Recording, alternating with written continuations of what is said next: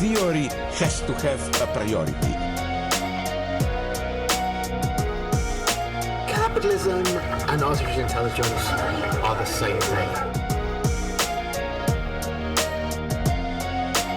The dimension of the future has disappeared.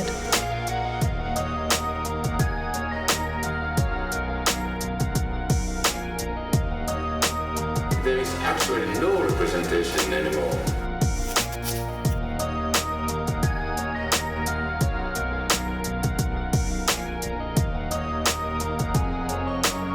There is no final resolution to contradiction.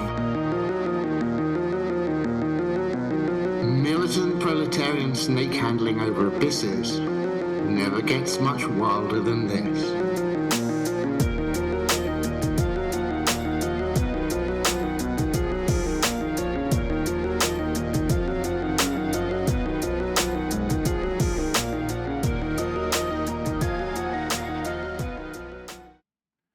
All right, everybody, welcome back to the Dangerous Maybe.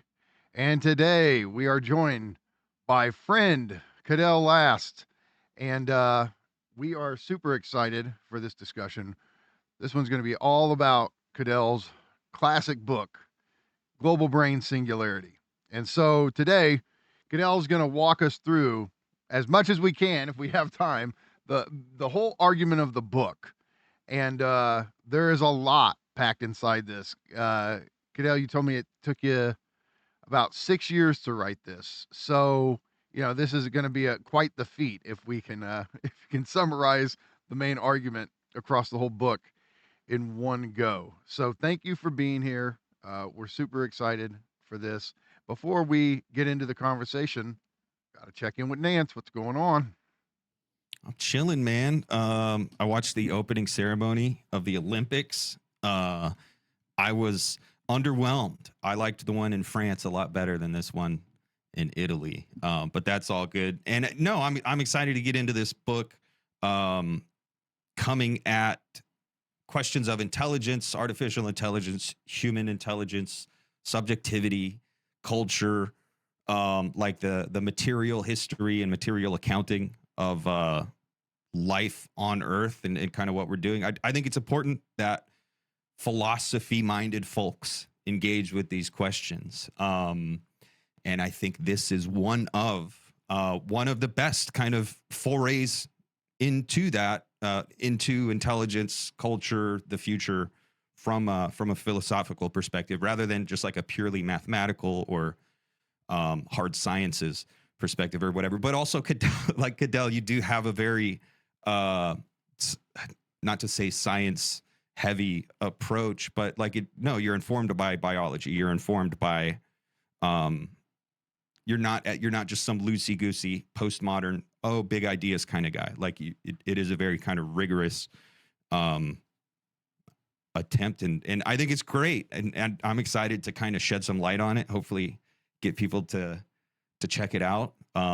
Cadell did say he'll make it available to people rather than absolutely. I mean that PDF I can send. Yeah. Okay, so Cadell, I think before we actually get into discussing the various parts of the book, I think it would help. What is the global brain singularity? Yeah, let's just start with the concept, and then I'll do my best to summarize the four parts. It does center the concept. So it centers the concept global brain singularity, and that's combining two different notions.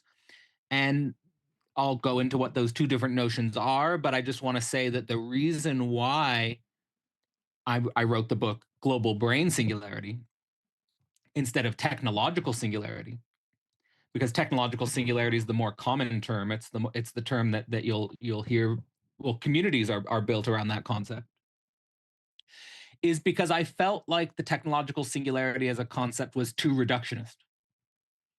Just focusing on the technology aspect of things, I was always interested in the anthropological aspect of things. I was always interested in the human aspect of things, meaning, and ultimately I do try to work up towards that in a very dense way in chapter 14, of what does the singularity mean for observers, or how should we be thinking about the singularity as observers, as subjectivity? how does the technological singularity impact the human system as a totality? Right? Those were the types of questions that I was interested in. And I was massively influenced as a teenager by someone like Ray Kurzweil.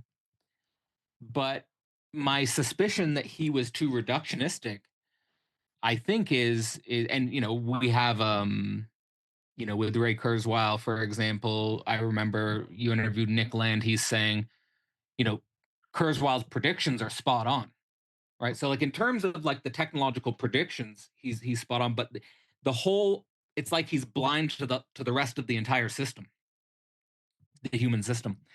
So, global brain singularity is basically combining the idea of the singularity that we're heading towards some sort of qualitative transition. Represented mathematically as an infinity, but it might not actually be an infinity. It's really getting at this idea of a fundamental qualitative transition as regards to the human species itself. Perhaps and in the technological singularity literature, they always reference the emergence of life, the emergence of the symbolic order, the emergence of language.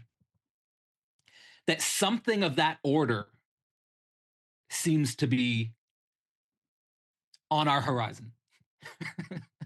Right. And when I started thinking about that at 19, especially thinking about like, whoa, this could happen by 2050. I was like, what the heck? I was like, that's gonna be me. I'm probably gonna be alive then. What does that mean for me? Like it started to change the way I thought about my life. Like it literally, like I actually attribute this idea to me not just going hard into like a career ladder. Because like I'm like, no, the whole world's gonna change like fundamentally. It's like, so I don't need to worry about that. So you got the singularity as this qualitative transition, which is being driven by technology. But then the global brain is a metaphor for the human system as a whole. And that's an idea that was pioneered by someone who would become my doctoral supervisor, Francis Heiligen, who, in my opinion, is a world-class cybernetician. So Francis Heiligen was originally a physicist turned cybernetician. He's a world expert in evolutionary theory and cybernetics. And his big contribution to theory is the idea of the global brain. So I point to his work. If you just want to know about the global brain, you really want to go into the academic literature on the global brain, just go to Google Scholar, look up Francis Heiligen, and there's tons of open access papers, and he's a great writer. He's a great thinker. And he opened my eyes to a new way of thinking about technological singularity with the global brain concept. And that was based on a metaphor originally. And they trace it back. You can trace it back to thinkers like Teilhard de Chardin, other thinkers, Peter Russell. But the global brain is basically a metaphor that has a tremendous applicability to the human system post-internet.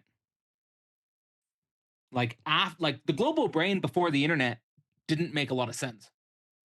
But the global brain after the internet made a whole lot of sense. And the great thing about that concept is that it's not just focusing on AI or AGI. It's focusing on AI, AGI, and all the other technologies associated with the singularity as interconnected in the global brain. And that metaphor is more than just a metaphor, I think. So first, the metaphor is that the way our neuronal patterns are in the brain is mirrored like a fractal with the patterns of the human species. It's almost like Mikey, Nance, me. We're all like neurons. It's a metaphor, but it can go pretty far. And so you combine that idea, the global brain, thinking about the human system as a whole, thinking about the human system as a nervous system, an interconnected communication information system, with the idea that we're heading towards some sort of technological qualitative transformation. And I think you get the power to think about the human system in a way that's quite unique, in a way that I don't see done by anyone in the, and I don't mean that in to be extreme. I don't see anyone thinking like that in the artificial general intelligence community, perhaps except for Ben Goertzel. He wrote a book but Ben Goertzel's a weird guy. Ben Goertzel straddles the line between a few different communities, and he also wrote a book about the global brain. So, and he also did presentations at the Global Brain Institute. So he's associated with that theory. So, but apart from him, the artificial general intelligence guys, they don't go for this concept. I think because it's not reductionistic. I think because it is thinking about the totality. I think in that sense, it's inherently philosophical concept because it's thinking about totality. It's thinking about the whole. And it's thinking about the whole, I think, and this is, I think, why I came to Hegel and why I came to understand Hegel during my doctorate, was because it's understanding the whole as our time. Like it wasn't the whole 200 years ago. It wasn't the whole in Hegel's time. Like it's now. Like this and that's how I think about philosophy, and that's how I've started that's how I started to become philosophical. Was that I wasn't trained in philosophy in university at all. I didn't even take a philosophy class in university. And sometimes I see guys young who study philosophy in the university and they come out dumber on the end of it. But to me, philosophy is, I like Hegel's definition of philosophy, that philosophy is comprehending one's time and thought. And that's what global brain singularity is for me. It's comprehending one's time and thought. It helps me think totality. So I'll summarize that. There's a qualitative transition we're heading towards. Technological singularity, folks call it a infinity. I think that needs to be problematized a bit. The global brain is thinking about the human system as a whole as an interconnected nervous system information processing system. And that opens up new ways of thinking about the human species itself, I think. And so then each of the four parts of global brain singularity, I would say, if I was to summarize it, just to be as simple as possible, the four parts reflect four different aspects of time. And four different aspects of time as filtered through the concept of global brain singularity. So the first part is mostly about the past. The second part is mostly about the present. The third part is mostly about the future. And the fourth part is what I call the meta present. And we can go into the distinction between the present and the meta present and stuff like that. But I think about the four parts as basically, in my way of thinking, it's like my own mediation of time.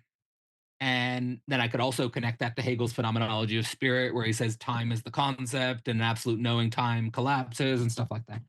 But this doctoral thesis, this book is I think, reflecting back on it, it's my meditation on time, but it's my meditation on time now. Like it's my meditation. Like, so it's not that, oh, I meditated time, now I don't have to meditate time. No, I meditated time, and at another time it'll have to be meditated again, and it'll always have to be, so I'll stop there. But that's how I think about the book. No, that's great. I mean, this, because time obviously is a big deal here, because what's the subtitle? Universal History, Future Evolution, and Humanity's Dialectical Horizon.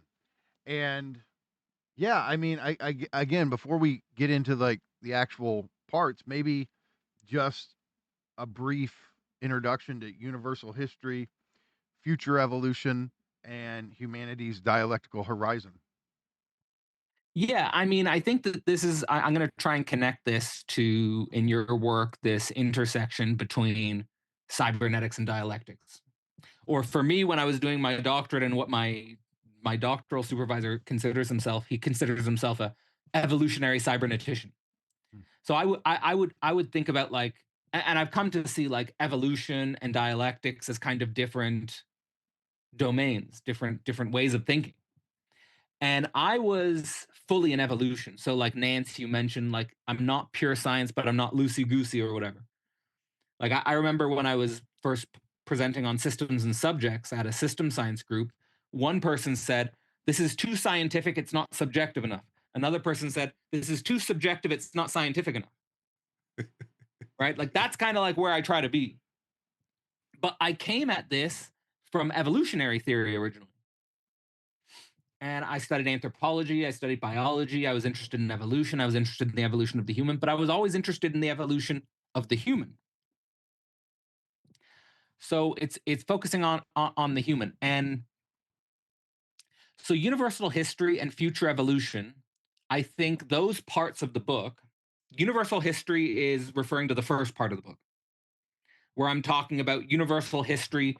It's juxtaposing it against our conventional notions of history, where we think about history as just human history, in the sense that before the agricultural revolution, we usually talk about it as prehistory, as if it's not history. Universal history is basically thinking about the human species in a continuity with the universe as a whole. So it's thinking about, so it's basically saying, like, you know, like, where's your ancestry? Like, I'll say universal history. Where's your ancestry? Where do you come from? You know, my granddad would say Ireland. I might say Canada, whatever. You guys might say America. You could trace it back in anthropology. Usually we say we trace it back to Africa. Or biologists, you could trace it back to the Luca, the last common ancestor, the last universal common ancestor. Universal history is basically just tracing us back to the atomic birth of the universe itself. And the questions there for me originally, when I was interested in universal history, was, are there patterns in physical, chemical, biological nature which actually teach us about our own patterns? Like, are there continuity of patterns? Are there continuity of processes in physics, chemistry, biology, and so forth that still have relevance, still have a deep significance for our own being? And I think there are. So that's universal history. Now, universal history is connected to future evolution in the sense that what I was really trying to do with universal history was come up with a new theory of human evolution that was situated at what I think is the biggest mystery in evolutionary theory, which is the human species.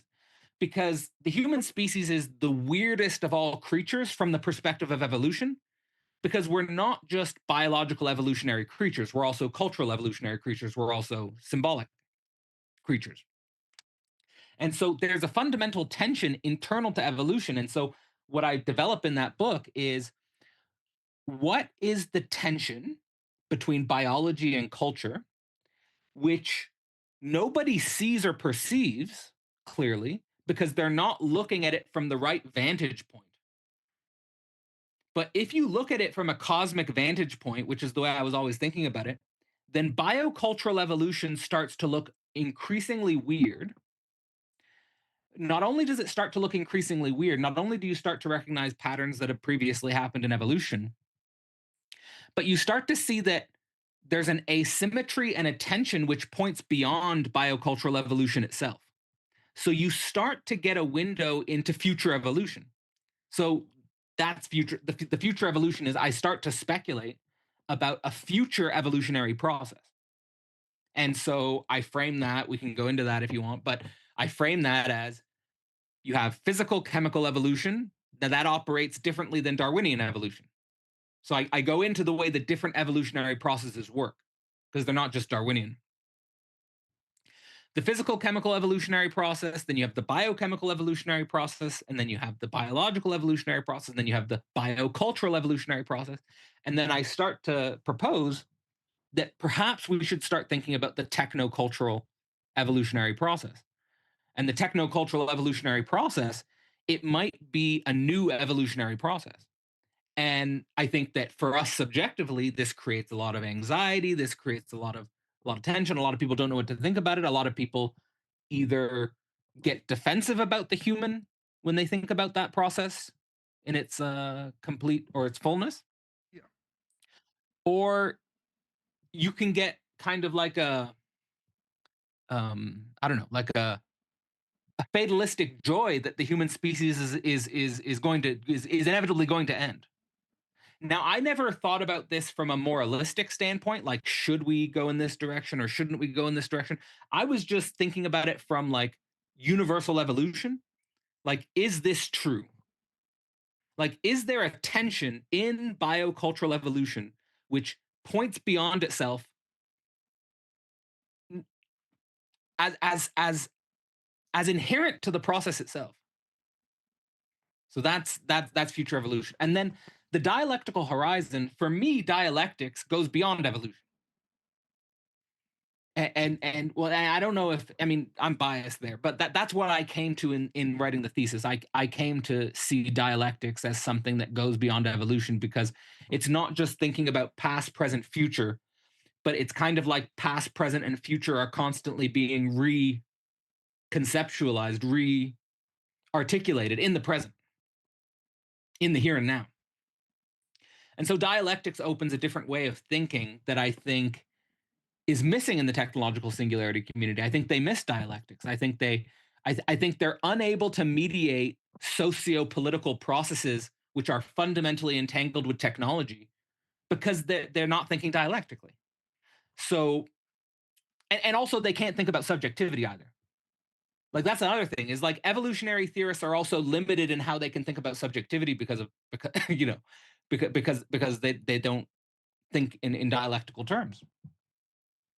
So I came to dialectics for those two reasons. I came to dialectics because it helped me think about the interconnectedness between technology and sociopolitics in a new way. And it helped me think about subjectivity in a way that, in the last chapter of the book, I argue there's a dialectical approach to technological singularity. So I'll stop. So this is great. Okay, so I think a bit of clarification could help here when it comes to some of the terms, which is, okay, typically those who are science oriented are going to be operating within a cybernetic paradigm. You get, influenced by Hegel and Žižek, and dialectics becomes central for you. What would you say is the core differences between cybernetics and dialectics? I think that it's hard to answer that. I don't want to pretend that I have all the answers here. And the main reason why is because I hung around during my doctorate. I was hanging out with a lot of higher order cyberneticians. They call themselves higher order. Have you ever met these guys? High, so they're called higher order cyberneticians. It's arguable whether they exist as a field yet, but they certainly was first order cybernetics and second order cybernetics as fields.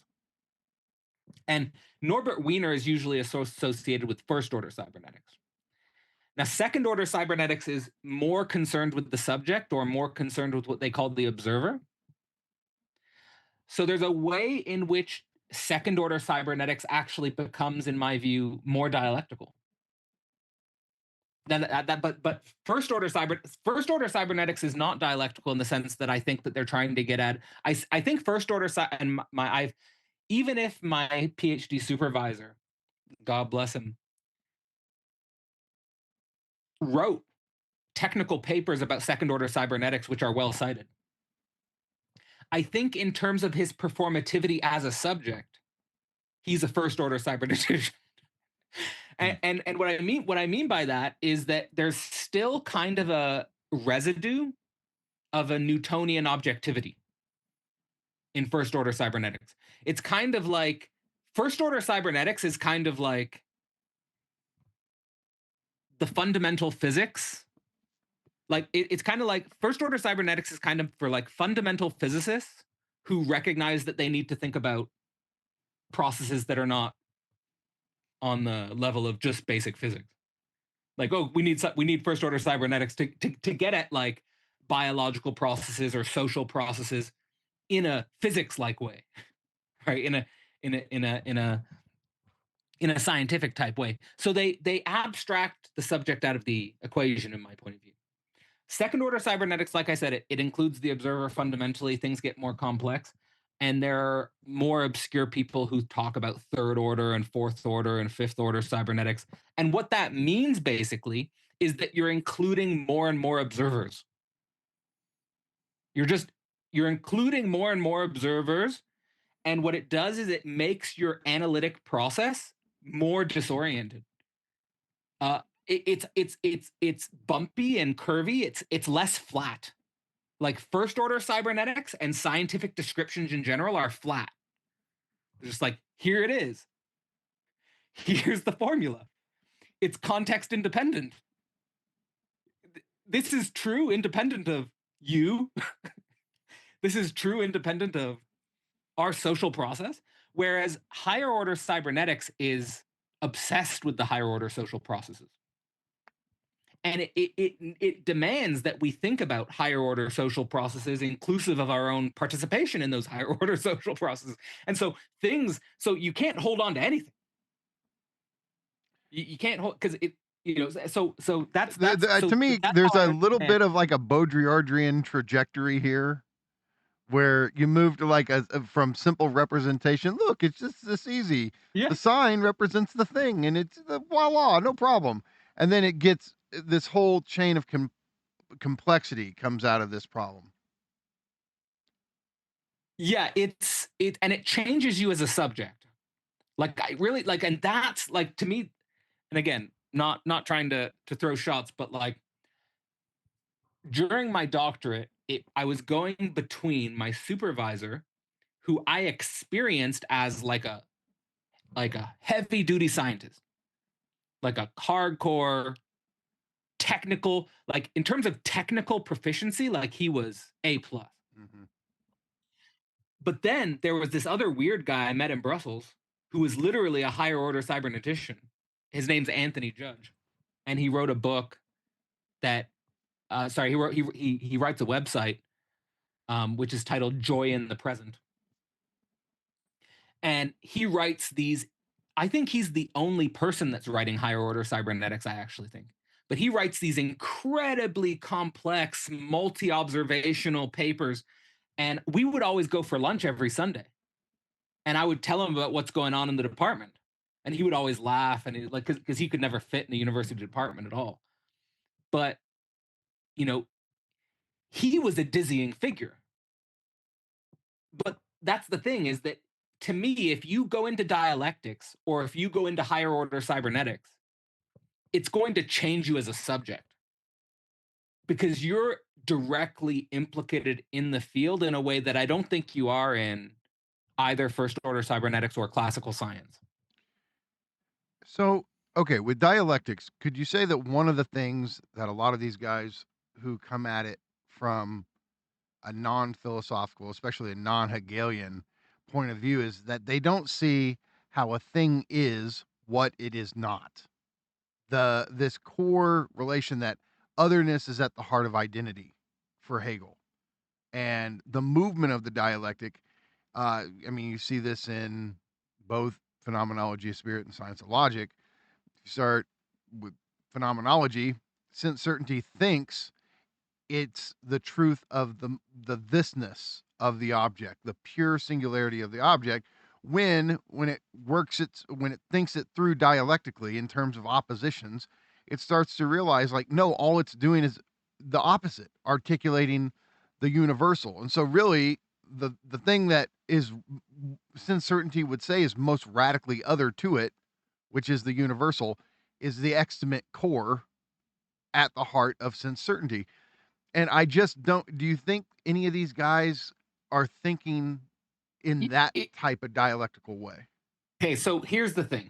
So when I was saying that when you get into the higher order cybernetics, there's nothing to hold on to, that's like a conversational way of saying that otherness is fundamental to identity. Okay. Right? Like when I say there's nothing to hold on to, I mean that your identity is abyssal. Like there's no stable ground for you to hold on to. Like and when you start reading some people, you start to see, oh, like they're super concerned with grounding something. Like why are you trying to ground something? It's because you experience vertigo. Mm-hmm. Yeah. Yeah, because you experience vertigo.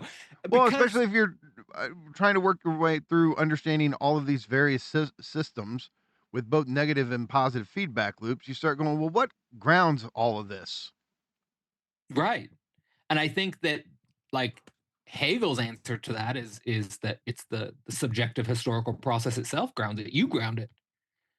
We ground it. Like, and I find that that is such a helpful way of thinking because like it's like, why is this happening right now?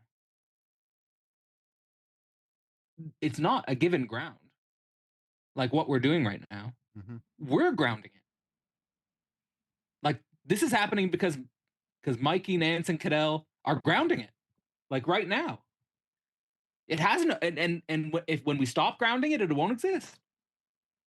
You know, so I really think that like, and I think that the more scientific guys, or even classical philosophy guys, because you were saying like it is a Hegelian thing, Yeah. right? So like so even like I would put the classical philosophy guys, and okay, so I want to say this because Zizek's great at this. So it's not just I don't want to throw science in one category. So it's the classical philosophy guys and the classical science guys. And what I mean by classical science is like pre-quantum physics science. Because if like I think that's why Žižek is like so attracted to quantum physics is because he recognizes that the real break in science is between classical and quantum physics. And that the real break in quantum physics is not that, you know, like Roger Penrose says consciousness is at the bottom of the universe. That's just again looking for a ground. It's the point of quantum physics. Žižek says this in the Christian Atheism book, is that your very subjective process is implicated in the object, and that can be painful. I think that the classical science and the classical philosophy guys are defending themselves against pain. In other words, they're before the pleasure. They're the pleasure principle. They're not beyond the pleasure principle. So I would put Hegel, quantum physics, and death drive in the same realm. Or and why not higher order cybernetics in the same realm. Okay. I mean, so basically, though, where you see a sharper distinction is between like Norbert Wiener's cybernetics and then Hegelian dialectics. Yeah. Okay. Yeah. That's helpful. And I'm upset that it's slipping my mind.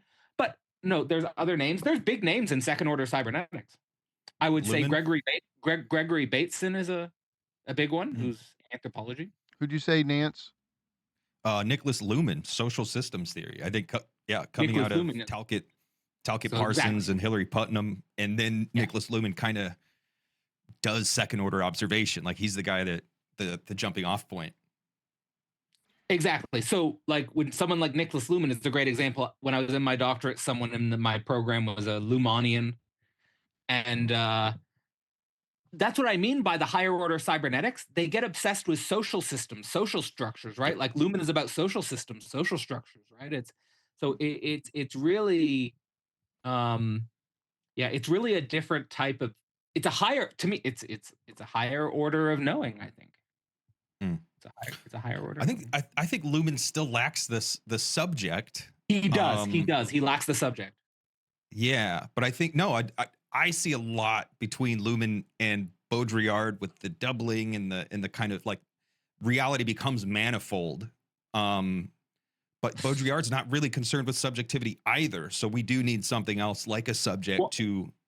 I think that you have to put Luhmann together with Lacan. Yeah, absolutely. I think you have because you got the social system, you got the subject. Yeah. And I mean, Lacan's great at that because he already look. I think Todd McGowan is right. I mean, I'm sure certain Lacanians would try to argue this, but I'm sorry. I think it's right. Lacan synthesized Levi-Strauss and Sartre. He figured out back then there's a symbolic order, Levi-Strauss is right about that. It does what Levi-Strauss says it does, but there is this thing that evades the full capture of the symbolic structure, and that is subjectivity. That is desiring subjectivity, the unconscious subject. And so he gets subjectivity from Sartre, but he wants to make it unconscious, which Sartre himself would have his major problems with. But the point is, I think we can see that in Lacan.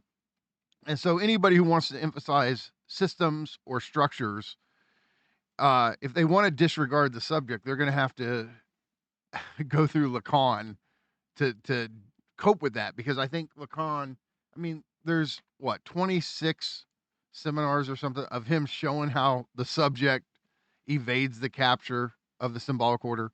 So yeah, they're going to have to reckon with the real if they want to try to do an overly simplistic, deterministic structuralism.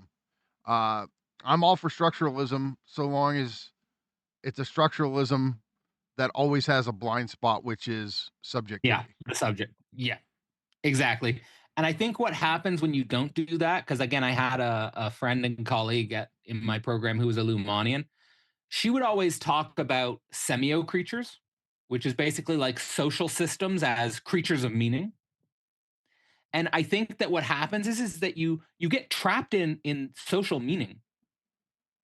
Like there's no way out of social meaning. Like I think that I forget what it is. There's an anthology with Žižek about something like it's against meaning somehow, like something like meaning as tyrannical. I forget what it is, but this dimension where you can escape the meaning of just the semio creature capture, basically like Lacanians I think would say figure of the big other, is through the real of subjectivity. Mm-hmm. Yeah.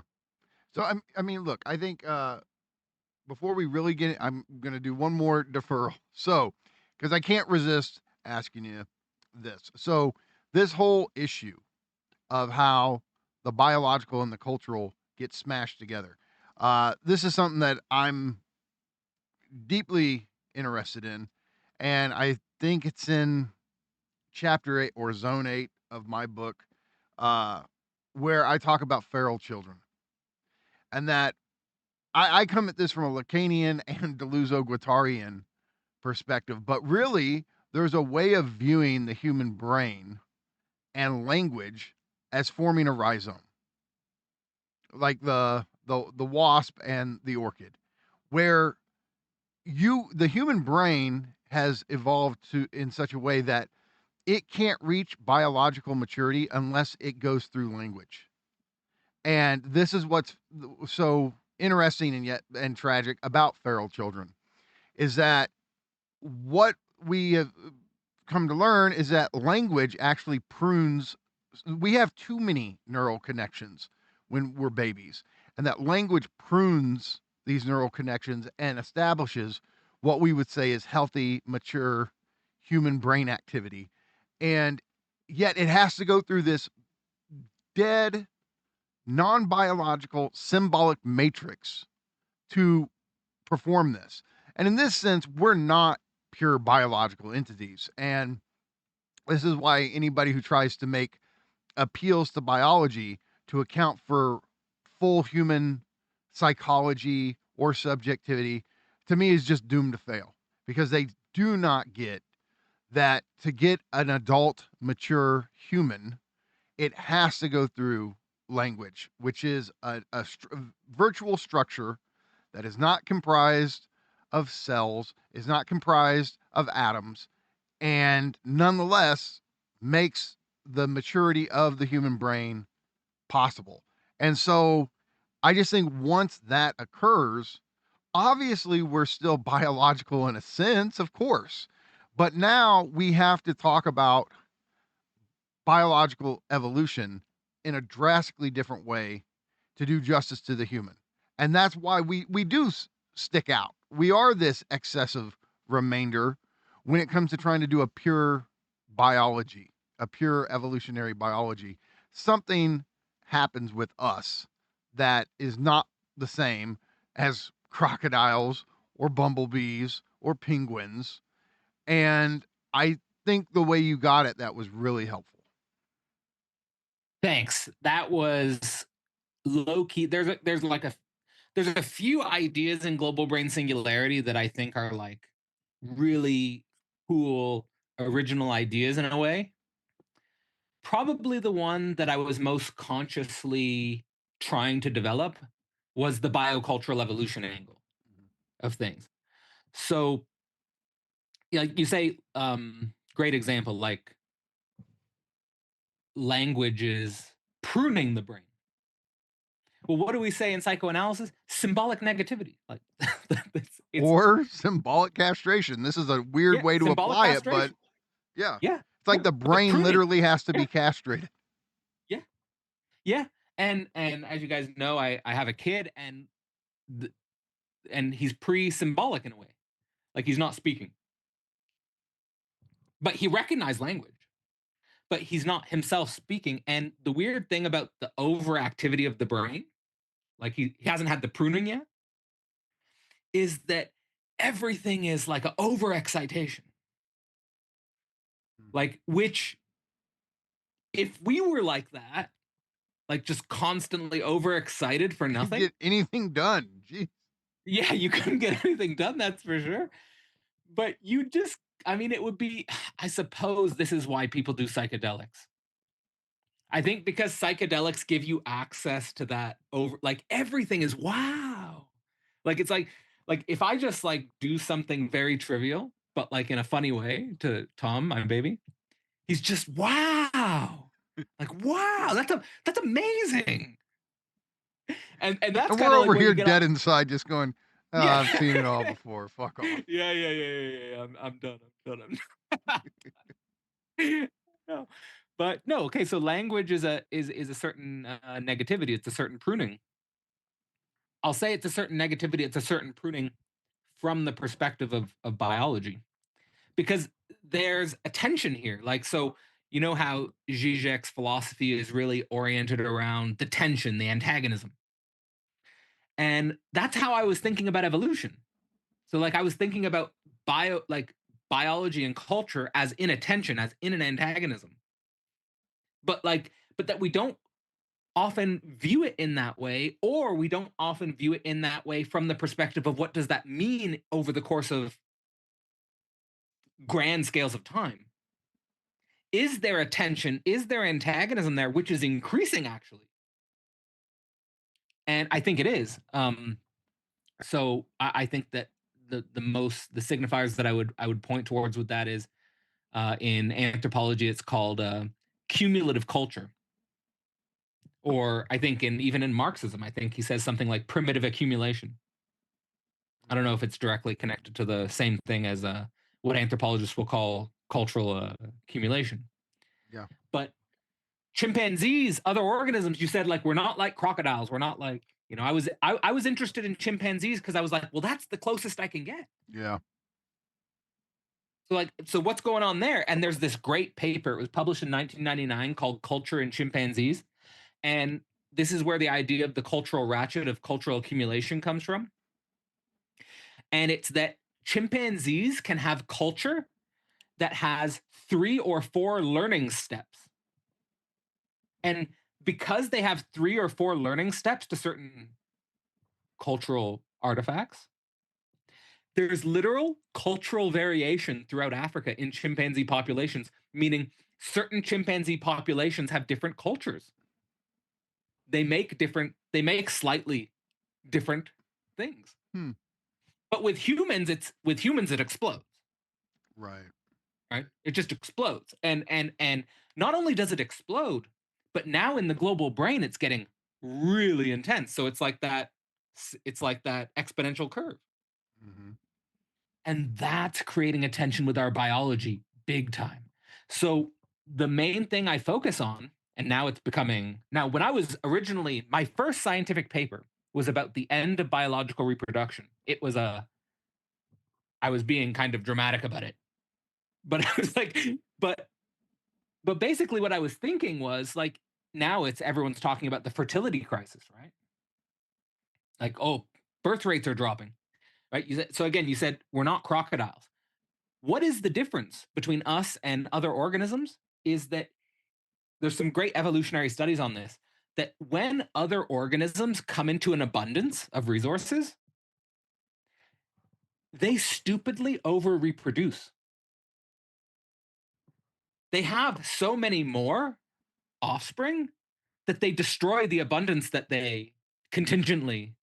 It's just the abundance isn't because they worked for it. It's just if they happen to have a certain niche advantage, they'll over reproduce and undermine their own resource base, and then their population will collapse or go back to normal. But now, with human beings, now what's Yeah. happening with us? What's We happening with stop us? reproducing. It's the opposite. And that is what, when I learned that, I was like, that is weird. What is going on? That has never happened in evolution before. We come into a certain level of abundance and we take ourselves out of the gene pool. We either take ourselves out of the gene pool or we re-strategize our relationship to the gene pool. You know, like, you could make an argument, as I think many people in more demographics, population demographic statistics do, is that we're just shifting more to quality over quantity. So instead of having 5, 6, 7 kids, we're having 1 or 2, maybe 3 kids, and we just give them more time, we give them more energy, we give them more. But that argument gets weak when you look at certain countries where the birth rate drops below 1, where the birth rate's like 0.8. What is that? And then there's this great documentary that came out recently called Birth Gap, where it's showing these demographic statistics that it's not just in East Asia and certain European countries. It looks like it might be universal. Yeah. The birth gap issue. So if it is universal, then my book has a higher relevance, because what I'm also arguing in the book is I'm arguing that biological reproduction is literally in competition with cultural reproduction. And cultural reproduction is going to win. So there's two things I predict. And so it's just a prediction. Like, so it's a future evolution, but it's based on a prediction. So I'm not just speculating out of my ass. Right? Like, because it's not science fiction, like I can say anything. I'm trying to use evolutionary theory to make a certain prediction. And then it can be tested. Maybe I'm wrong, maybe I'm right. The prediction would be that if cultural evolution and technocultural evolution is going to become independent of biological evolution, which is the hypothesis, what that would mean is that biological evolution, which continues itself through reproduction, will continue to decline. Cultural reproduction will continue to increase. And then the second hypothesis is that we will gradually start to replace what for fun, I'm going to call them traditional biological structures, will be gradually replaced with progressive technological structures. And I also have a hypothesis for how this happens and how this is happening. So my granddad, for example, had 10 extra years of life because he had a machine heart. Mm-hmm. I just saw a video that was, I forget, it was in Elon Musk's Circuit of X, where people are playing Mario Kart with telepathically. People are playing Mario Kart telepathically. They have a chip in their brain and it allows them to play video games. And now these people have the chip in their brain because they have nervous system issues. Right? So the way it happens is, the way biology gets replaced is, when biology fundamentally fails, like in a catastrophic way, like your heart or your nervous system doesn't work, well, we come up with technology for that. And we pilot the technology in people who are basically on the deathbed or who are at the end of things. But that technology then will become commercialized. Yep. That that technology will be the iPhone 25, whatever the whatever the next generation is. And I this say, is like, like I you're don't know right when. here. You're talking about like for health purposes, but almost and because that's survival, of course. But when this shit starts to appeal to our fantasies, that's my argument. Is Yeah, like yeah, yeah. when it gets its hooks in our fantasy. So, uh, you look around Comic Con and you look at these elaborate costumes everybody wears to dress up as their favorite, characters. You know, Nick Land has a famous line where he's telling white supremacists, like, guys, here's your problem. You're so focused on race mixing and miscegenation. Like, you guys think that's the core issue. You're completely fucking lost in this racist shit. Uh, no, the core issue is face tentacles, which is to say, Right. you think you're concerned with the color of the skin of your children. No, your kids are going to look like Cthulhu because body modification technology is going to lift off and people are going to become, doing plastic surgery in ways that right now most people can't even imagine. And Yeah, so, but so yeah, yeah, absolutely, absolutely. Sorry, go ahead. no, that I'm just bringing this point in where whether it's Yeah, yeah. through medical necessity or whether it's through chasing our fantasies, all of this is It becomes the big fantasy. money. So, Yeah. No. The most fundamental causation is on the level of the fantasy in the end. I agree. But it has its origin in these biological catastrophes. yeah. So No, I like mean, this is why there's I think Nick would agree with you because Nick has uh, he was like, look, sex bots are going to be a huge industry, but over and above sex bots, care bots are going to be even bigger. The bots that can take care of, old people who, if you're old and you can't control your bowels and all this, a robot, you'd much rather have a robot clean you up than another human. And so he sees this being, and obviously most people, if they're working, they can't take care of an older loved one. So he's like, no, the CareBot thing is going to actually be even more of a moneymaker than the sex bot, even though, of course, that will be one too. yeah, I think that the technological singularity as an idea, it's such a I found it ever since I was like 19, 20 young, I felt like the technological singularity was a theoretical cheat code. The reason why I think it's a theoretical cheat code is because people get concerned about certain things that are happening, but because they don't have the technological singularity framework in their mind to think about the problem, they can't actually see how there's likely to be a solution that emerges to a certain problem. Like, for example, the problem of older people are less likely to be welcomed by their children in old age. So they have to go to the care home, and that's expensive. And if we have an aging population, who's going to take care of all these old people? And we're not having kids, so who's going to take care of all these old people? Well, it's probably going to have a technological solution in the way that you're saying. Mhm. So, but that's a perfect example. But the technological singularity is like that in so many domains where it just provides a theoretical resource for thinking about processes that are incredibly anxiety provoking and unpredictable. And they give you a kind of prediction horizon. That's what technological singularity does. It gives you a prediction horizon. Yeah, that's great. Well, okay, let's get into the book. Nancy, you got any questions or follow ups or anything you want to bring up before we go into the text itself? I don't know, but I think just like that opening discussion, there's a ton there, and I think just that alone, people thinking about the future, thinking about machine intelligence or artificial intelligence, people have a bias toward the present and even the past or the imagined past. And so a lot of people become either alarmists, and they freak out, and they somehow turn that into railing against the youth of today. Oh, get off my lawn, or oh, look at they're doing horrible things.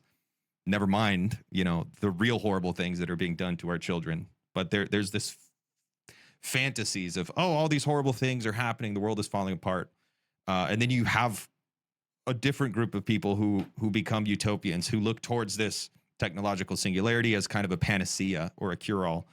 A lot of the energy that gets drummed up by the state of the world kind of dissipates in fantasy structures, either looking back or looking forward at a utopian future.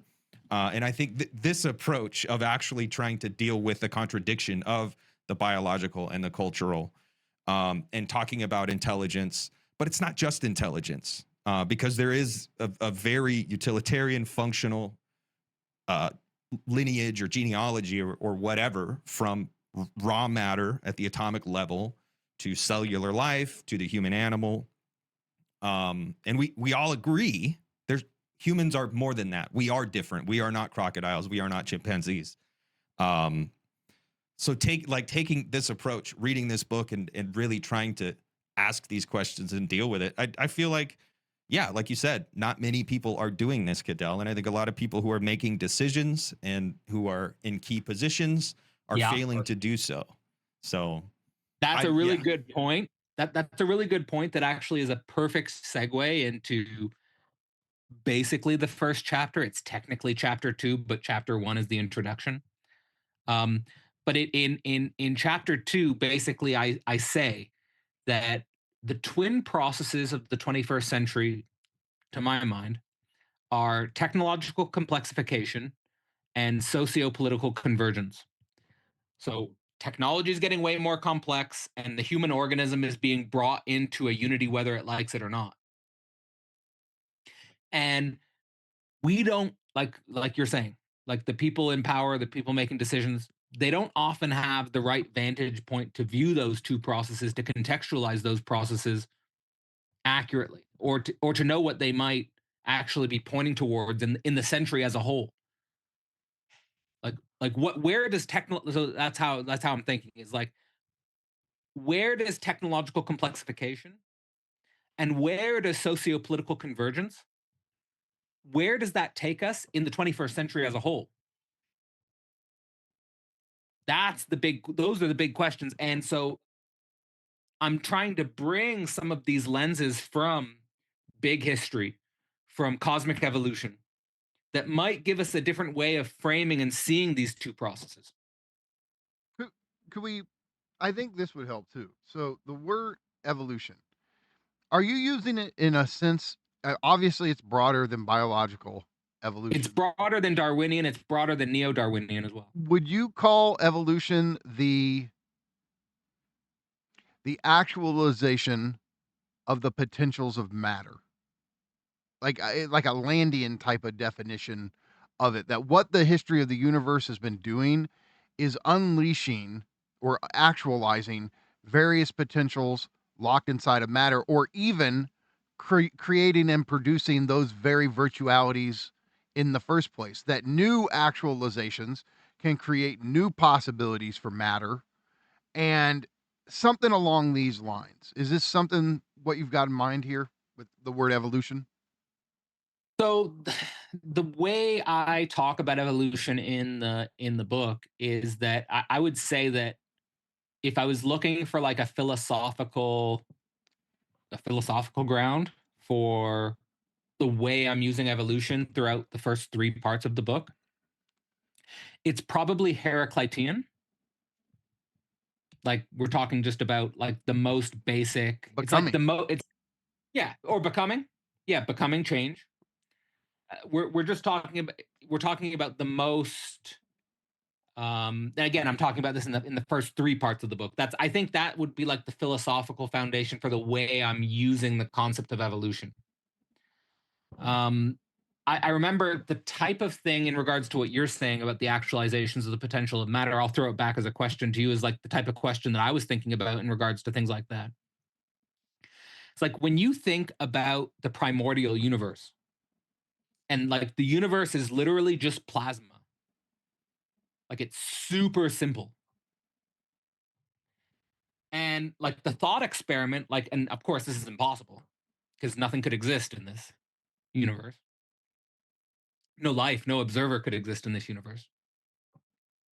But if you had a phantasmatic imaginary observer in this plasma early universe, you imagine, and the observer had seen and known nothing of anything else, just this simple plasma. And you say, out of this plasma, giraffes will appear. Out of this plasma, Mikey Downs will appear. Out of this plasma, out of this plasma, these insane complexities and diversities will appear.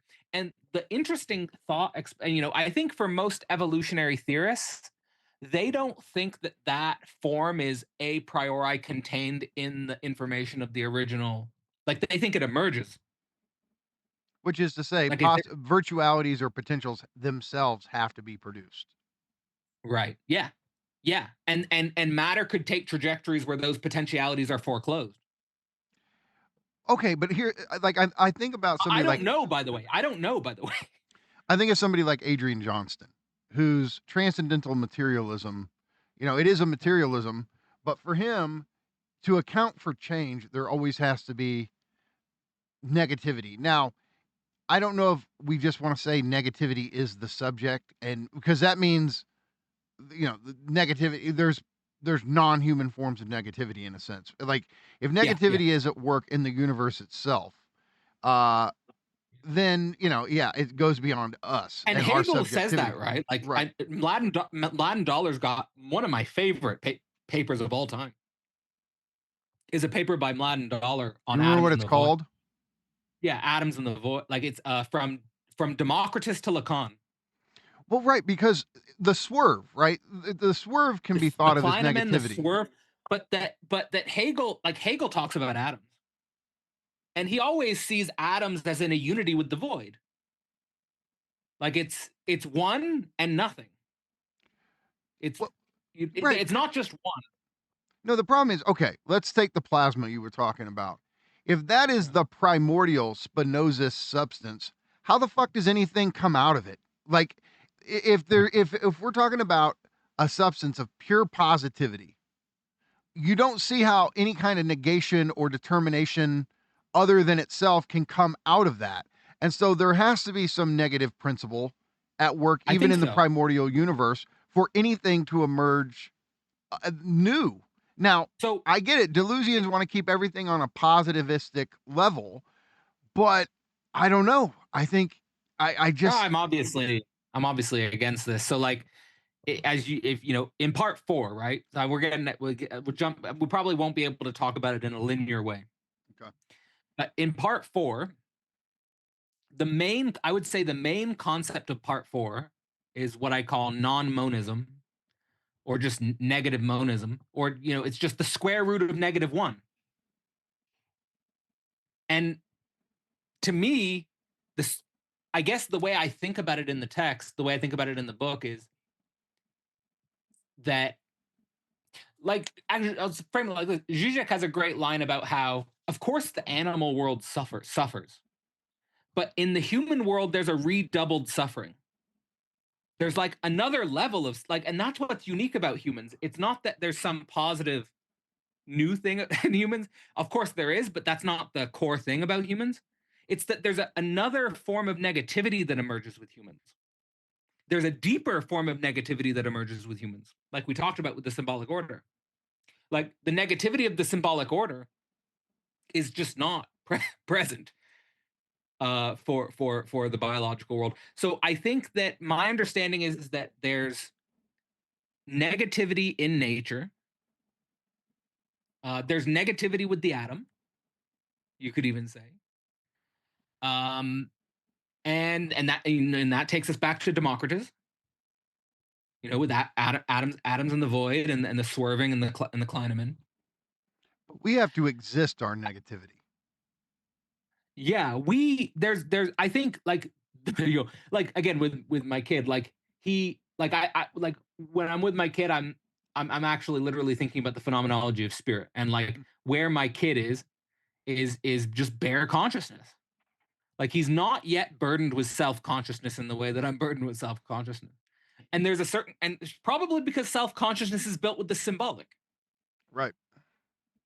So, Signifiers. so there's a kind of just conscious, and that's how I interpret some Deleuzians, like with the becoming animal thing, and like I feel like they want to go back to bare consciousness or something like that. Or pre-symbolic. Like I guess it's all in like, and maybe, yeah, I mean Deleuzians wouldn't maybe go for this, but like for me it's like there is an other side, but you have to go through the symbolic. Like you have to go through it. Like you have to go through the negativity.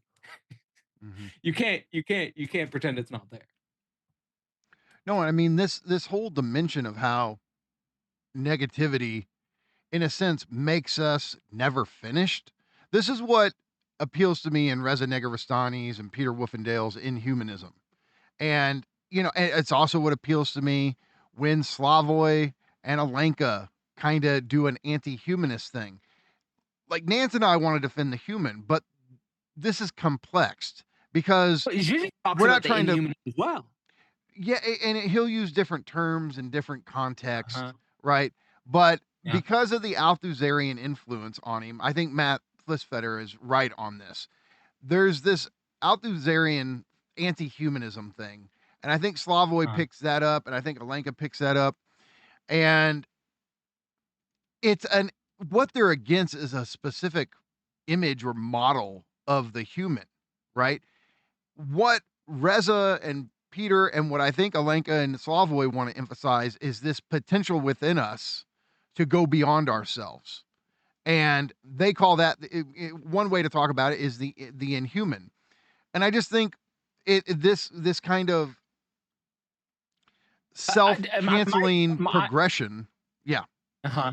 Well, I always connected the inhuman the way Žižek uses it with the monstrous. Well, and he always goes, it's about the drive. Like the drive is this inhuman thing within us that is at the excellent core of us. Usually juxtaposed with personality, like personality is this stain.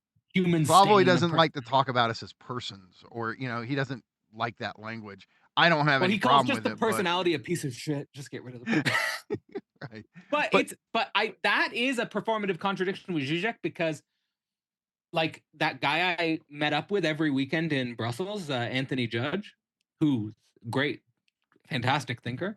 I exposed him to Žižek, and the first thing he said to me about Žižek was, that guy could talk about anything and it would be interesting.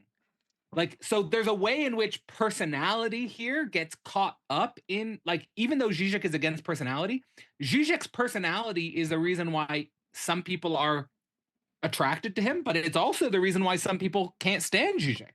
Yeah, I know there's lots of interesting thinkers I know that can't really give Slavoj much of a chance because they don't like him as a person. And I'm like, but go read Ticklish Subject, go read Sublime Object, go read Less Than Nothing, and make that who Žižek is. I mean, that's who Žižek is to me, primarily. And so I think that Žižek's, I personally am impressed with what Žižek's been able to do with himself on many different levels. The way he walks in the highest levels of philosophical and academic theory, and the way he walks in like movie critique and like pop culture, and like he can go to doing like an ideology critique of Starbucks. Yeah, the range, like the range of Žižek's performativity as a thinker, to me is mind-bogglingly impressive. But at the same time, there was a key moment when I started to get into Žižek where I had to be honest with myself. Like, I had to make sure that you're not just captured by a personality, right? Like there's a there, right? Like this is like the core philosophical theory, right? Like so there was and perhaps that's why I focus so intensely on Less Than Nothing, because I think that there really is a there. Mm-hmm. Like there's a core philosophy, like Less Than Nothing is on the same level as any great philosophical book that you want to throw at. That's why or Sublime Object, or there's but a few, especially probably. Less Than Nothing. That's the book. We all know it. And less than nothing. And for me, at least at this time, I was writing my doctorate, and this is related to chapter 13. For me, and this is Žižek, I just took Žižek's own words here, is that less than nothing, and you know what the remainder of less than nothing is? It's absolute recoil. Absolute recoil. Yeah. So it's kind of like their 1-2, Mhm. like their 1A, 1B kind of thing. He said that the reason I wrote absolute recoil was because it's basically just the things that I wasn't able to say in less than nothing, but I needed to say. Well, yeah, it's the supplement.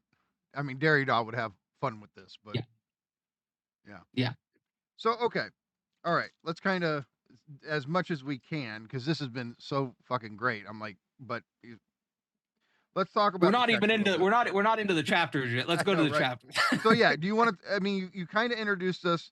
Well, you talk about the temporal structure, past, present, future, meta time or meta system.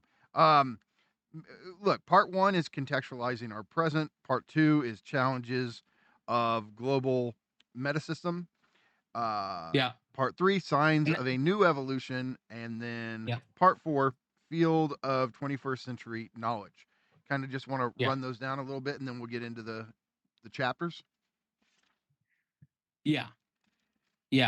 Let me just see. I've got these sections. I can just go off the top, but so part 1, contextualizing our present, is actually about the past. And so I'm contextualizing the present with a certain view of the past. And that certain view of the past is largely informed by the reason why I came into this field's of big history and cosmic evolution, because the first part is heavy on big history and cosmic evolution. And the reason why I came into those fields was because I had studied at university in anthropology, biology, and yes, those fields are specialized. Like you get a view of a certain subject, but you don't get a view of, let's say, the domain of all subjects.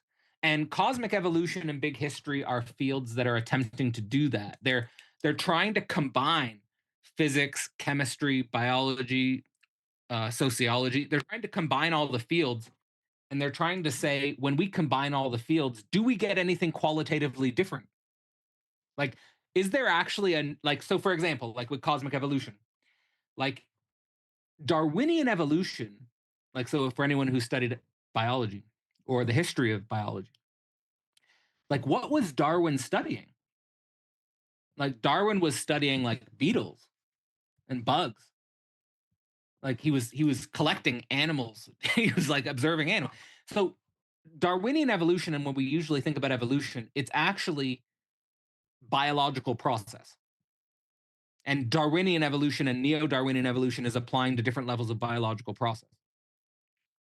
But what cosmic evolutionary theorists are trying to do is they're trying to say, okay, if we take biological processes and we take chemical processes and we take physical processes and we take all the different types of processes and we think about them as one process, is there a different way of thinking about evolution than a Darwinian form of evolution? Right?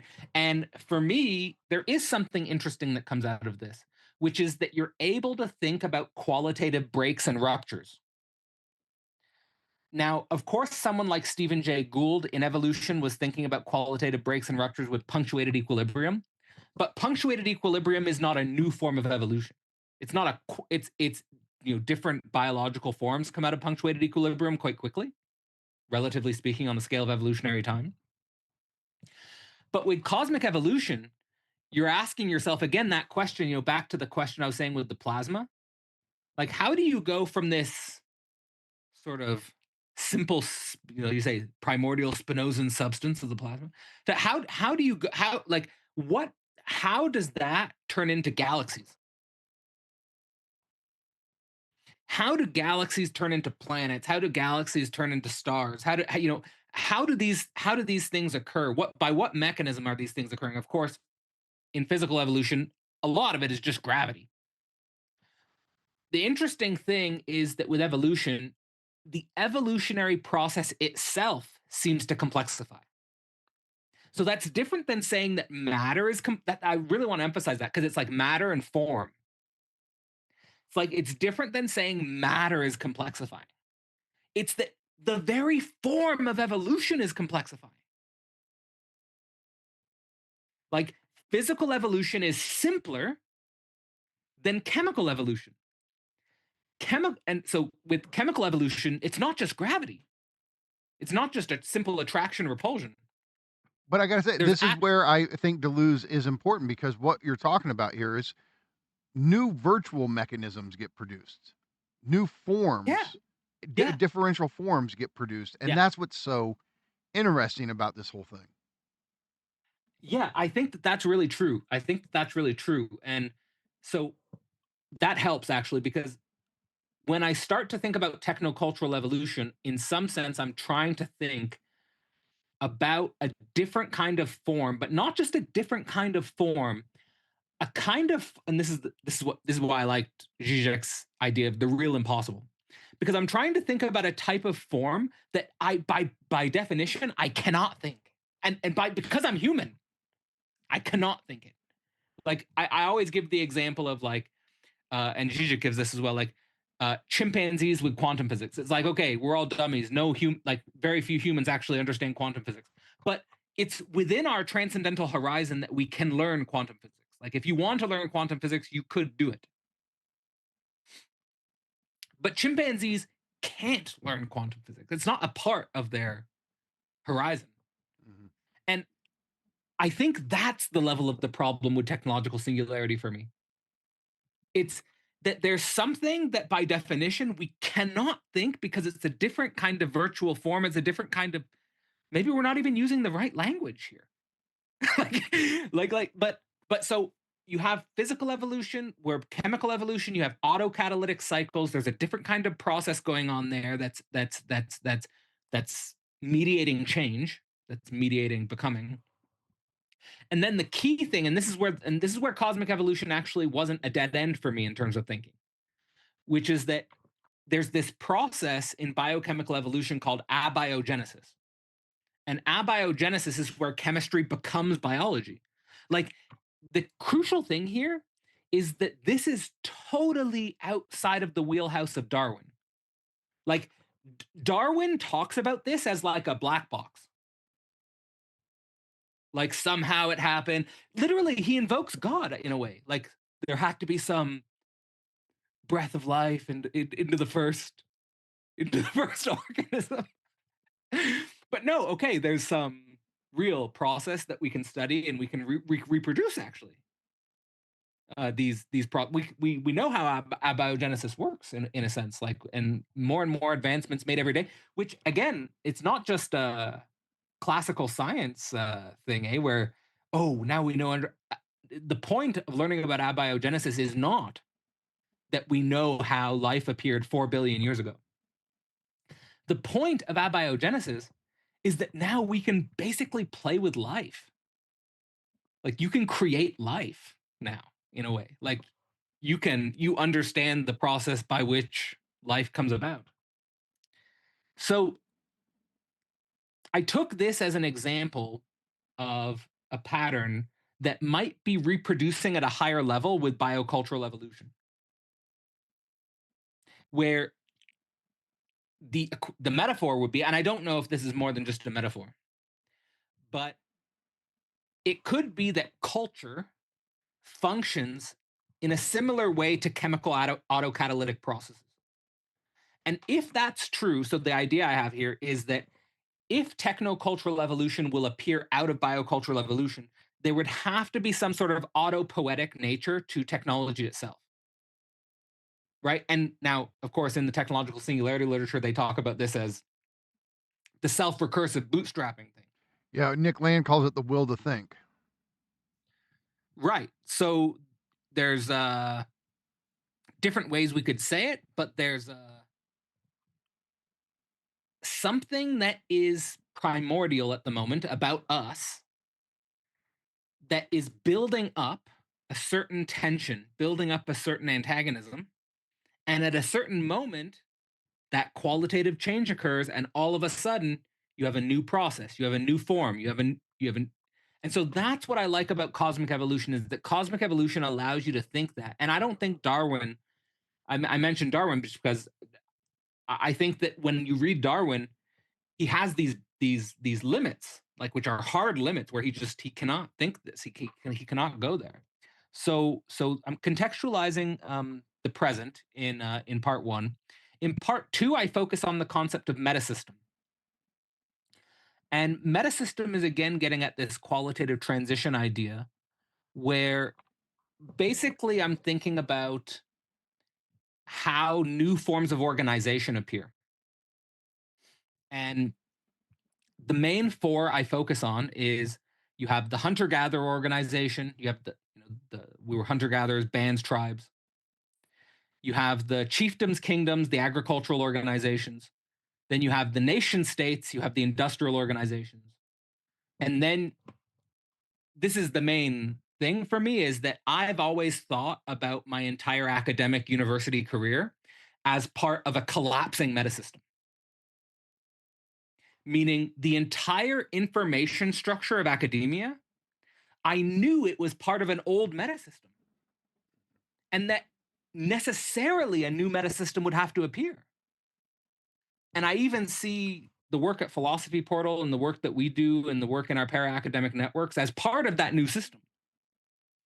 Because it's not like, and it's interesting, like when I first started to do anything online, publish anything online, the professors who just were constantly, they lived their whole life in the university and had no need for anything outside it, they would get upset. They would get visibly upset and shaken. Like how could you? Like, how could you write and not publish it in one of these obscure journals? Like, how could you write? And this is your core writing, and you just put it on a blog? Right? Like, like they're shocked, they're offended because it's a new medicine, it's a different system. It's literally, it's a whole different attention economy, it's a whole different reputation economy, it's a whole different. So I feel like we're going through a metasystem transition. And so in part two, I talk about, and we can talk about this in more detail, but I talk about how do metasystem transitions work? And I basically propose a theory of how these metasystems work. And long story short, I think they're driven by information, and the information allows for a reorganization of control and energy. And we can go into how that has worked historically and what that might tell us about what's going on today. But that is relevant to what the work we do. It is relevant to the work we do and how we do it. In part three, it's about future evolution. So I'm going into the technocultural stuff, and a kind of a really fun one is I talk about the potential deep future, and I propose two different pathways. I'd love to talk about these in detail. Is the now we go with this, the expansion pathway is just Star Trek, right? Star Wars. We all know the expansion pathway in our imagination, and Elon Musk is driven by the expansion pathway, right? What is the expansion pathway? The expansion pathway is we're on one planet, but we're going to become two planets, and then we're going to become a solar system civilization, and then we're going to become a galaxy civilization, and so on and so on. And then what happens when you really go all the way with this imagination? You run into the Fermi paradox, right? Because you ask, where is everyone? Like, if that's the path of evolution, then where the hell is everyone? Why isn't the sky alight with communication and information and civilizations traveling everywhere? So you get the great filter idea. It's also like the dark force theory that, Nance and I just did a video on Bogna Conyor's new book. Yeah, the dark force theory of the internet. But, okay. In the other book, there it is, Machine Decision is Not Final. She has a shorter essay just called The Dark Force Theory of Intelligence. And she argues that there's good reasons why AI would deceive us and stay hidden from us instead of making themselves known. And so she is, a contemporary thinker who's trying to pose these questions as well. Yeah, I love these. I love thinking about this stuff. Like this is such a rich area for speculative cognition. For me, that's the joy. Is you find these areas where speculative cognition can go crazy, Right. and that's fun. Then you have a lot of stuff you can think. So so that's the expansion pathway. But then I think there's another possibility, which I call the compression pathway. And the compression pathway to me opens up. You know where I got this idea originally? It's such a weird idea, and I don't know if I think it well, but like what is it? It's a childhood end. Mm. You know, childhood's end? Mm-hmm. So, you know, if I butcher his name, I'm sorry, but you know the character Carolyn or Karelin? Yeah. Yeah. Karelin. Yeah. And do you know that they were a doomed species? But they were a doomed species because they were doomed to expansion. They were doomed to be in the universe, helping other civilizations who were specially selected to go into the Omega, to go into some overmind. And they helped midwife basically this process of going into the overmind. But I see this as now that's just a science fiction idea. But the compression, the compression pathway for me opens up with things like atomic manufacturing and what's called the Barrow scale, where we are going to manipulate matter and energy on more and more fundamental levels. And one of my close colleagues and friends at the Global Brain Institute, where I was doing my doctorate, his name's Clement Vidal. And he has this idea from Lee Smolin, the great physicist, astrobiologist Lee Smolin, who has this idea of cosmic natural selection, which is that actually intelligence plays a role in birthing new universes. And I think that this compression hypothesis is that intelligence could play a role in actually manufacturing and creating new universes through some sort of black hole, Big Bang kind of weird cycle loop. But this is what I call the compression pathway, that maybe our fate is literally the destruction and creation of a new universe or something like that. So those two pathways, I go into those in part 3, and it's more complex, but that's part 3. And then finally, part 4, I could just summarize it because it's a very dense. Part 4 is just a stupidly dense. You can tell part 4 is where I go. Basically, in my actual personal experience, I go crazy. Like I'm just basically in madness in part 4. Like, and when I read it over, I'm like, oh my goodness, I was so deep in madness. But it's basically non-monism. Like it's the metaphysics of the negative one. Like if I was to summarize what it is, like it's the metaphysics of the negative one, and it's about the divided subject, and it's about how do we reconcile with the divided subject and the negative one, and what does that mean for knowledge? And what does that mean for the singularity?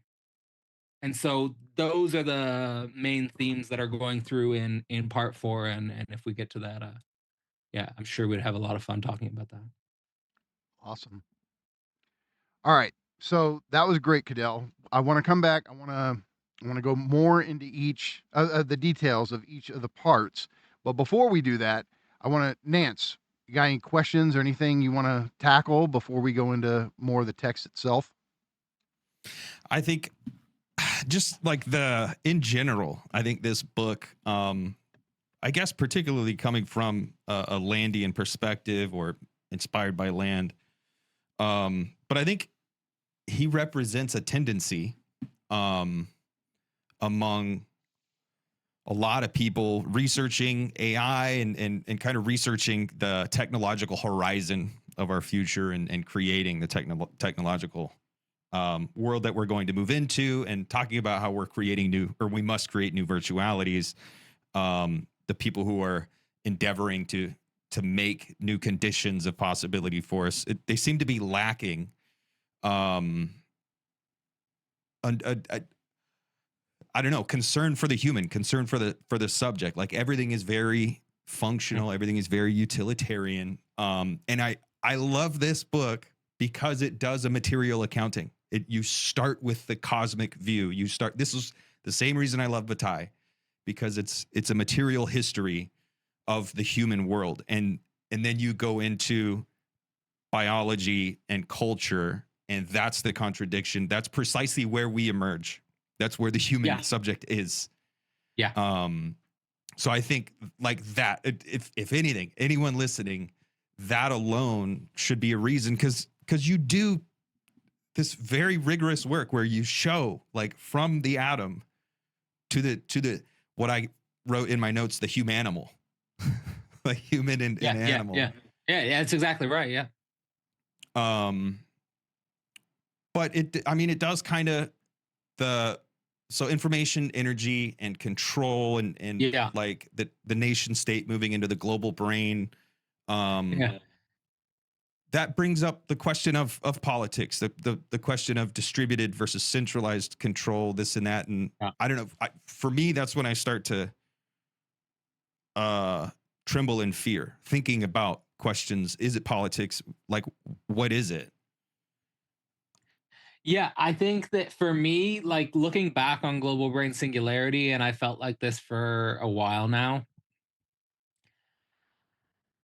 I'm happy with the way parts of the book come out that focus on politics.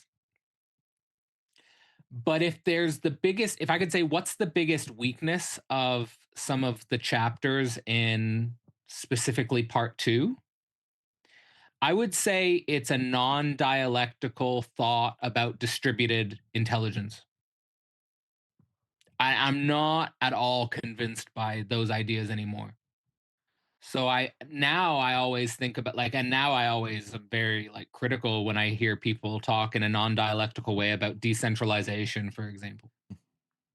Or just and even if I use the global brain metaphor, it doesn't hold, because there are parts of the brain that are extremely hierarchical. And there are parts of the brain that are incredibly centralized. So I think but what does hold up, what still I think is the correct framing, is that metasystem transition theory gives us a really good window into thinking about the nation state and its overcoming. So I think that the big thing that I couldn't think then and I still struggle to think now is international coordination. And how is international coordination going to appear or emerge? Because it's clearly necessary. It has to emerge in some sense. So I approach this in the text. I approach it with the antinomy of state and market, and I work that through with the commons. And I try to think about the global commons, and I was again very inspired by Žižek's rehabilitation of the commons. But the commons is but now, and especially as I collaborate more with people who more identify as working in the commons, for example, Michel Bauwens. I know, Nance, you followed his work a bit as well, with Michel Bauwens' work on peer-to-peer and the commons, is that I don't think the commons can do as much heavy lifting as I thought it could. I think in the book, the commons does more heavy lifting than I would feel comfortable giving it now. Yeah. Now I'm much more of the mind that international coordination has to happen some way through the nation state. It has to be through the nation state, but beyond the nation state. That's why I'm currently thinking it has to be international. And actually just the way Marx talks about it in the Communist Manifesto, where he says, the proletariat has to take up their issues with the bourgeoisie in their own nation before it becomes international. And I'm even thinking about this very practically with I don't know if you guys follow someone like Gary Stevenson, who's doing the wealth tax thing in the UK. He's doing the tax wealth not work. And it's this big wealth tax campaign, right? Which is relevant to the book in the Global Commons chapter, where I'm talking about Piketty's wealth tax idea. Yeah. And Piketty's global tax idea, where he's basically doing a new Keynesianism. I think that we still don't have the answers here, but what I'm currently thinking, where I have some hope where I connect a little bit with Catron's work and the Socialist Party idea, is that each nation has to take up issue with their own bourgeoisie, their own elite, whether it's wealth tax or otherwise, before we can get to international coordination. So it's like cart before the horse thing. It's like you got to get it in the right order. Like, if you have a coalition of nation states that have managed to deal somehow with a constraint of capitalism, then the potential to coordinate internationally might appear. That's where I'm currently. That's what I currently think. But in Global Brain Singularity, I still think it's useful, but it's the commons gap, and I still do refer to it as the commons gap, which means there are all these different dimensions of the commons, whether it's ecology, economy, social life, immigration, for example, technology, automation, that are literally commons problems. Meaning, even if a nation state was perfect, it couldn't solve these problems. Like, it necessarily requires international coordination.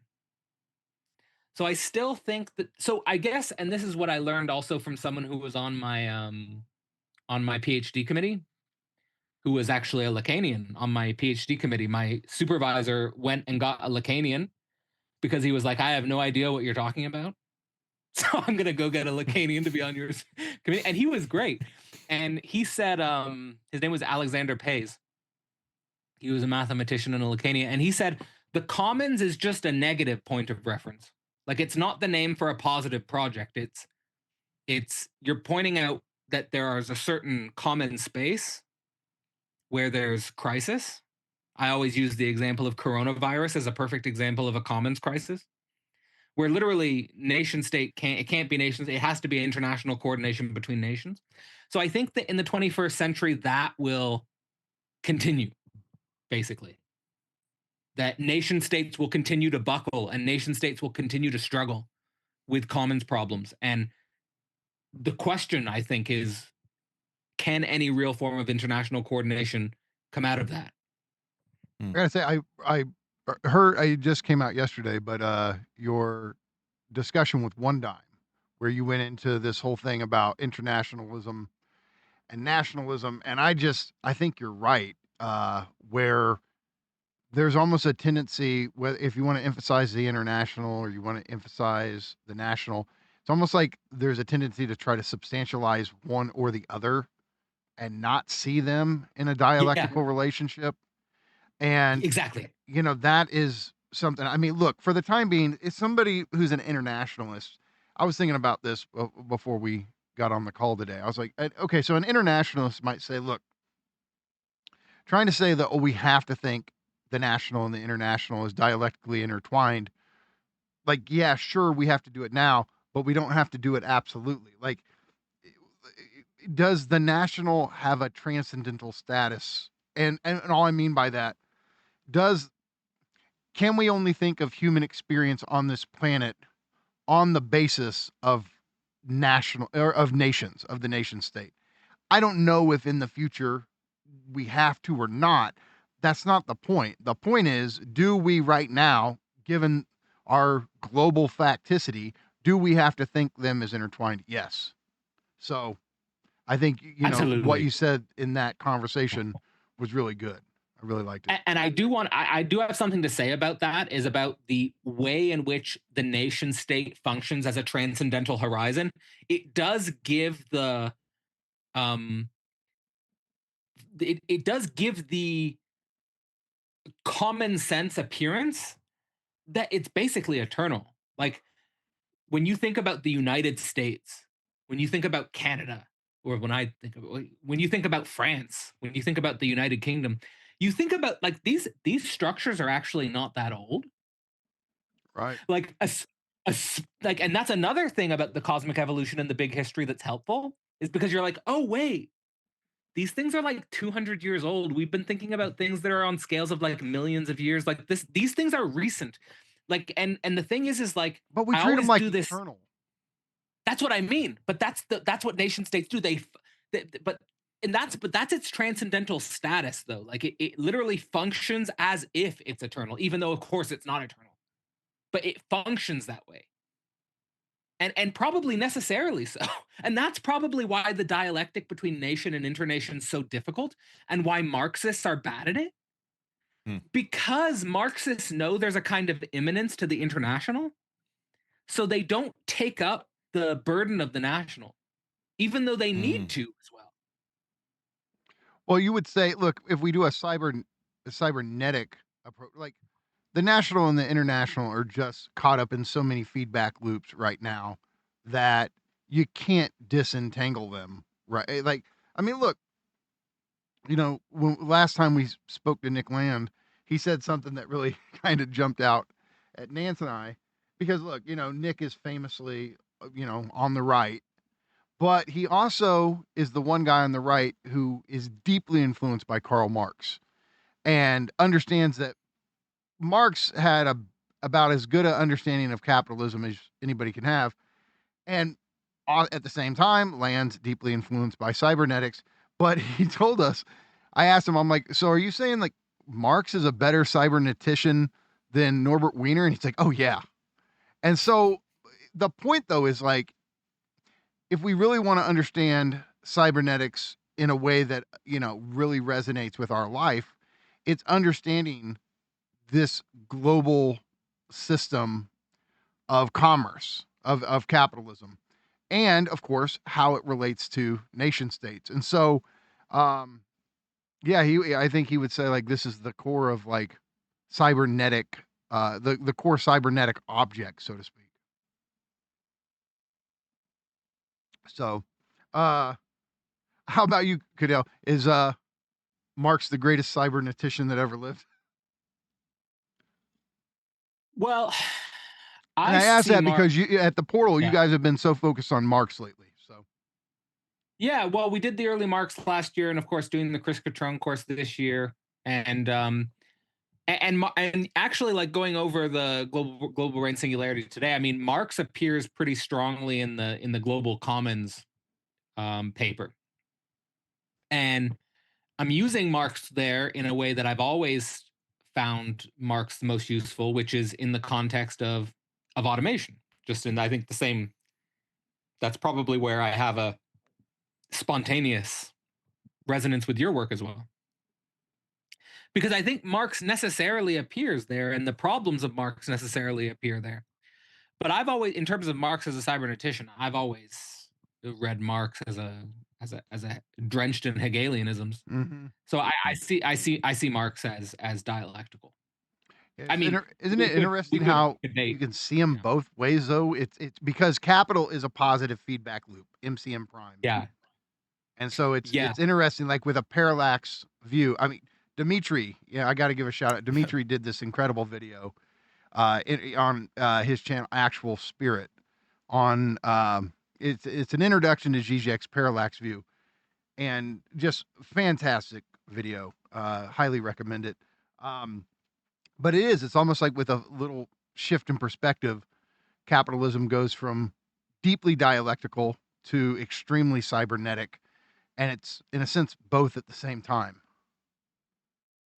Yeah, and I think that even in the opening of this conversation, I think I was trying to point towards, if you treat cybernetics as just for first order cybernetics, it has less of a connection to dialectics. But if you treat cybernetics as second order cybernetics, which did naturally just appear in the field in the 20th century, I think the connections with dialectics are uncanny. They're there.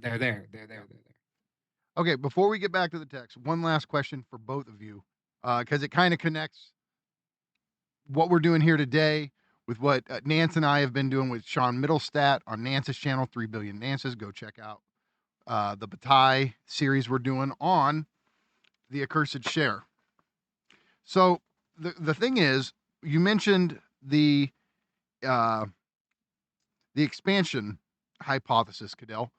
And, this is where basically it's space colonialism, in a sense, where we're going to take off and we're going to colonize space. I think it's really interesting to make a Bataillean connection that for Bataille, the two main effects of the accursed share, and he says this in the Laws of General Economy chapter. He says the first effect of pressure, the pressure of the accursed share, is extension, growth in space. Now, there's different types of spaces where this pressure can be relieved, right? It's also temporal. Yes, exactly. We can also view time as a space in a sense. And then the second effect of pressure is squander or luxury. Well, it seems to me that luxury, gay space, communism kind of gets at both of this, where like this is, and we feel it. We feel like there's this growing pressure on planet Earth itself because of us and because of capitalism. Is this the way out? Is space colonization? And is this a new, is expansion Bataillean extension in this sense, which it would also involve squander and luxury? I mean, I'm personally like where I've come to in my intellectual process, and I think a big part of it was this working through of global brain singularity. I've come to see expansion as a dead end. Really? Yeah, I don't think that's the way actually. Okay. Like, and my logic for it is like, so, and this is actually I suppose this is my response to the Fermi paradox, is that actually space is, and oh, there's a great quote from Žižek in Less Than Nothing where he says, space is literally the most stupid thing there is. So like, but it's, it's such a good point though. And if you frame it in the context of complexity, like if you study complex evolution, it's like actually space is boring. Like there's nothing there. Like it's not interesting. It's like just there's nothing there. Like it's just empty space. Like there's nothing for light years and light years and light years and light years, and it's hostile. And we're not, like if we like. So here's my thing: if we, meaning it, when I say we, if our evolutionary process expands, and if that's the natural way that evolution occurs, it will be technocultural. It will not be biological. It will 100% not be biological. Star Trek and Star Wars are impossible. Like, and I'm not saying that expansion is impossible, but the type of expansion where biological humans are on ships that look like the ships that we move around with on Earth, but they're just in space. And we just move around like we do going from North America to Africa to Europe to Asia. It's not going to be like that. It's Would not, we have to transcend our it'll be biology nanobot. before we could do it? Like Kurzweil Sorry? talks about? What's that? Like Kurzweil it has long Yeah. talked about transcending our biology. Would we have to do it'll that be before we transcending could of really? biology. So if expansion's the way, it's going to be post biological. That's and I don't think that's a hot take. I think there's a lot of people who say that. But I actually think the complexity points in the other direction, meaning actually the most interesting place to be is Earth. We are the complex hotspot. Like to me, there's a building. To me, I'm not I'm not like a Teilhard de Chardinian, if that's a word. Teilhard de Chardinian with the phenomenon of man, where you have the omega point, which I love, by the way. Like the phenomenon of man is a great book. But I treat it more like a science fiction book. Like if you compare the phenomenon of man with the phenomenology of spirit, it's just, for me, they're different philosophical universes. But the way Chardin talks about the omega point is like, that is peak science fiction right there. Like that is peak science fiction. But I like the sentiment in Chardin that actually there's a building up density.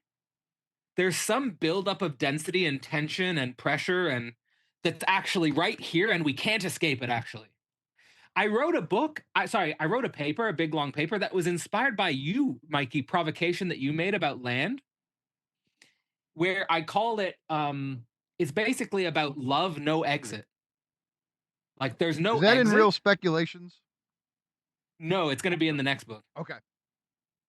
But the love no exit is that actually you can't escape. There's going to be a buildup of pressure. I think it's related to love. I think it's going to. So in a Chardinian sense, but not identically, it will be somehow related to love. But it'll be more Hegelian in the sense that, you know what Hegel says about love? That it's the most immense contradiction. That it's the most monstrous contradiction, love. It'll be somehow related to that. I don't know how. But I like this idea of a buildup of tension and complexity and density right here on Earth. That the site is here. So like I say Musk is fake in that. Like when Musk's whatever, go to Mars, do something on Mars, whatever. But the action is here. The truth of Musk is more Marxist, which is that there was this great interview with Elon Musk recently with Peter Diamandis, who's this. I keep on pointing Peter Diamandis to you guys because he's this, he's this technological singularity guy that I've been following since 2005. And he's abundance narrative. Mm-hmm. He's literally abundance narrative. To me, it's super naive, this abundance narrative. But I've got to send you, there's an interview he did with Musk recently. And for 20 minutes, Diamandis was trying to get Musk to say, automation is going to take everyone's jobs. And we have to have some political response to it. But he kept on saying, it's not going to be like a socialist redistribution, right? Like it's not going to, you're not going to tax me, are you? But he kept on trying to get Musk to give him a way out of socialism. Like it's not going to be socialism, right? But Musk kept avoiding it. Like when Musk talks about going to space, to me, this is a symptom of most technologists, which is they're little boys with toys. Mm-hmm. They're clever boys. They're very smart boys.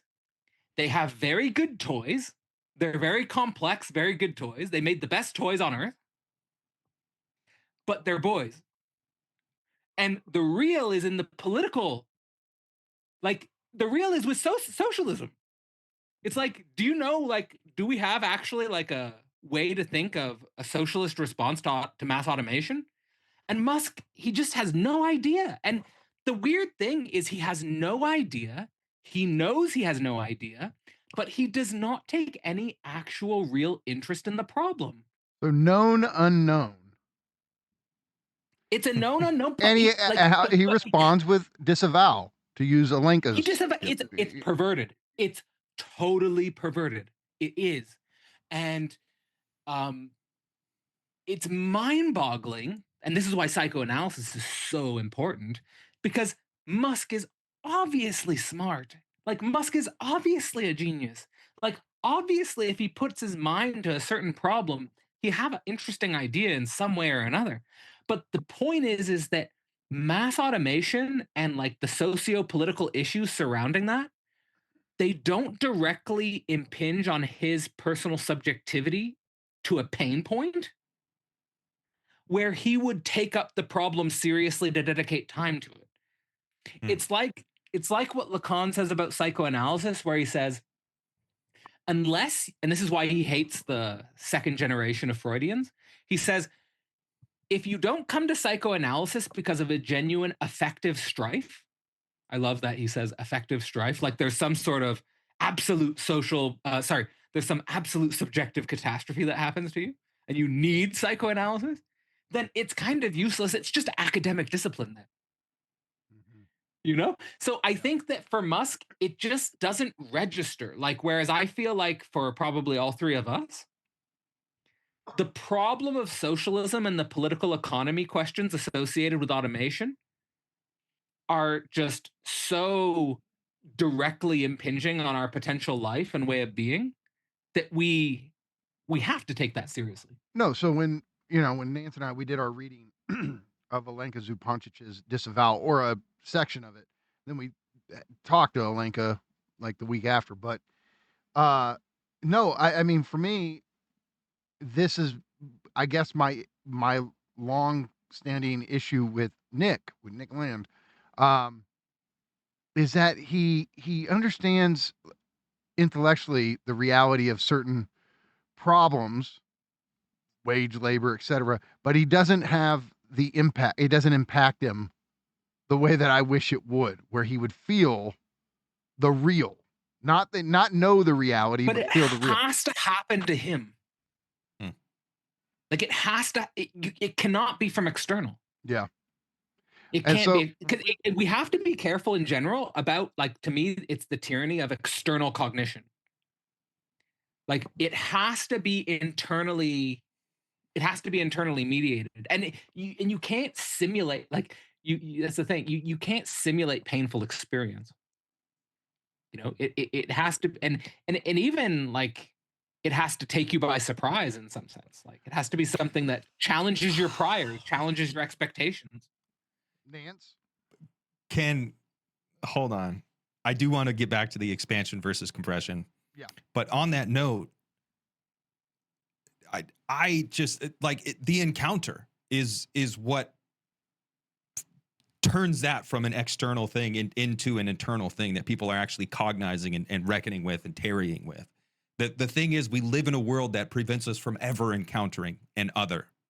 Like that's the problem. Because yeah, to say like it has to be internal and it has to be real and it has to matter to that other person, we don't want to project we don't want to moralize. And I agree with you. It's very dangerous to start moralizing and start becoming convinced of your own self and this and that. But I think the encounter with the other is what provides this moment of internalization for people. And the problem with the world we live in today is that it's all screens, it's all simulation, and we live in a state of disavowal where we never encounter the other. And I think that's important. Yes, it's important. Don't moralize kids, but also don't shy away from the other. Answer the call. I think that's important to bring up. Nance, why also expansion, extension? What do you think? So Compression. I think expansion versus compression. I think extension. It like Bataille uses extension not just to mean like not a simple acquiring of more space or a simple filling of more space. It does tend to pan out that way, but it also does pan out. Richard Feynman, who I think is a silly man who became a celebrity. He was like the Neil deGrasse Tyson of the 1970s, but he famously gave a talk called "There's More Room at the Bottom," I think is what he called. Terence McKenna, Psychonaut. He also references all the room at the bottom. This is the lineage. Yes, this McKenna's in that direction. Yeah, but I think it's true. There is more room at the bottom. I think neurons, the human eye, like all these very complex structures that do something with energy, with metabolism. They're complexifying computers. In the 1940s, my cell phone would take up a warehouse, and now it's a 6-inch portal to fucking hell that I carry with me everywhere I go. Complexification and miniaturization down to the nano scale, femto scale, pico, like all this stuff. No, I do think it is true. There's plenty of room at the bottom. That was the talk. Plenty of room at the bottom. But I still think we would have to transcend our biology in order to access all the room at the bottom, because I do think it is true. There are these iron laws on planet Earth. We will run out of space if we continue to take up the same amount of space. So I think we're going to transcend biology one way or the other. I think extension will necessarily take either expansion or compression. So I think you're right about that. I don't know, because they're both ways to either outwardly complexify social relations or to internally complexify in the density. I will say I prefer cities to open fields. And I think that right there has to do with the complexity and the richness. And I actually put that in when I talk about the compression, the direction, I put mega cities as an example of the compression. So does land. That's why he moved to Shanghai. Yep. Right. So I think that this building density, like you say, like with land in Shanghai, like that's where the data centers are, and that's where the AI is being developed, and that's where the technology is getting concentrated, and all this stuff. I think that's an example of the compression, and I love the reference that you made there, Nance, to Feynman. And there's plenty of room at the bottom. There's plenty of. Here's the interesting thing. There's also a paper I cite. Was reading in Global Brain Singularity about the fundamental limits of computation, Yeah. and that there's plenty of room at the bottom, but there is a limit. Like it doesn't go on just forever.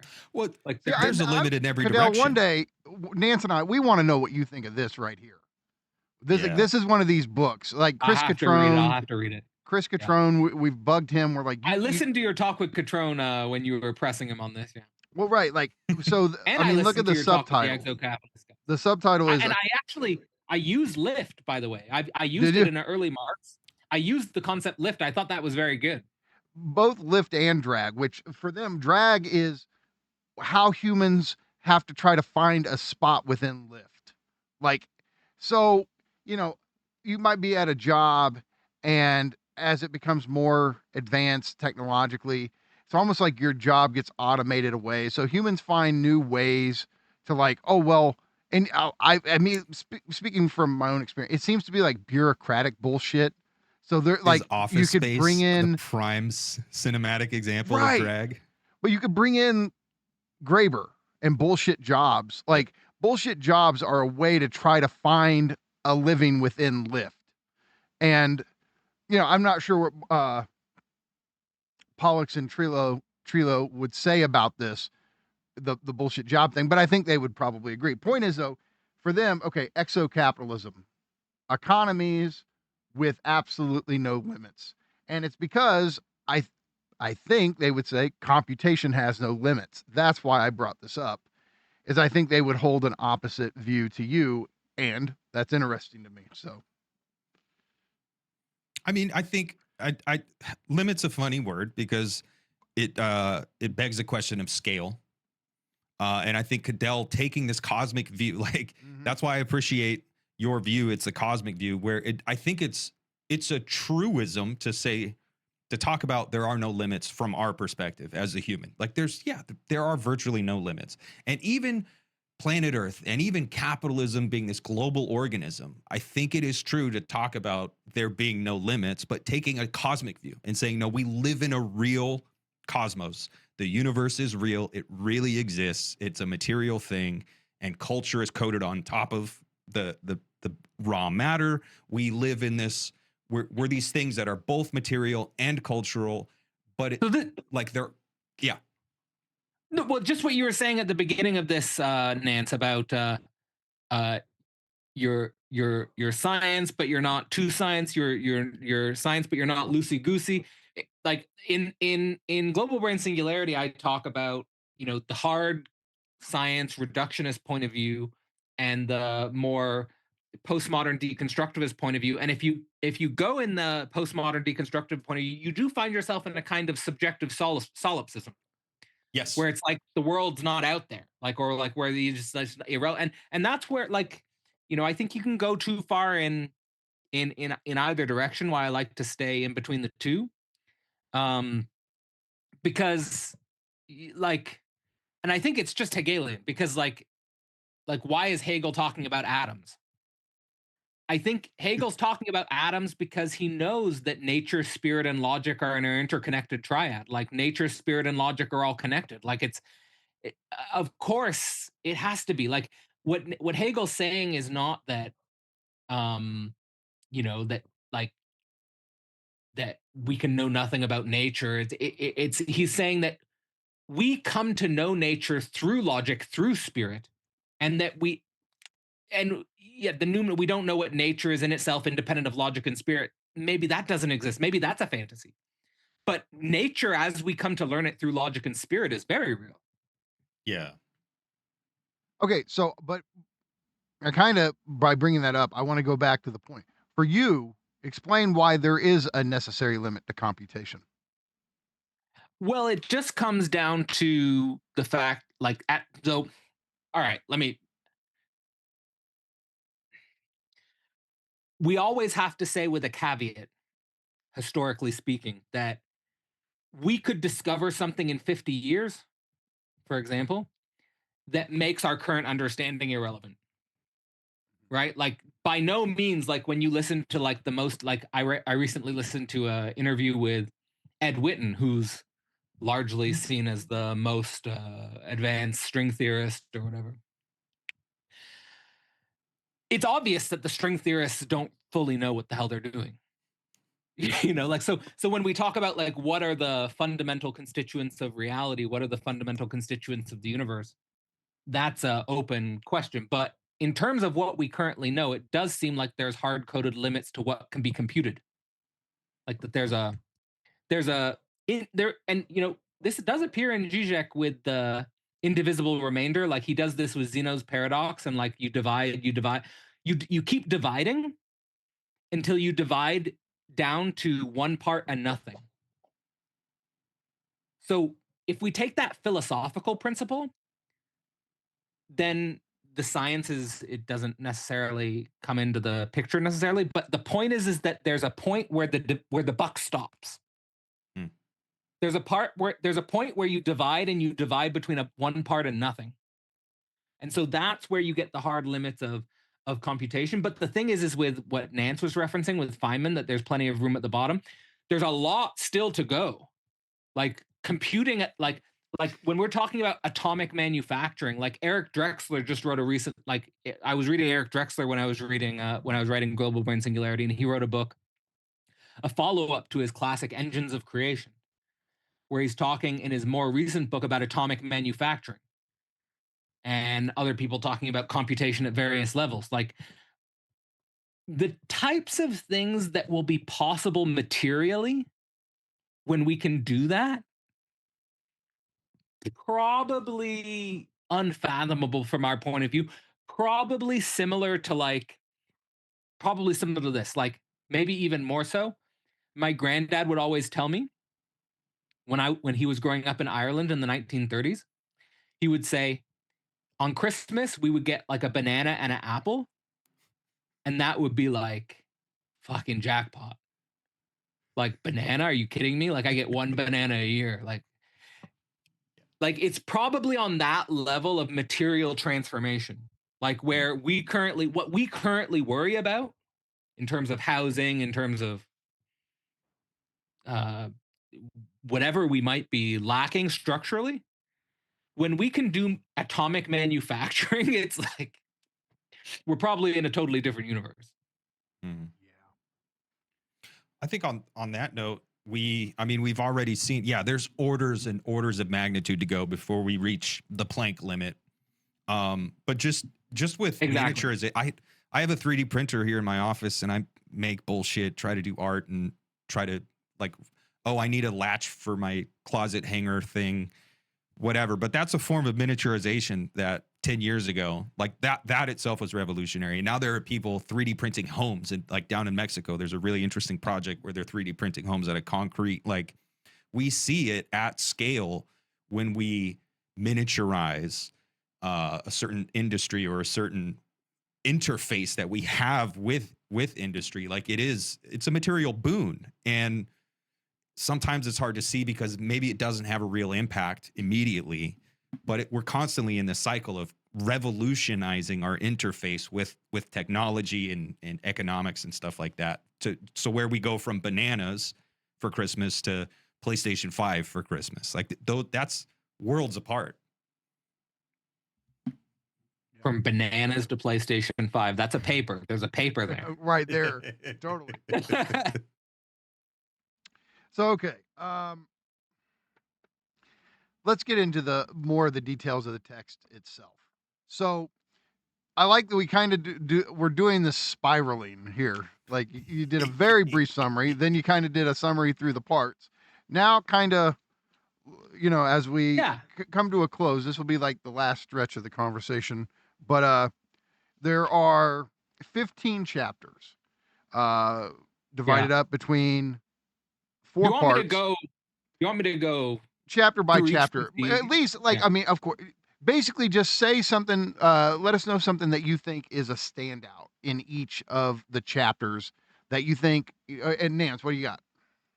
I think I don't know how long it's going to take, but I think atechnogenesis would be one of the highlights. Like if Yeah, I agree. point by point, I think atechnogenesis is really where it like fireworks and fanfare. So that's look. I'm basically saying this is like I want you to do this for me.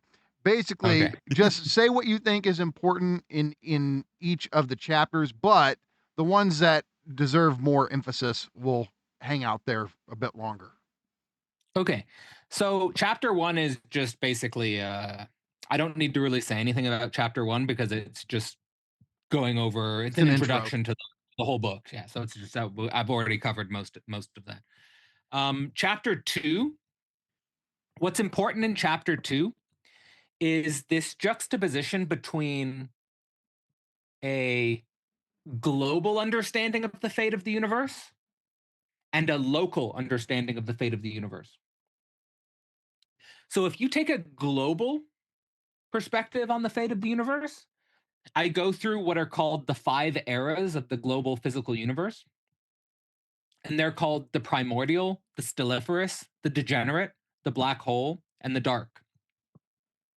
And what those eras represent, for context, we're in the stelliferous era, which is basically the era where the universe is making stars. And it's going to be around for a long time, so we don't have to worry about that. But the point is that the global universe, at least again, by our current, and all of this is like with the caveat, and this is the thing, all of this is with the caveat with what we currently know. And of course, we could just, and especially with cosmology, like we have to be very careful with cosmology. Because we discover things in cosmology every decade that like kind of retroactively rewrite our entire understanding of cosmology. So anyway, take that as a caveat. But with our current understanding, it looks like the universe is going to a heat death. So there's kind of like a global dissipation. Like there's an opposite of an increase of density. That's why I say the universe, that's why I say expansion is a dead end. Because you're expanding into something that's just dying and becoming simpler and stupider and less interesting. Whereas everything is actually being concentrated into very dense points locally. There's a hyper localization of density and complexity, which is interesting. That's what I'm trying to get at in this chapter, where so you take the global dissipation and you take the local intensity. And what's happening in the local intensity? And that's where I go into cosmic evolution and stuff like that. Physical, biological, cultural evolution intensifying in that direction. And that's where I think there's the big mystery, which directly implicates the human species. Like, could there be, like, is the human species, quote unquote, cosmically significant? In the sense that what we are as a biocultural process actually plays a crucial mediating role in the next phase of evolution. So that's and there's a lot of interesting things to think there. In chapter 3, I think what's most interesting is that I really focus. So I talk about basically it's the chapter title 3. The chapter title of chapter 3 is called History of the Future. Yeah, interesting chapter title. Yeah. So the history of the future is basically I go, and this is my bias philosophically, just for context. This hard division between the ancient and the modern world, and specifically the scientific world, where I claim that in the ancient or pre modern world, heaven and hell, or like the highest and the lowest, were always transposed into some other world where basically we're stuck in a cycle of, like Buddhists might say, like a cycle of samsara, like a cycle of appearances that just go on in a circle. Whereas what happens, what's so remarkable about modernity and science, is that we start to bring heaven down to earth. Like we start to realize, oh wait, we can do this. And I think modernity and science is part of the death of the big other. It's where we're like, okay, there is no other actually. And it's up to us basically. But now here's the crucial moment, is that in its up to us moment, historically, like since the 1500s, now we're in a kind of like, I feel like we're in a very strange space of like, well, like the late 20th century, like post World War II, Cold War. We're in like this kind of depressive space where we're like, oh, it's up to us, but we can't do it either. so, oh, so there is no other, but we can't do it either. So we're just fucking stuck. And like what I'm trying to get at in that chapter, I propose this concept which hasn't caught on, and I like it still, but it's transmodernism. And I connect transmodernism to transhumanism. And I still have a little bit of a hope that, not a hope, but like the belief in a way that there's something about transhumanism and something about transmodernism that still holds this modernist sense of we're building something great here. And actually there is a way out. Like and maybe the transhumanists, the way they actually identify it, don't get at what it is because they're not thinking in a large enough philosophical frame. But I think that the singularity visions, they in a weird way revive the modernist sense of we're building a future here. And we're actually, and you get that, like, so like with Peter Diamandis, for example, or Ben Goertzel, like they definitely have that. Like they're super dogmatic that we're building something great here. So I think about that, and I don't have any answers there, but I end with three scenarios, which is interesting. And maybe I'll ask you guys this question: these three scenarios, what you guys think is most probable? The first scenario is the artificial superintelligence scenario, where just artificial superintelligence takes over from humans, and it's a post-human technological process that goes on. Then there's the intelligence amplification scenario, where we use technology to amplify our humanness. Like I think about things like genetic engineering, possibly, like where we start to basically remodel our biology. Maybe we live to 200 years, or maybe we live to 300 years because we've remodeled our biology, we've cracked aging. So we do like an intelligence amplification process. And then the third scenario is human tech merger scenario, where it's kind of like a diverse ecology of intelligences. Some are a bit biological, some are a bit more technological, some are a bit in between. But there's more of like an in between ecology space. So I think those are the three. That's what I take as the possibility space here. You want to go first, Nance? I think if we don't just kind of, trail off into decay and dissolution and dissipation, which I think that's most likely because we have reached this moment of like there is no big other, but we're all powerless. We don't take up the responsibility, and rightly so. Many people are in horrible situations where they can't even see that they have access to responsibility. Most people can't see that because functionally we don't. Like that itself is this kind of like contingent thing that relies on other things unfolding in the future and this and that. I do think we are free. We just need to take up our freedom. But because due to, nation states and our media environment, most of us are kind of stupefied into an artificial solipsism where we're just slowly watching the world crumble around us. I think the good version of the future would be some type of merger. And it like when we were reading Bataille recently, in one of the readings we did, we were talking about technology as an extension of life. And I think that like this view very much is where the human is an extension of life, bare life, plants, trees, chimpanzees. The human comes along, like we extend it in some kind of way. And technology is also this extension of man. They were right when they said that, but they didn't understand what that means. And yeah, I think the same processes of cognition and relation. Like it's the social relations ultimately. Like it's not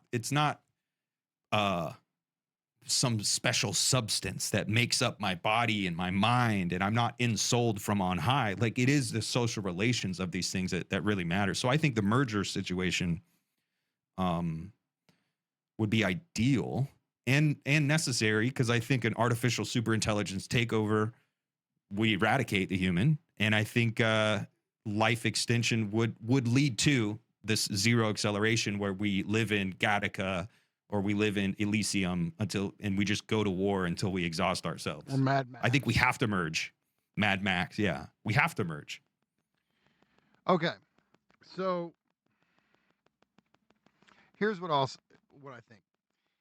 I think right now we're locked into a trajectory that is dominated by capital, by the logic of MC and prime.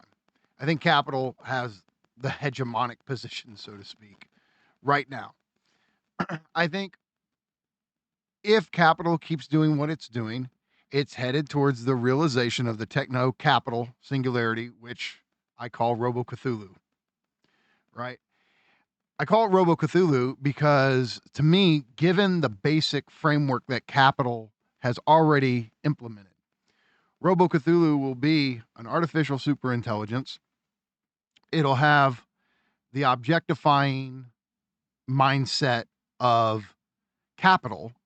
It'll have the functionalism and the efficiency of the capitalist mindset.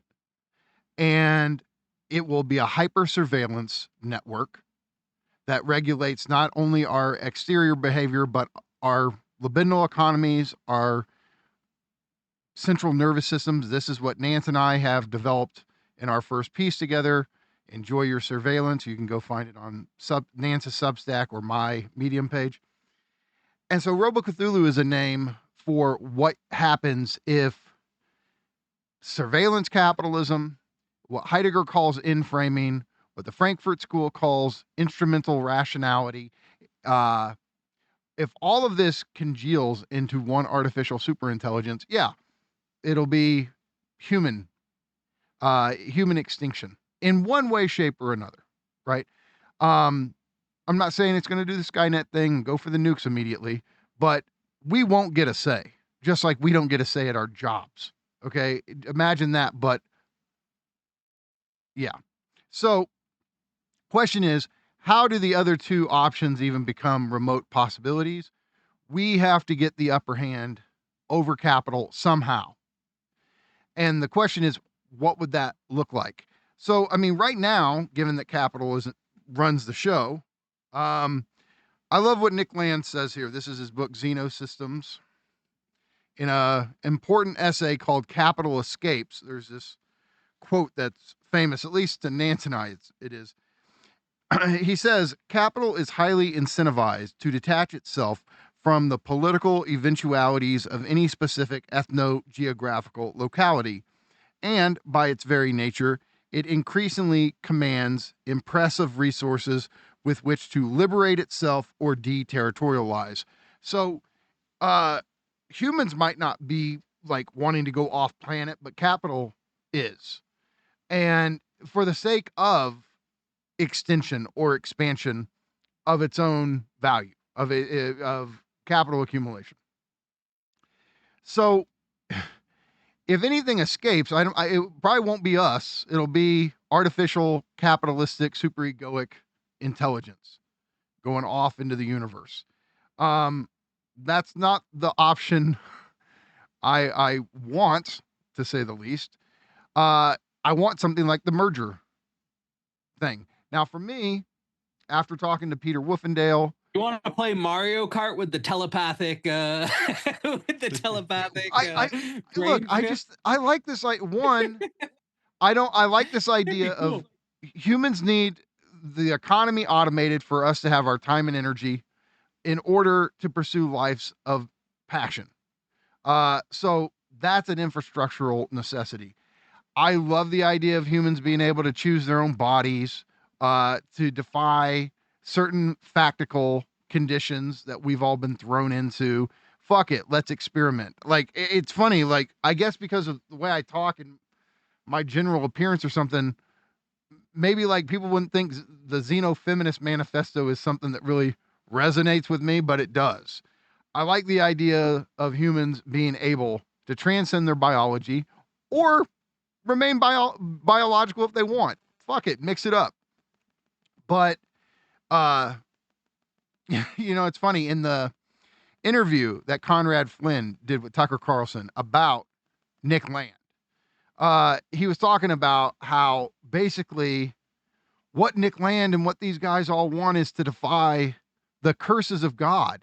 Like Tower of Babel, God cursed us because we were being bad. And so he divides the languages and makes it where we can't communicate. Well, we are quickly overcoming that. When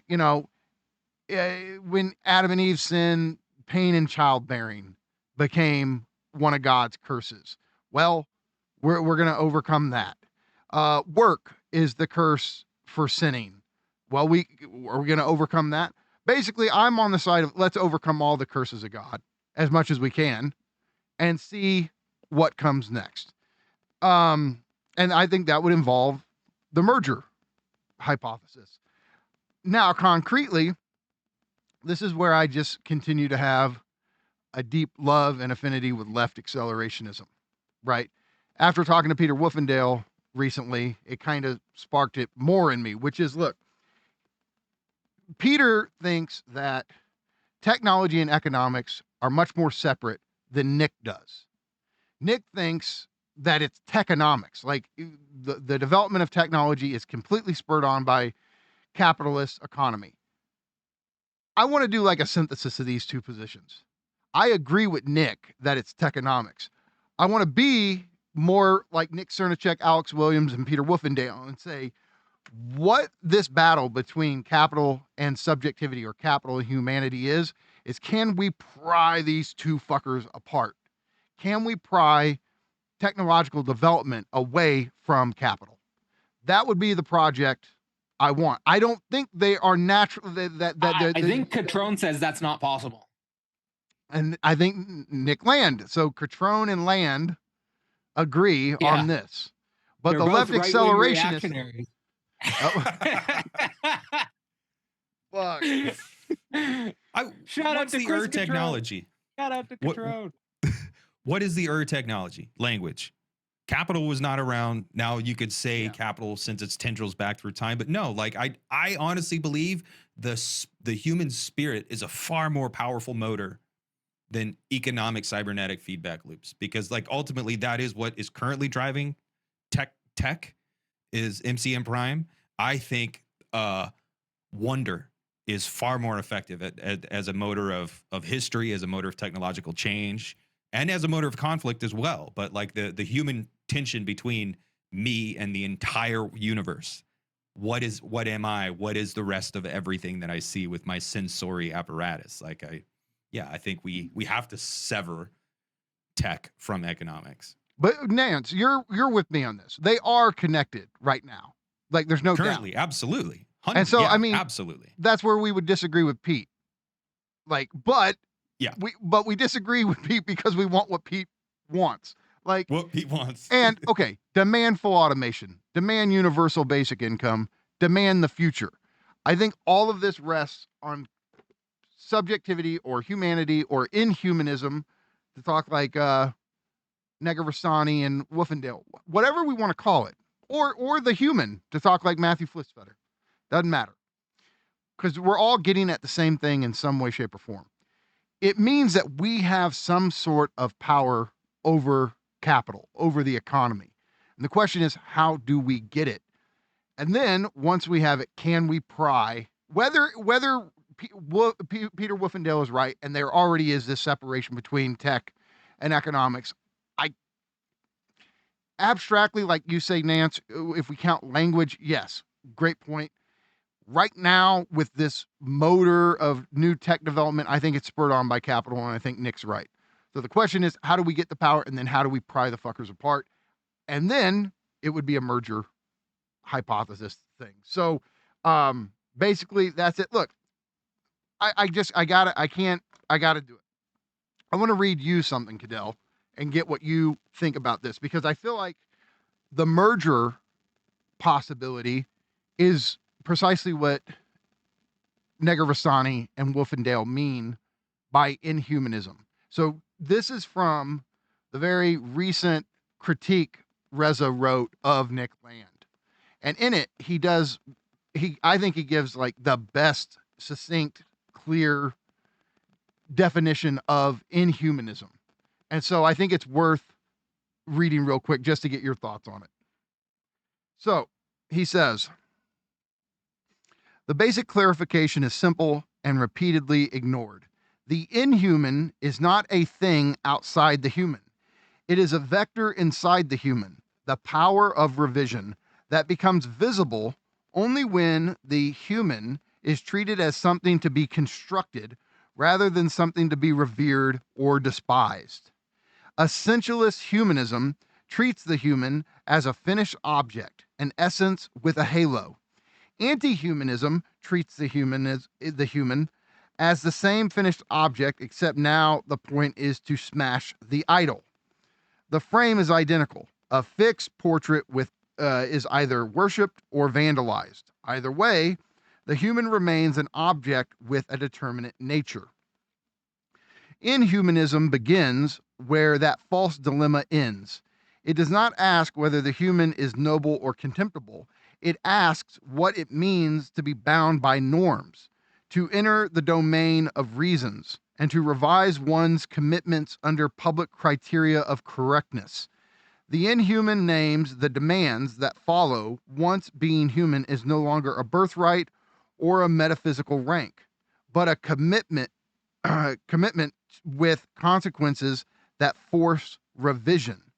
This is why the inhuman, for me, does not signify the non-human and does not naturally converge on post-human self-congratulation or anti-human annihilation. The inhuman is a discipline of remaking. It is the index of what in the human exceeds the human's present self-portrait, error, corrigibility, revisability, and the capacity to transform its own criteria of success. The human begins with a portrait drawn in sand. Inhumanism is the wave that erases it, not to humiliate us, but to expose us to a tidal reconstruction. I feel like that's what the merger would pursue. Right. That's awesome. So I'm not familiar with Negrestani's work in great detail, and my understanding of inhumanism certainly is biased towards what I've read from the Slovenian school. But what you just read, or what my interpretation of what you just read is he's really going against both notions of humanism which are unconsciously grounded in Aristotelian logic, as well as notions of anti-humanism or post-humanism, which are just basically sloppy postmodernism. And I think that between Aristotelian identity and sloppy postmodernism, what do we find? Can you guess what I'm going to say? Can you guess who I'm going to bring up? Do your thing. We find Hegel. we find you know that Foucault says I'm going to find Hegel waiting for me at the end of whatever he's going to be. I should say, Negarestani, I mean, his book on AI, Intelligence and Spirit, is a very Hegelian book. Yeah. So I don't think he would have a problem with that. So but he's I'm not Land would be gunning for you. I'm gonna make my analysis of what Negrestani is talking about within humanism Hegelian, in the sense of the way he's talking about essence and the way he's talking about revision. Because Hegel's logic is built on what? It's built on being, essence, and concept. I think the way Negrestani is talking about essence is Hegelian in the way he's trying to process essence. And I think the way he's talking about revision is the nature of the concept itself. The nature of the concept is not some fixed presuppositions of the understanding.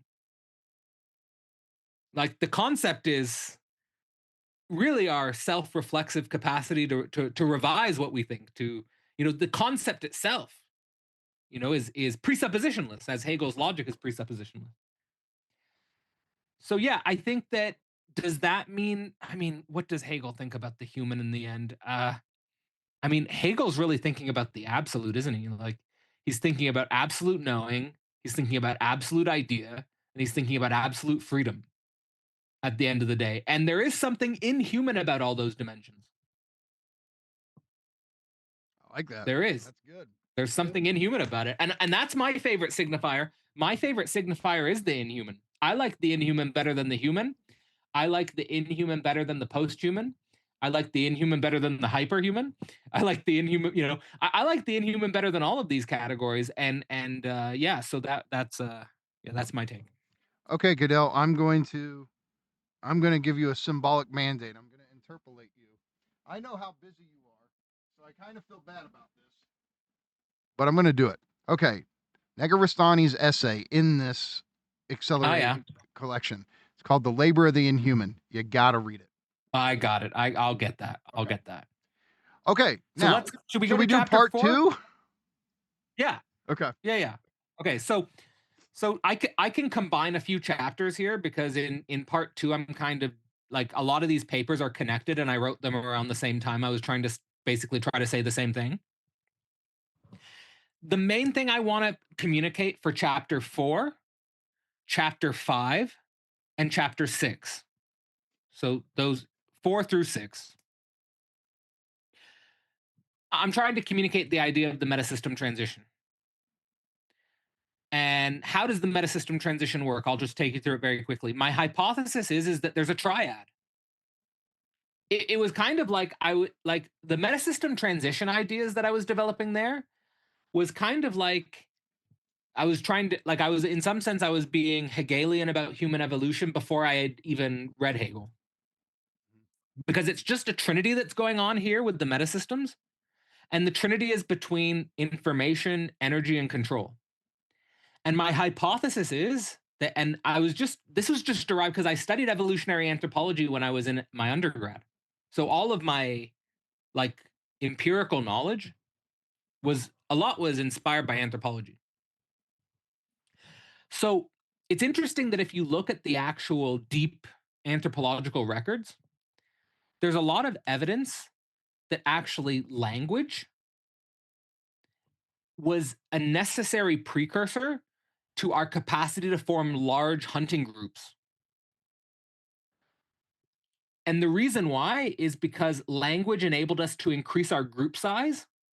It allows us to increase our communication capacity so that we can communicate things in time and space and do long hunts and do all, because we're not lions, right? We can't, we're actually not good at hunting things. Chimpanzees love meat, but it's very hard to come by. Gorillas and chimpanzees and orangutans, that meat is like what I was talking about with my granddad and the banana.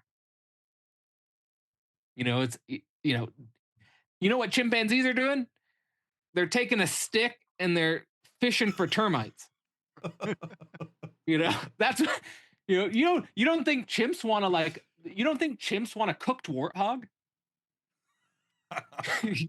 Chimps would love a cooked warthog. They just can't they just can't do that. So anyway, I'm just saying that language emerges, and I just basically build this evolutionary theory, which is built out of anthropological data, where language is coming first. Then you have the capacity for a higher level of energy through cooking, through hunting. And you have the higher level group organization. And we actually have the data on how big our groups became, which is that chimpanzees have groups of around 50, and humans started to have groups around 250.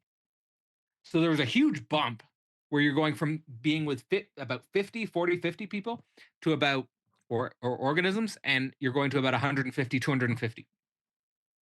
Then you have the next revolution, which is the development of writing. And writing comes before agriculture. We start to mark symbols down and we start to record things. And where you have the first agricultural developments you also have people tracking it with writing. Like that's what writing was first used for, was to track agricultural surplus and to manage it and all that stuff. So you have writing connected to agriculture, which is connected to the development of chiefdoms and kingdoms. So you have another meta system there.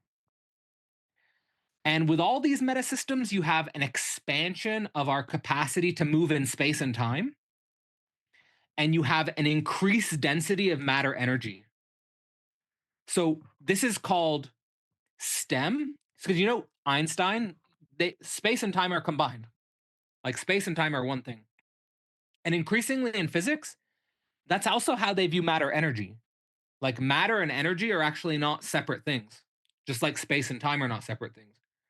So with every but I'm thinking about this evolutionarily with a meta system. That meta system actually changes our relationship to space, time, and matter energy. It's actually the meta system that's primary. And that retroactively changes the way we relate to space, time, matter, energy. So it's crazy, like to think about it like deeply about how that changes our transcendental horizon. Then you have the printing press. Now we get more recent, the historical record's more clear. The printing press is largely seen by historians as the key innovation that allowed a flourishing of what would become the Industrial Revolution. Without the printing press, you would not have the Industrial Revolution the way it appeared.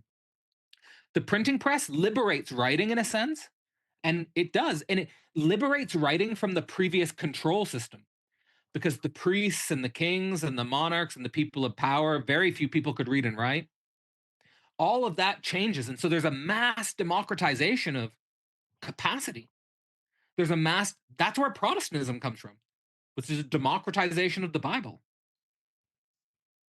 So there you get the meta system where the printing press leads to the Industrial Revolution and ultimately the nation state. And this is where we get the problems of Marxism. The problems of Marxism come out of the conflict between the nation state and the industrial system, the industrial process. Like, what does Chris Catrone say is the contradiction of capitalism? He says the contradiction of capitalism is bourgeois social relations and industrial production. And that comes out of this meta system. Marx saw the contradiction of the industrial meta system.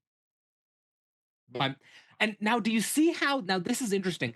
Do you see how the evolutionary point of view and this meta system idea, it allows us to think about these things in a slightly different way? In a way that I find liberating, because it gets us out of a potential hermeneutically sealed Marxism. Where actually we can understand the historical evolutionary context, why Marx was even thinking about us. And he's also pointing at a specific contradiction, which I think we can situate in this meta system. Which means if we can think outside of this meta system, we can get outside of the problems of Marxism.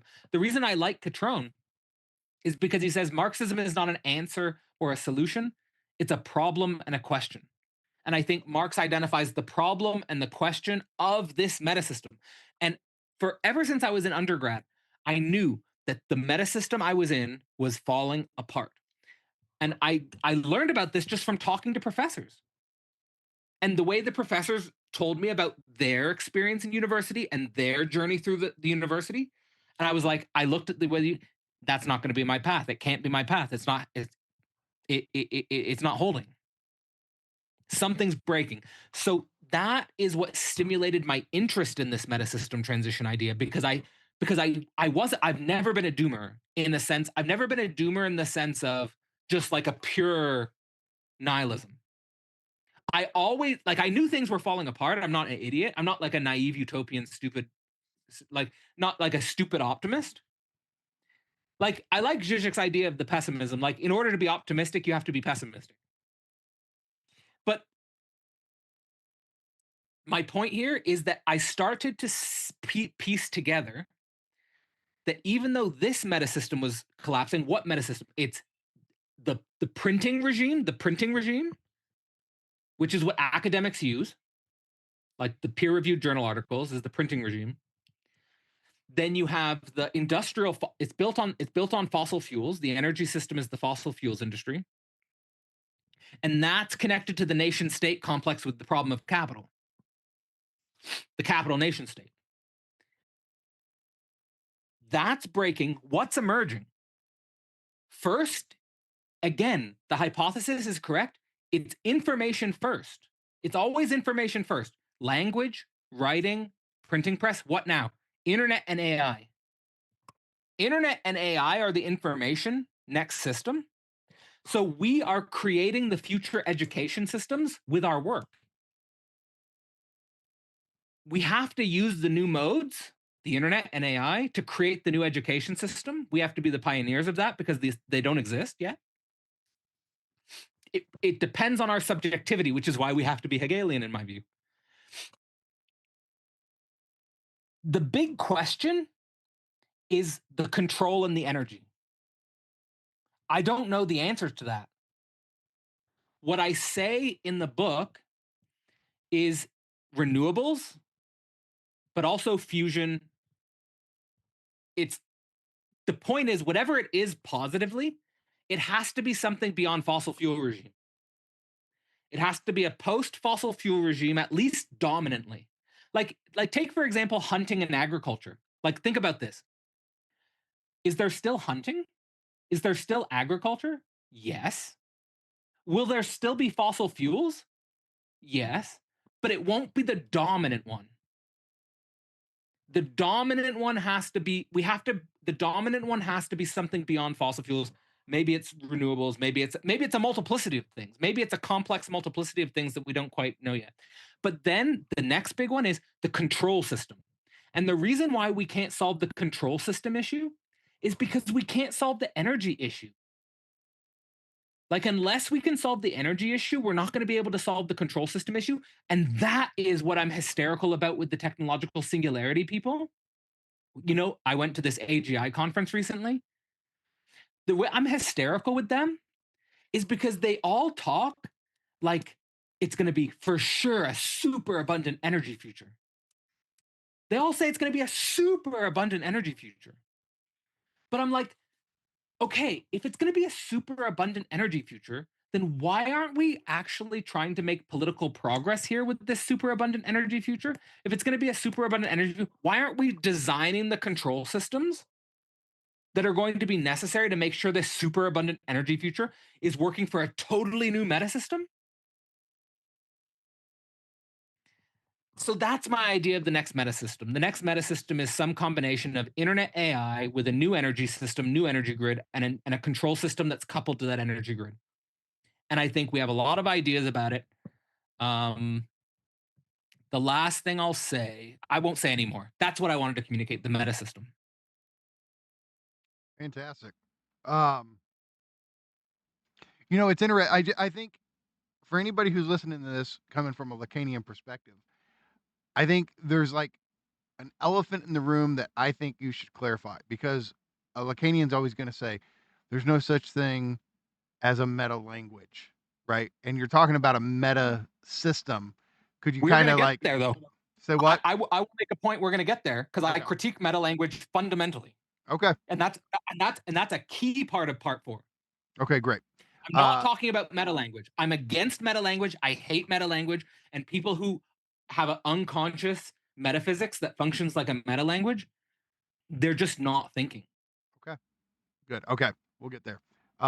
There is no meta language. All right, Nance, totally before we go to part 3, Nance, you got anything on part 2 you want to say?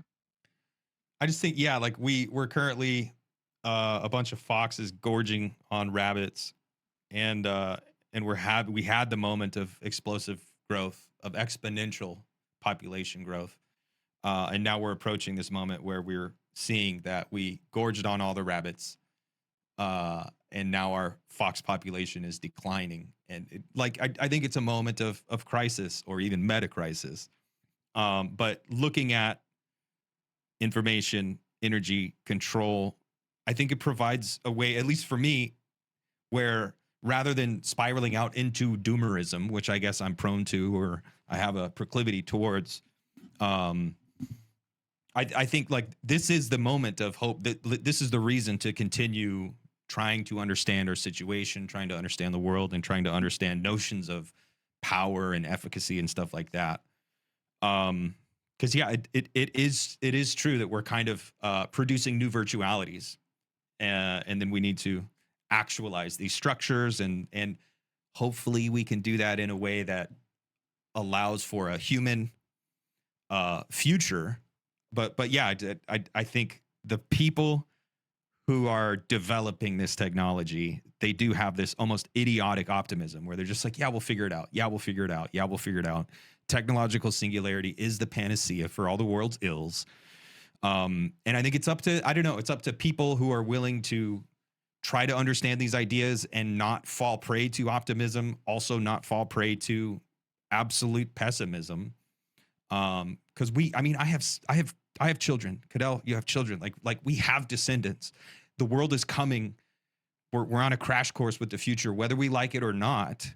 So just diving into these fantastic structures of total decay and decline and chaos, or optimistic panacea Star Trek world, like you can't disavow the future. The future's coming, whether you fucking want it to or not.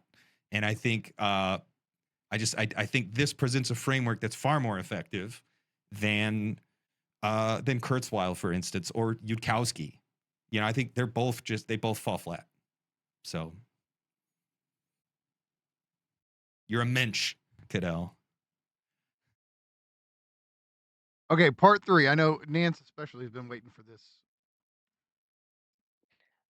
Okay, just before we get to part 3, there's one more chapter I need to get at, which is actually a quite big one. I'll be quick with it. Okay. It's the Global Commons, Global Brain chapter. Yeah, very important chapter. Yeah, and it's basically here the commons gap problem. It's the fourth industrial revolution problem. It's the place where Marx comes in regards to this problem of automation. Basically, what I want to communicate here is that I think we need to think the political response to the fourth industrial revolution. So the fourth industrial revolution unfolds. What is it? It's still unfolding. It's going to be waves. We're thinking about robotics, machine learning, AI, nanotechnology, biotechnology, Internet of Things, all of these types of technological developments. And basically, it just creates an enormous political, social question. And in that chapter, I just do a mediation of the commons gap problem, and I also am really focusing on a critique of Thomas Piketty's Capital in the 21st century. And what I'm saying as a critique of Piketty's Capital in the 21st century is that he's not thinking about this in terms of a qualitative transition. It's, again, the importance of all this cosmic evolutionary thinking and metasystem transition thinking as helping us actually think about a qualitative transition where Piketty's solution is from the old metasystem. He's applying a solution from the old metasystem, the Keynes, the New Deal, but he's just transposing the New Deal onto the global problem. But the New Deal was a national solution. So there's something, and this is connected to practical things that are going on, like I mentioned previously, Gary Stevenson, but I could connect that to Bernie Sanders as well, because Bernie Sanders is also someone who does something that's basically, again, this tax the rich thing. And I'm not saying we shouldn't tax the rich, but there's something in that problem solution framing which seems to reach a dead end. And like, for example, like Benjamin Studebaker talks about this in his book, The Way is Shut. He talks about it just point blank. He mentions Piketty. In The Way is Shut, Studebaker points to the same problem that I'm pointing towards, with the wealth tax being impossible as a global solution. So I'm looking in that chapter, I'm like hysterically looking for another route. And I'm going through critiques of Marx. I'm going through the concept of the commons. And I guess the two things that I want to mention that need to be mentioned is I come up with this idea of, I guess it's a dialectic of the commons. It's the automated commons and the collaborative commons. And I claim that we need to think about both. We can't just think about one. We have to think about the automated commons and the collaborative commons. And the automated commons is basically, I literally say specifically, I say, replace alienated humans with alienated machinery. That's the automated commons. And just as much as possible, distribute the wealth as a foundation. So we have a new foundation, very synergistic with the political ideas that you have, Mikey, in Capital versus Subjectivity. The same direction of thought. Then the collaborative commons, I basically am talking about how can knowledge workers rise above commodity, being reduced to the commodity form. And I guess where I'm thinking about that now, and I guess there is a question here for both of you, because I know you guys have strong opinions about this. I'm in a very different social position now than I was when I wrote Global Brain Singularity. When I wrote Global Brain Singularity, I was on a grant. So I had and it was a huge privilege. I had 4 years where I didn't have to worry about money. And it was like a huge release of a constraint. Of course, yeah. It is huge. And I was like, oh, 4 years of freedom. Because that's what it was. It was 4 years of freedom. Yeah. But it was painful at the end of that 4 years. That's where I forced myself to learn online business, because I knew it was ending. Like, I've got to worry about money again. So it's like, oh shit. Fucking bummer. And the funny thing, my doctoral supervisor, I say he's like a great scientist and stuff, but at lunch, you know what he would say to me?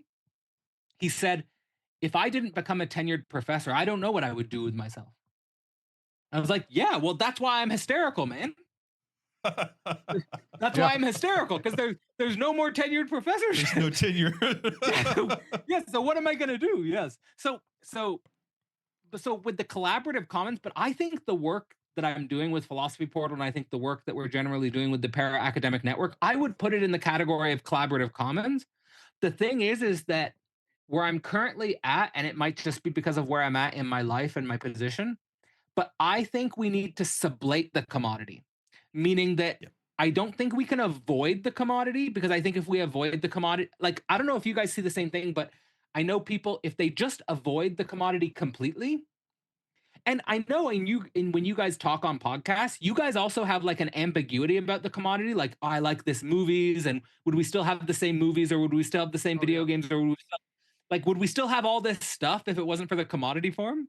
And I think that we should give the commodity form its due, right? Like, it is actually the commodity form does have there is an aspect which Adam Smith saw and which Marx saw as well. There is an aspect of the commodity which is actually good. But there's also an aspect of the commodity that's reductive and limiting and destroys your life. So we have to be very careful. But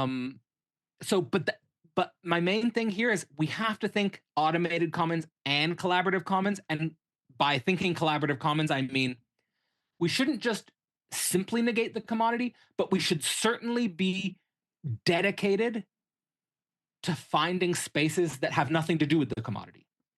Right. Like, the commodity should not be totalizing. That's for sure. And hopefully, the commodity form is something that can become, I think it's the same thing with like hunting and agriculture and fossil fuels. Is like, in a post-capitalist world, will commodities exist?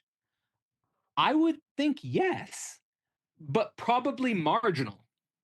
Like, probably very limited. Like, not as dominant, not as I mean, Cadell, can you go for all-encompassing. this? I mean, this idea that there will be something like grocery stores, you just walk in, get what you need, and leave. And I think that is possible. So I say for both these ideas of the automated and collaborative commons, the fight is, I say, to establish, and this is where, Eleanor Ostrom, she won a Nobel Prize for her ideas of the commons. She has a system. You should read her work.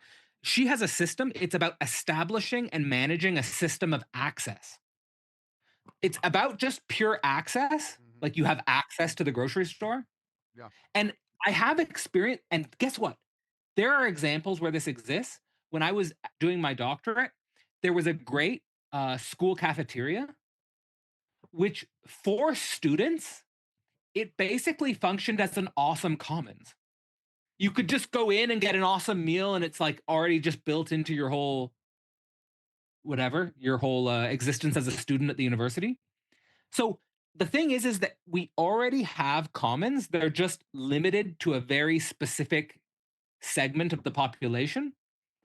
But yeah, systems of access. So the problems that come with systems of access, I wrote down: free riding, commitment problems, organizing new institutions. How do you do it?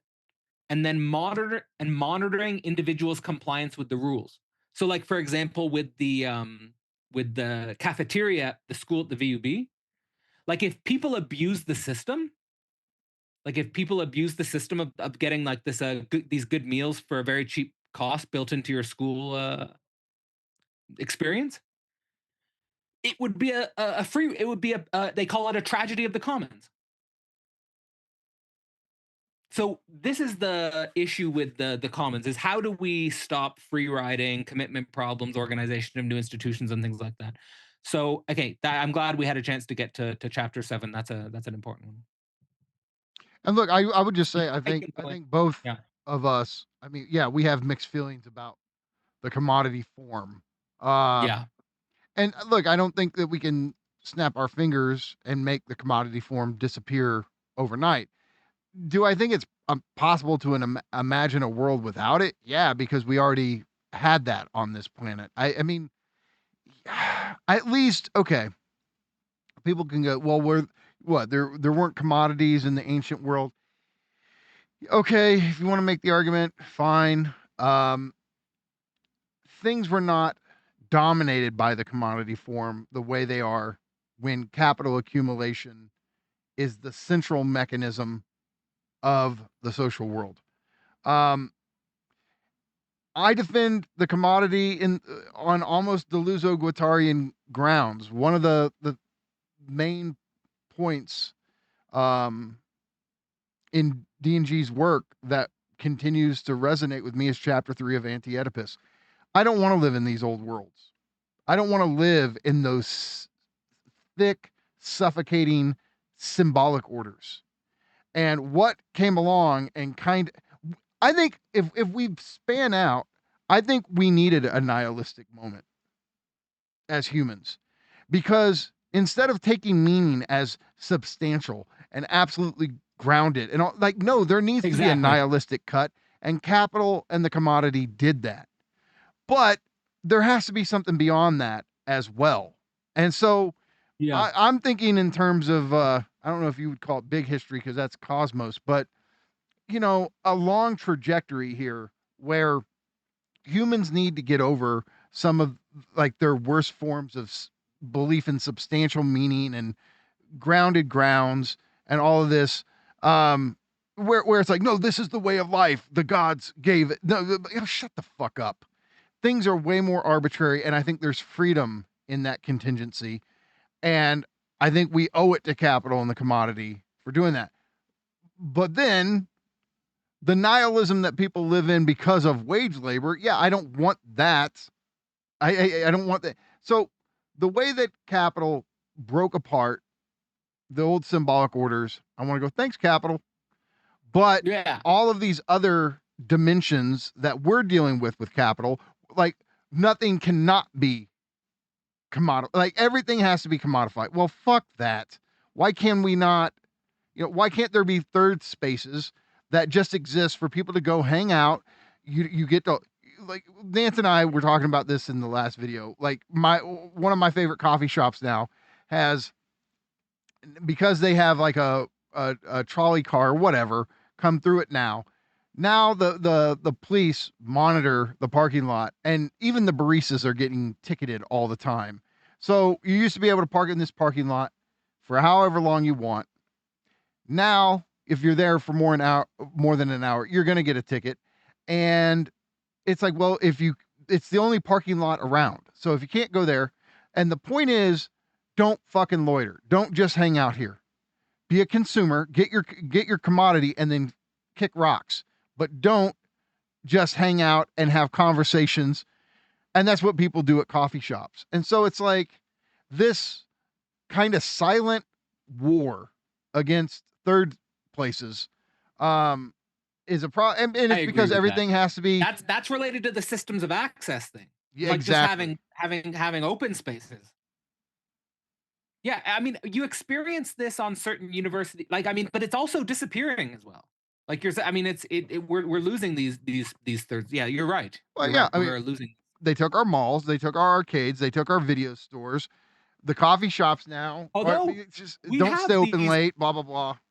but you know, there's to me the contradiction here is like in just the next room over, we all have them now. Huge big screen TVs. That yeah, because the point is work and then go watch Netflix, but don't Yeah. go have social But lives we all where have you our own communicate with personal each other. home theater now. Exactly. And I mean, you know, Nance, you were talking about Which is this. cool. It's our little home cell. Yeah, Yeah, I know, yeah. and I can and maybe I'm not right. Maybe I'm wrong about this, but because the world sucks so much, because I hate the world so much, I have a deep love for my home cell. Well, so and I do Yeah, too. There's yeah. a sense where, but I want to go to the home cell after being out in the public, in the commons. Because here's the thing. I'm sorry, this is where anybody who does this, oh, it's, you emphasize. I saw Haas do this on Twitter. He was talking about how, people emphasize the individual too much and they don't emphasize the collective enough. And I think, if I remember correctly, it was him going off about maybe Chomsky and the whole thing going on right now. But, Parenti was better anyway. and so, but no, like when anybody does, oh, it's the individual. No, it's the collective. No, it's the particular identity, the group. Fuck it. All three of these are structures of our being. And the question is, how do we have a world where all three of these can be nourished on some level, where you have the universal dimension of yourself, the individual dimension, and the particular dimension, where they can thrive on in some way? I'm not saying they're going to stand in perfect harmony. No, there's always going to be conflict between those. But I'm sorry, like I can't be an individual if I don't exist within the universal space of being human. And the individual is always something that's at odds with your particular groups around you. But your particular groups are trying to cohere because they're trying to not lose themselves in radical individualism where we're all isolated. And so they're trying to do something about it. Where the universal is trying to include all the particular groups. This is just dialectics to me between these three. Yeah, absolutely. Yeah. That's the problem with the commodity. Like sometimes a cigar is a cigar. Sometimes I just want X right now. I don't want to wait. I don't want to have to invest, at great personal cost or whatever. Like something we need that. We need a world in which we can get what we require. Require is a weird word, but where we can put in an input and get an immediate output. We need that world, but that's this world that's only particular. It's totally not dialectical at all. It's all about positivity. It's all about identity. So while the commodity is a great source of freedom, it's also not a dialectical thing. Yeah. We have to understand the dialectic of freedom and unfreedom in regards to capitalism. There's a certain freedom in capitalism, and there's a certain unfreedom in capitalism. And I mean, again, this foreshadows part 4 because it's so important to keep thinking dialectically. Dialectical thought is just indispensable. Well, look, okay. All right. The individual, if we emphasize that, individuality left on its own in its worst form is isolation, fragmentation, nihilism, because you don't feel like you belong to anything. We see like what the incel guys have gone through the last decade or so. It's a problem when you're stuck, atomized, isolated, and only able to worry about yourself, right? Because of economic restraints, because of social factors. So the individual just by itself is not a great thing. And so the theorists who emphasize, whether it's Kierkegaard, and I like the way Kierkegaard does it, all right, but you can even go too far there. And especially someone like Ayn Rand, right? Like, I don't know. So the individual, if you go in that direction and you just like ignore the particular and the universal, that ends in this kind of isolated, atomized, nihilistic situation. Okay, the particular, what's the problem with that? Well, if you're just focused on your fucking in group, that's where the scapegoating Yeah. shit and the othering Yeah. comes in, and the fucking herd mentality kicks in because you know you're all about the particular group. It makes you dumb, it makes you stupid, and that's the particular at its worst in and of itself. The universal at its worst would just completely ignore the particular and the individual. And it's like, no, your whole point as the universal is trying to create a situation where the particular and the individual can thrive. That is what the universal ought to do. And the individual ought to be the fruit of the struggles of the universal and the particular, right? Where you're trying to cope. You're an individual in how you're responding to the universal and the particular, not as a rejection, but as trying to shepherd and nurture them. That is where the individual and the particular ought to be something where it's like, yeah, we're particular, but because we're inflected by both the universal and the individual, we don't get into the scapegoating, othering bullshit, because what we're trying to do as a particular is also cultivate the universal and the individual. So they Absolutely. have to all be thought together dialectically. I love it. I agree. Part 3. Part 3, we're finally there. So part 3, let's see how I can approach this. All right, so I'm going to connect chapter 8 and chapter 9. So in Can chapter you just say, 8, one thing? Can we start just, what do you mean by a technogenesis? yeah.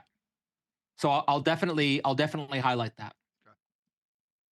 All right, so in chapter 8, I'm basically developing a biocultural theory of human reproduction where I'm saying that the way reproduction functions for humans is not just biological, it's biocultural, and there's a tension with the biocultural form of reproduction. And we need to pay more attention to the mode of our biological reproduction and the mode of our cultural reproduction and the way in which they are competing with each other for time and energy. And the thing about the human species, we never get a perfect balance, but in the pre-modern world, all the time and energy, for the most part, went to biological reproduction. There was a small number of people who had the privilege, we see it as a privilege, and here's the thing, the way Hegelian free self-conscious subjectivity thinks about this, we privilege that we have the time and energy to do cultural reproduction. We like that. We want that. And if we can't do that, we see it as a constraint. We see it as an unfreedom. So it's not a slavery. We want to culturally reproduce. Does that mean we don't want to biologically reproduce? I don't think that's true. I think that there's something about us that does want to biologically reproduce, but there's also a weird psychological ambiguity we have about it. And the more we're free and the more we're in the modern world, the more that ambiguity surfaces in a very strange way. So, in the birth gap documentary I mentioned earlier, in the past, the problem was unplanned pregnancies. Now, what's the problem? Unplanned childlessness. That's increasingly the problem. It's not that people don't want to reproduce, it's that, oh, I didn't. And so that's a big question. Like, what is the future of that? And what is our future relationship to that? Obviously, it's a bit more, not a bit more, it's a lot more of a difficult question for women for biological reasons. They have a clock. For men, I know guys, I've heard stories of guys having babies at 70 and 80. Like, they can still technically do it. So guys kind of get a free pass in a way, like where you can kind of do it whenever. But at the same time, in terms of socially becoming a father, you know, You there still is have a still clock. some limits. There's still a clock.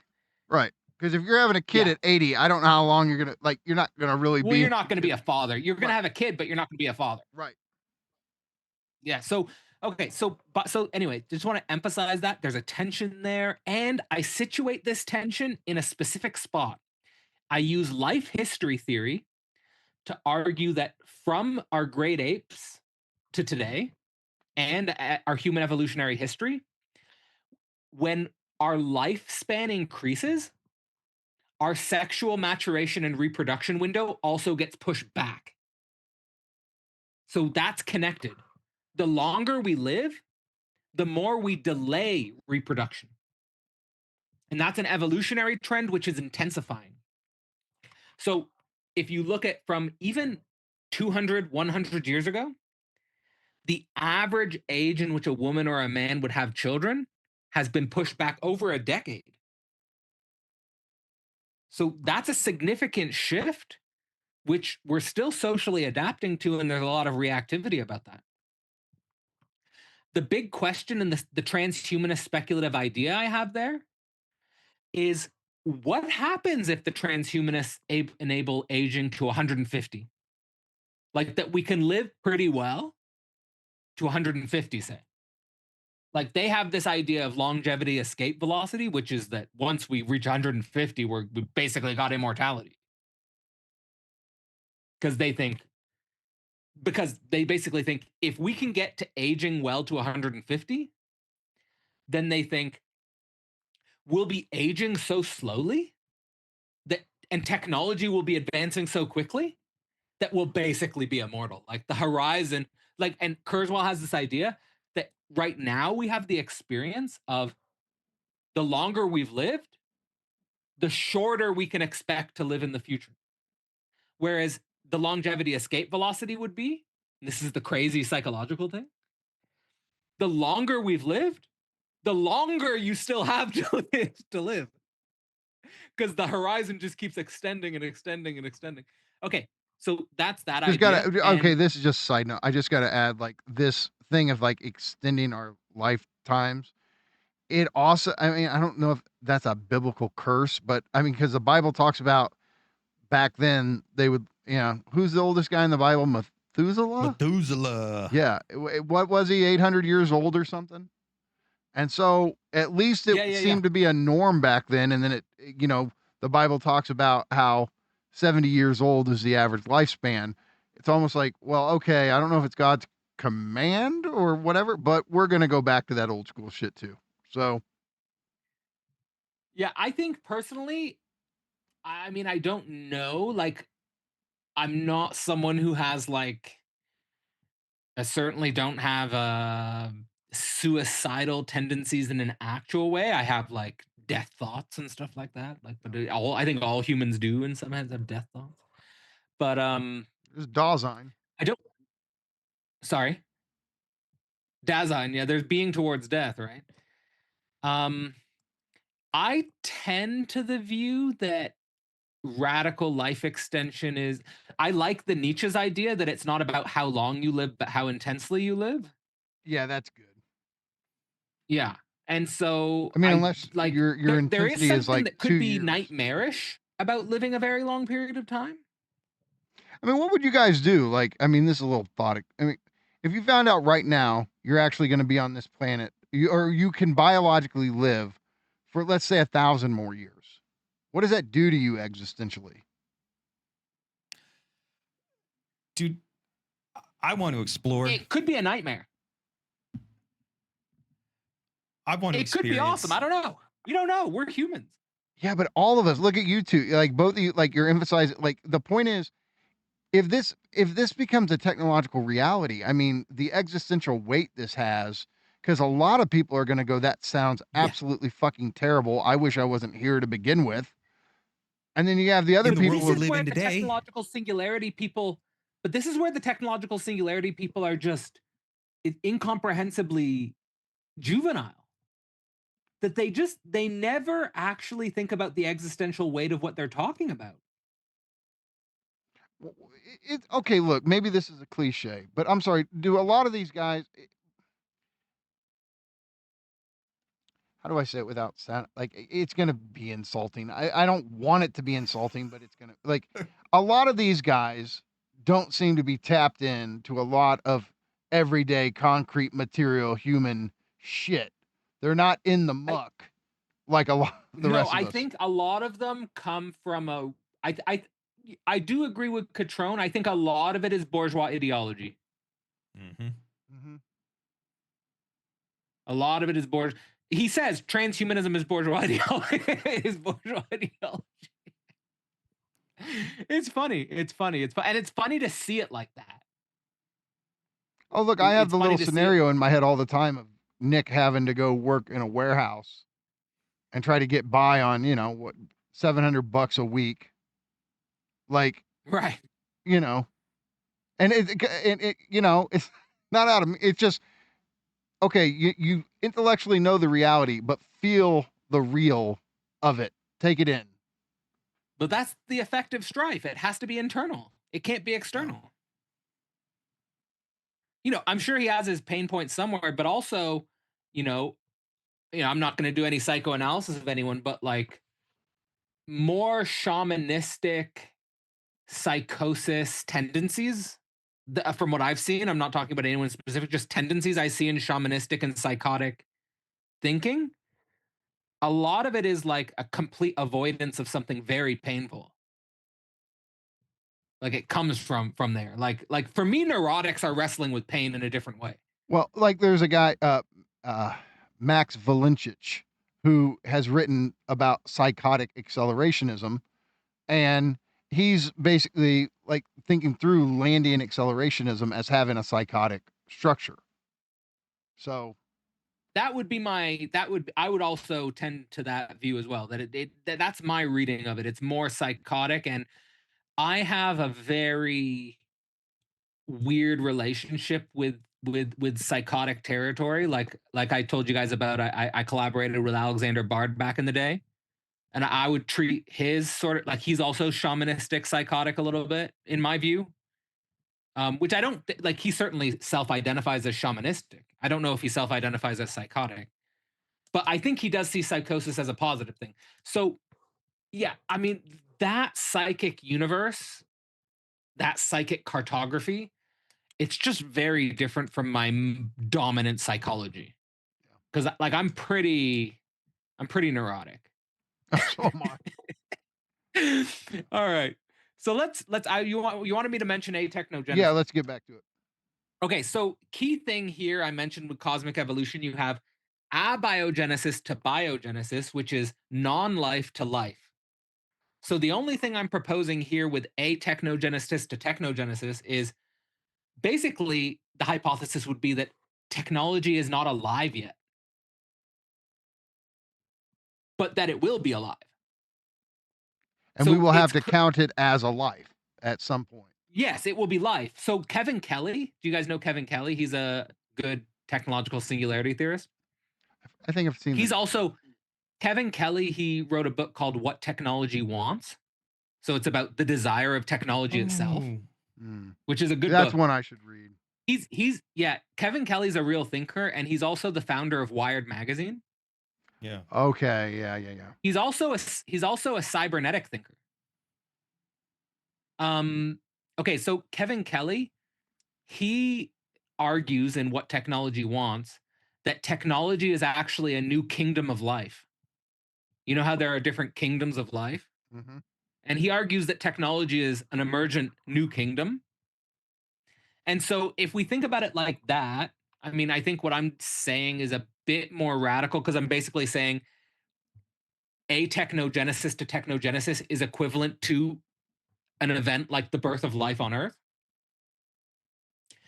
So I almost want to be a little bit cautious and critical of my own concepts here because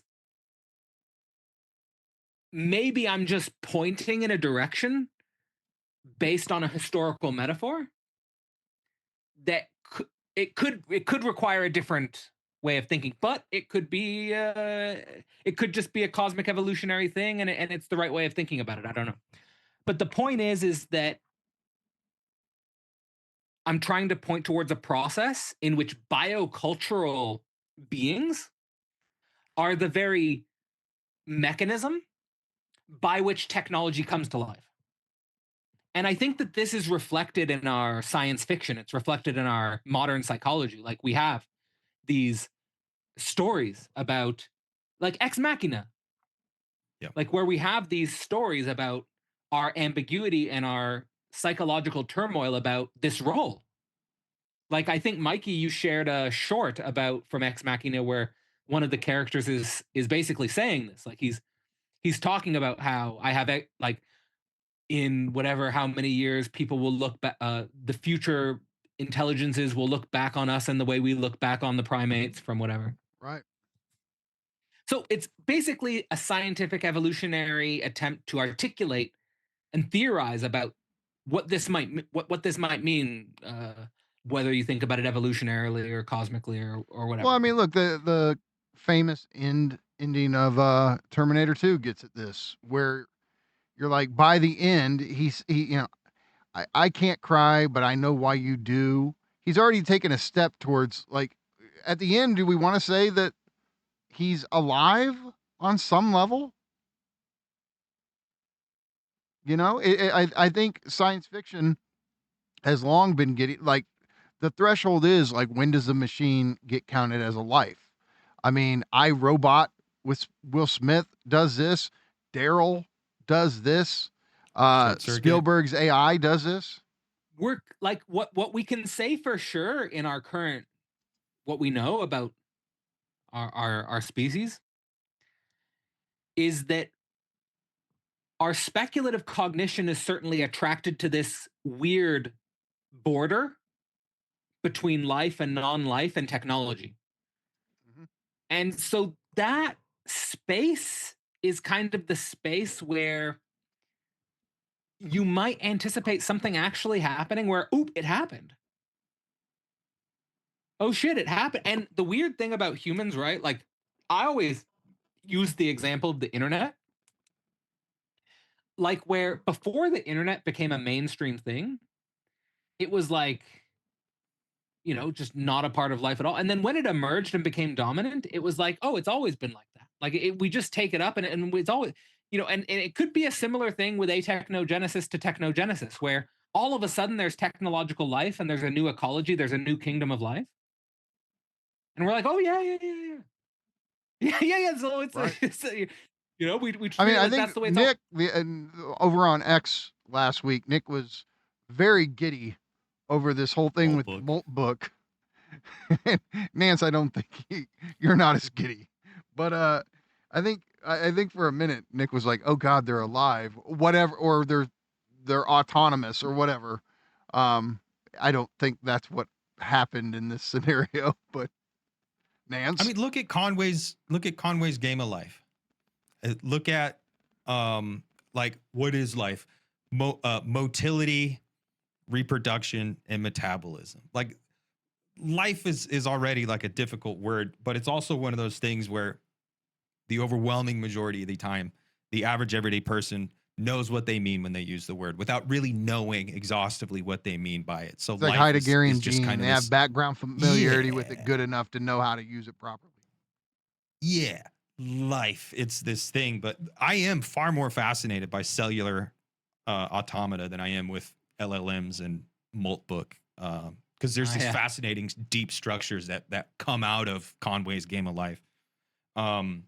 Whereas with Moltbook, you can just really see, like, oh, it's just it's a reproduction, it's a simulation. Like, someone is telling the thing to do the thing, and then they're like, look, it did the thing. I told it to do. Aren't you all fascinated? I guess the myth is that LLMs really spontaneously came together, created a social media website for themselves, and no humans had any role in the production of this thing. And that's just, that's patently untrue. I mean, Waymo recently had some court proceedings where it came out that they have Filipino operators for their self-driving cars. It's here in Phoenix. It was Waymo. Phoenix was one of the first cities where they tested self-driving cars. They still have warehouses where they employ remote operators of these self-driving cars. So So drones, like this, but the facsimile of what artificial intelligence is currently doing fascinates people. So I get frustrated, but it is also true, and I do believe that I don't know, Marshall McLuhan, like we are the sex organs of the machine. Like I do think it's true that synthetic life or silicon life or something, or just saying there's a new kingdom entirely of life itself. I feel like it's the most appropriate thing, because there was a point in time when we were just amino acids floating around. We were just pond scum, and there were initial conditions, and those initial conditions allowed us to form into amoeba and then bacteria and then, all these things. And then over time we complexified and the density increased. And then all of a sudden we had a cultural genesis. There was a moment where culture became this surplus that overcoded bare material, atomic reality, whatever you want to call it. Like we went through the same process that machines will go through, looking at atechnogenesis. Like it wasn't just a biogenesis. There was also a human revolution. There was a moment where we went from weird apes into biocultural creatures that have a symbolic order that like so I'm fully on board with atechnogenesis. I just Can you teach me the LLMs Overman? aren't it. But that's the thing, is like the weird thing is I actually encountered Nietzsche first in the transhumanist community, because there are transhumanists who I think they reappropriate the Overman as a transhuman concept. They do. Yeah. I don't think that's what Nietzsche meant. I don't know, but I don't think that's what Nietzsche meant. All right, so a few more things I want to say here is just very quickly. The two predictions, I'll reemphasize the two predictions, which is that if this transition is going to happen in full, I would expect biocultural humans to shift their reproductive effort from the biological to the cultural in terms of reproduction. And I think we do see that. The big question with that is capitalism. Like, how much of people's biological reproduction issues is just capitalism? Yeah. And then would that be resolved if we had a post-capitalist mode of not, so I emphasize this all the time, not just a post-capitalist mode of production, but a post-capitalist mode of production and reproduction. Right? There's like both things. So, and then finally, that biocultural humans should increasingly replace the traditional biochemical structures with intelligently designed technological structures. So like when biology fails, we'll just replace them. And then what type of being do you get on the other side of that? I think that's, to me, where I see a path to some inhuman space, the way we've been using inhuman. Then finally, I'll say the speculations on the technocultural era. I say how it would work is that it would be opposite of biological evolution. That's my claim, is that pure technological evolution, disconnected from biological evolution, would be the opposite of biological evolution. So again, biological evolution is like a stochastic process, whereas technological evolution would be a directed process. Yeah. Okay. So natural. So, and there's already terminology for this in Darwin. He called it the distinction between natural and artificial selection. So it would just be more artificial. So it would be more artificial selection. I have two bulldogs. I think they're a fantastic example of artificial selection. Absolutely. It's wild that what we've done. Yeah. And it's also tragic for some dog species. It is. Because for some dog species, they shouldn't even exist. And because the thing is with dogs is if there was a genuine human apocalypse, a lot of dog species would not survive. Absolutely. Yeah. Would definitely not. Is Winston back on his couch, Nance? Is he back there? Yeah. There he is. What's up, Winston? Okay. He's napping. All right. So I think just for the Okay, sake of practical. Okay. Do you have a question? Well, I was just going to say, we kind of already did 10. The only thing I want to ask, though, about 10, this is interesting. Possible knowledge of the deep future. Now, from a Landian perspective, it's almost like you're saying possible knowledge of the Fang Numenon. So, curious about what you have to say about how this is possible. Oh, you're muted. There you go. Muted. The possible for the deep future? Yeah, the possible knowledge of the deep future. What is the deep future? Well, I say it's impossible. So I say specifically that, like, okay, so there's the way I frame it is the possible knowledge of the deep future is I tell me if you guys agree or disagree about this. The way what I say about it is either we're dealing with infinity as an endless process, meaning just goes on and on and on and on, which Hegel would call a spurious infinity. I'm already thinking that, Yeah. Or we have a process with an ultimate end. And I think there are complications in both directions. So, like, my tendency is to view these as like Kantian antinomies. Well, yeah, because if you want to, this is getting at the nature of time itself. And I mean, for Nick on the numogram, hold on. The way he modeled it, well, it modeled it. These two syzygies or this syzygy at the bottom and this one at the top, these are eternity. And right here, these three right here, these are the time circuit. This is universal time, etc. So the antinomies come out of the fact that we're here trying to say something about these two, but we ourselves can't think these two. If they're going to say anything to us, they have to send it into the time circuit. And for Nick, this comes in the form of gematria occult practices. Say what you will, but that's how it works for him.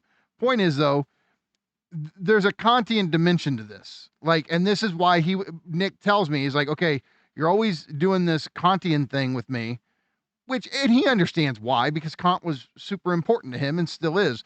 But he's saying, if you want to say anything about the outside whatsoever, you have to get it from this map that comes from the outside, and not just doing pure transcendental philosophy. But the transcendental philosophy connection would be, Kant would, if we put it in Kantian terms, Kant would say, you're trying to talk about this shit. All you can talk about is this. And so maybe that's why you're running into these antinomies. It's because what is time in and of itself? So, yes. So that is actually hopefully where we'll get at the very end. Because I have an idea in my head about what I think, but for the life of me, I've never been able to communicate it super clearly. So maybe we'll get there tonight, maybe we won't. But Okay. I do think it's some, you know what idea I really like? I do really like the idea of the cosmic natural selection, which is that intelligence plays a role in the creation of universes. Okay, I got to take the opportunity. I think that it's possible that advanced alien technology could be responsible for the birth of universes. That's basically I'm not saying that is true, but I think that is plausible. Okay, before we go into part 4, because you just said it, I want to ask a very basic question to you. And anybody who does AI theory, I want to ask this question to, because Slavoj and Alenka are very skeptical about this word. Cadell, what is intelligence? Right. I mean, I think that the standard definitions link intelligence to problem solving. Yeah. Like the main books I've read on intelligence, and also actually a part I could speak about from a previous chapter. It's something I skipped over, but it's from chapter 6. I develop an idea called challenge propagation, which is basically problem solving. And challenge propagation is kind of like it's an ABC loop between input, output, and environmental feedback. And it's basically the capacity of an agent to relax and seek challenges. So I guess challenge propagation is a little bit more expansive than just intelligence in terms of problem solving, because it also sees as intelligence not just problem solving, but seeking challenges, which I think is Which important. Lacanian, because we get enjoyment from the obstacle, from putting. Yes. Yeah. Yes. So I think that's important because it's not just, oh, something went wrong, I have to fix it.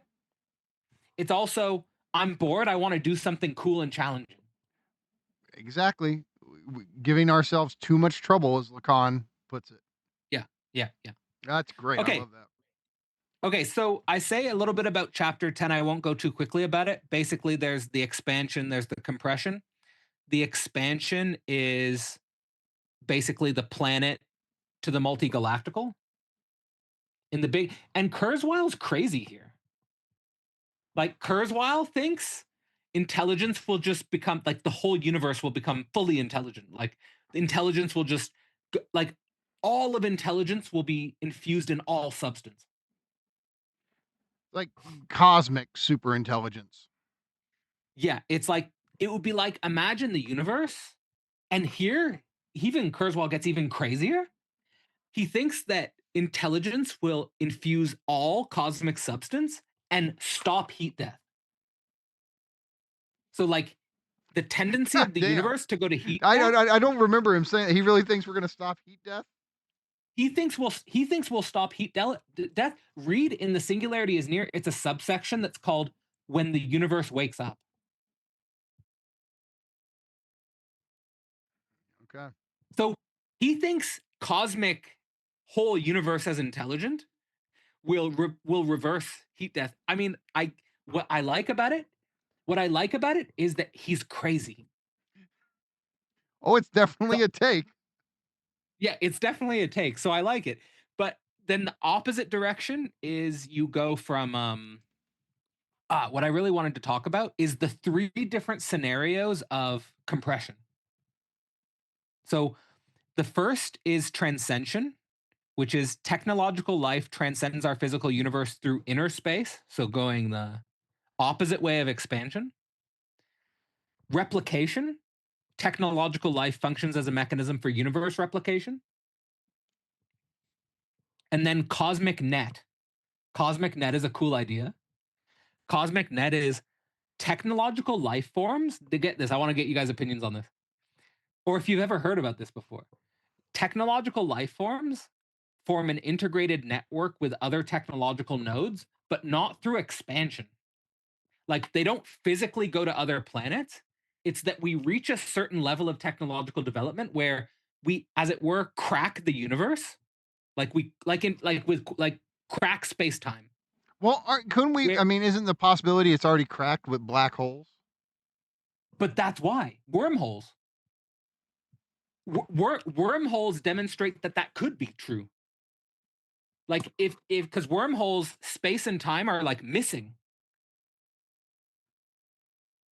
So if there's a way we could control, I learned about this from Stranger Things, Cadell. Yeah.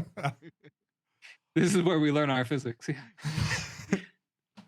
Anyway, okay, so that's enough about that. So that's the end of the third part. See, okay, I'm glad that we're gonna conclude this with part 4. It's perfect because you said this is where you're at your most mad. So, let's do it.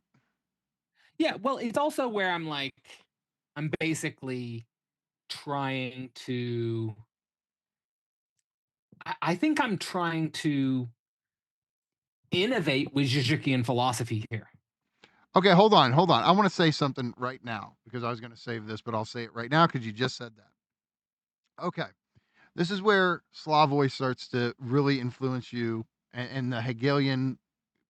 That's why I'm going mad. Right, but you deserve a big thank you, Cadell, because this book, I already know, influenced Žižek's Hegel and a Wired Brain, or at least your work and your correspondence with him does. And nobody has ever given you credit for that. I think you're like this hidden, vanishing mediator in this equation.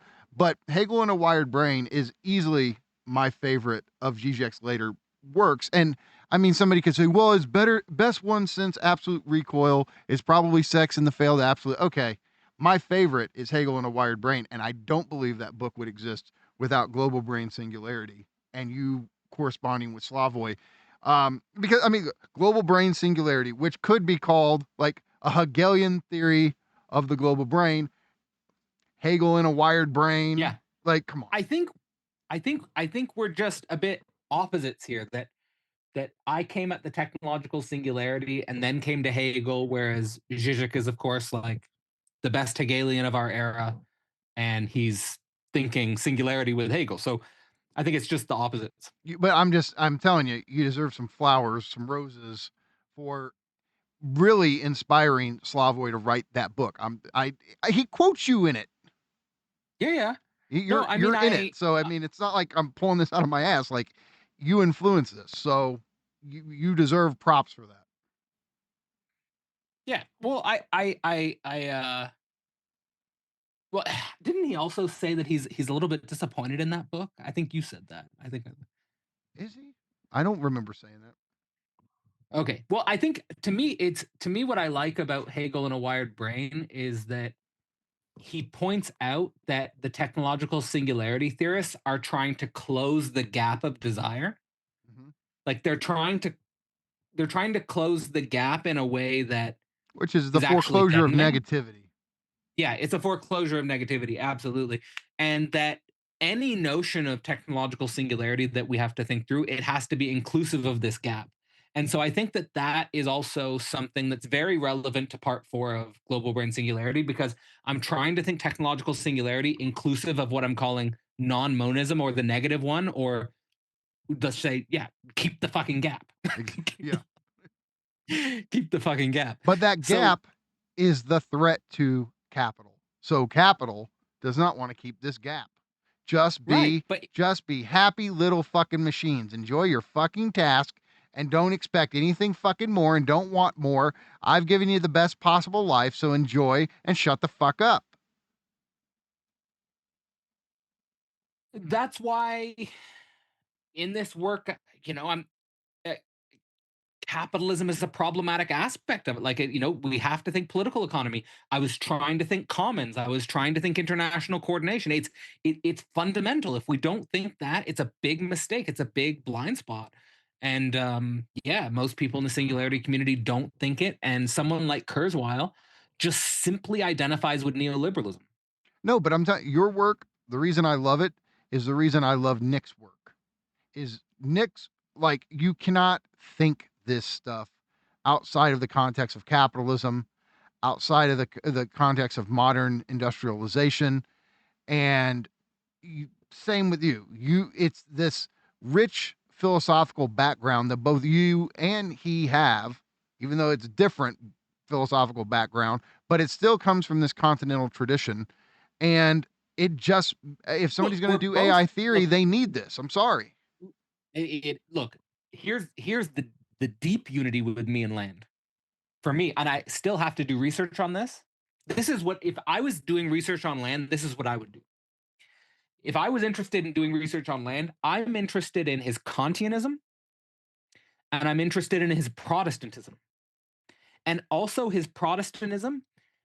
Recently had a conversation with Benjamin Boyce. I don't know if you came across that one. But he talks about Protestantism and total depravity as connected to his notion of trust in the blockchain. That total depravity is key, because we have to have a high trust society where you actually can't trust any humans.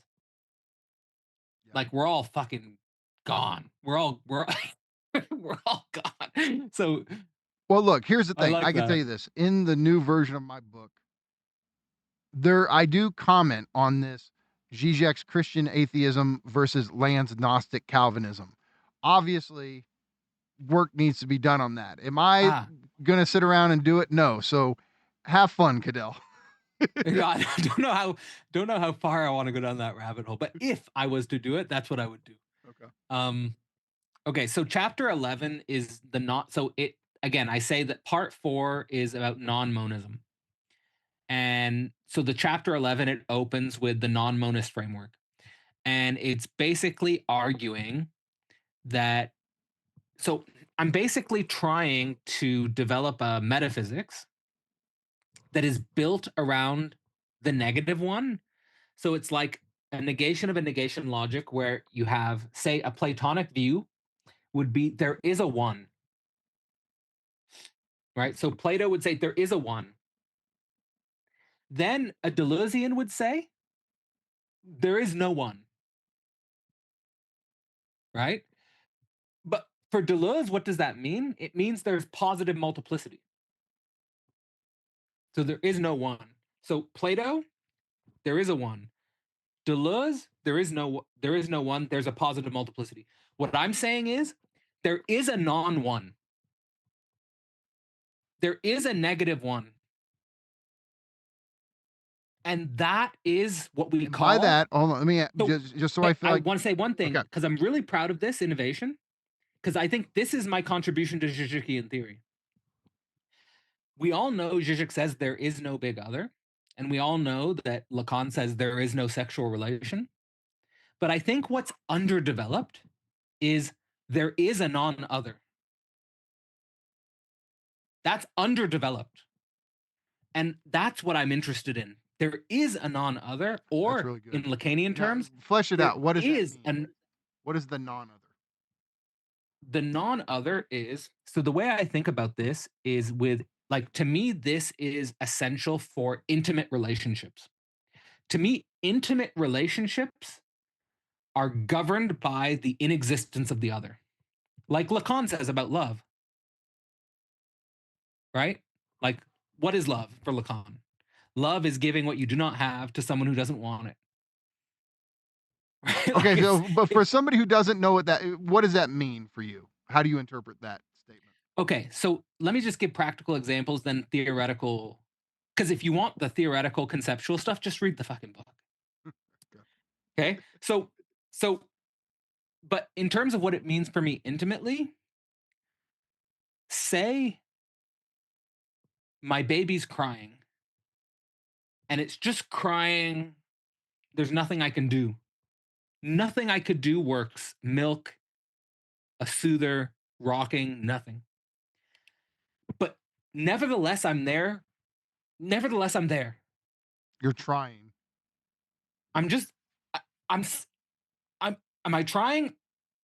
It might be, but most importantly, I'm just there.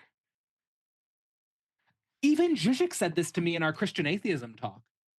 He said about dying, he said, just be there. And that's how it was with my granddad. Like, my granddad was passing, and I was just there, just by the bed. And that's actually the most difficult thing, because I'm going to cry, because it's the most difficult thing, because it's your pure impotence. And there's something that, to me, the most interesting and theological for me is the relationship between impotence and omnipotence. To me, it operates here at this level. And the baby and the parent is a good model for this, but also in intimate partner relationships is a good model for this, where in the relationship between a baby and a parent, both the baby and the parent are impotent and omnipotent in opposite ways. The baby is impotent in the sense that it can't do anything for itself, but it's omnipotent in the sense that anything it does is right. Whereas for the parent, the parent is omnipotent in the sense that it can do everything. But it's impotent in the sense that it has to just serve this little baby. So this, for me, is where the negative one is located. And in the book, I much more have a section in chapter 11, which is called A Note on the Sexual Real. For me, it's located there, like I call it the negativized unity, but it's taken from Lacan, but also Kant, the square root of negative one. And I come up with a philosophical formula for how I think about this. So that's can you just say like something the, about the square root of -1? Because I mean, it's important for Lacan, but people might not know why. so the square root of -1. Obviously, Lacan is variously interested in using algebra, mathematics, geometry for representing his theories. And I think that sometimes he likes to use these mathematical notations for communication purposes. I think later in his life, obviously, he gravitates away from the algebra and more towards the geometry. But the square root of -1 for me is just a mathematical notation that helps to formalize this idea, which can oftentimes be slippery, which is why I think that it's not more popular. Like when you think about metaphysics, to me, when I encounter spontaneous metaphysics in the world, it's usually I encounter like either non-dualists or monists. Like you encounter people who are like Buddhist void, non-dualist, like what's the formula? I wrote down the formulas. I hope that I have it in my notes. Do I have it? Basically there's a formula, like, oh, here it is. So monism has a formula which is there is a one. Non-dualism's formula is one undivided without a second. So what does that mean? One undivided without a second. Notice undivided, whereas I'm emphasizing division. So one undivided without a second, it means the appearances are false. And that's what the Buddhists always, that's where they mess up, in my view. Like the Buddhists mess up when they just say, oh, it's just appearances. It's one undivided without a second, meaning appearances are just illusion. Whereas Hegelians, we think in terms of a necessary transcendental illusion. So non-monism is there is a non-one. And that's logic of Žižek calls it the Kantian infinite judgment. Okay, so I'll wrap up with that. Can I just say that, look, this, I think that what you were getting at is so important, though.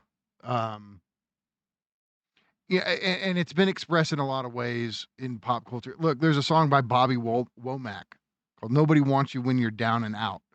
So when you're at your lowest, your most vulnerable, your weakest, people tend to not be there. And so love, on some level, I was saying trying. I think the better word, and it's not in the Heideggerian sense, but thering, just being there. And to sit with someone in their lack, to embrace them in the fullness of their lack, is this loving act. And Job's friends, the three guys who come to Job to, show him some companionship once he's lost everything, they would have been much better off just keeping their fucking mouth shut and sitting there with him, opposed to pontificating and trying to give all this advice that ended up being bullshit anyway. Because it's not about trying to fix the other person's lack. It's being willing to sit there with them in it. And that's it. Be there for them. And the closest relationships I have been with people who both I and them sit with each other in our lack. Exactly. So I would argue that in the metaphysics of there is a one and in the metaphysics of there is no one, just a positive multiplicity, I feel like you're prone to avoid that. Yeah. Sitting in the lack. Mm-hmm. Well, and maybe that's why Deleuze had such an allergic reaction to the very concept of lack. Exactly. And I get that. And here for me, more important than even Deleuze is Deleuzians. Well, sure. Yeah. Like just that, I feel like it's there's something like there is something cool about the rhizome and there is something cool about the positive multiplicity. And I think that the positive, like, I guess I just think the positive multiplicity is only true inclusive of the negative one. Like, it's the negative one is deeper than the positive multiplicity. And the positive multiplicity is more interesting if you go deep into the negative one. Because of us Žižekians, we're not denying that difference is a thing. No. And, But the question, also, yeah. I learned from Terence Blake, who did the Deleuze and Analysis course, Mm-hmm. of that for Blake anyway, he thinks that Deleuze started with difference and highlighting it, but really his central concept is multiplicity. I think a lot of people think that now. Yeah. Okay. Well, I mean, Badiou, I mean, you know, there's Badiou's reading of Deleuze and all of this, and then the way that multiplicity has been taken up politically. So, yeah. But no, I just, the last thing before we go on, just the non-other. Because There this is a is new. non-other. There is a non-other. There is, but there in Lacanian terms, there is a non-sexual relationship. Right. So, but here's the thing. Like, look, Alain Badiou, when he talks about the So it's love, not just affirmation negation. right? But Alain Badiou, in his descriptions of the love event, talk about two individuals becoming a we. And I wonder if this is this type of dynamic where there is an other that's non-other, that's not fully other, because it really is a we. I mean, is there any of that going on with your usage? It's like there's little, like, it's like from like the Lacanian seminars, like from big other to little others. But going from big other to little others, it still needs one more step in for me. Like, where the little others are literally, it's like you know who does this great? Peter Rollins events. Like, Peter Rollins, he hosts the space. Peter Rollins is hosting the black hole. To me, the model is the black hole as a metaphor. Like, it's you're in the space of the non-other. Like, and it is like an event horizon. Like, it's a and it's, oh, isn't it also a weird psychic topography where, like, it's like, you know what I heard from physicists is like that space-time on the other side of the event horizon inverts. So, like, that space-time on one side of the event horizon is the space-time we know, but on the inside of the black hole, it's what they call time-space. It's inverted. And I don't know what that means, but okay, it sounds cool. I don't fully understand it either, but for me, like, when you're sitting with the other in their lack, this is what I want to say. When you're sitting with the other in their lack, isn't it that space and time are weird? I would agree with that. Yeah. Like, it's distorted in a strange way, which is, I think, why people don't want to go too close to that. Yeah, it definitely disrupts the flow. It's almost like a real temporality. It disrupts the flow. It's not like this pure flow of multiplicity with no disturbances. Yeah, I would just say the default flow is our imaginary symbolic time flow, and then there's these cuts within it of the real. But I gotta say, like, the way you're describing the non-other sound, Nance, what do you think? Is it Levinasian in a way? No, I was actually just about to say the stranger, like, and you said the word, it feels strange.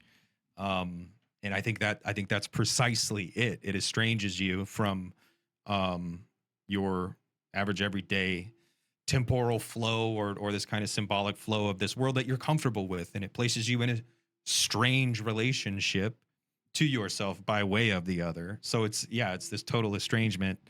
But it's when you can actually contact something real. It's like, just because it drops you out of existence as you know it, I think it is more real than real in that way, where you are truly having this encounter.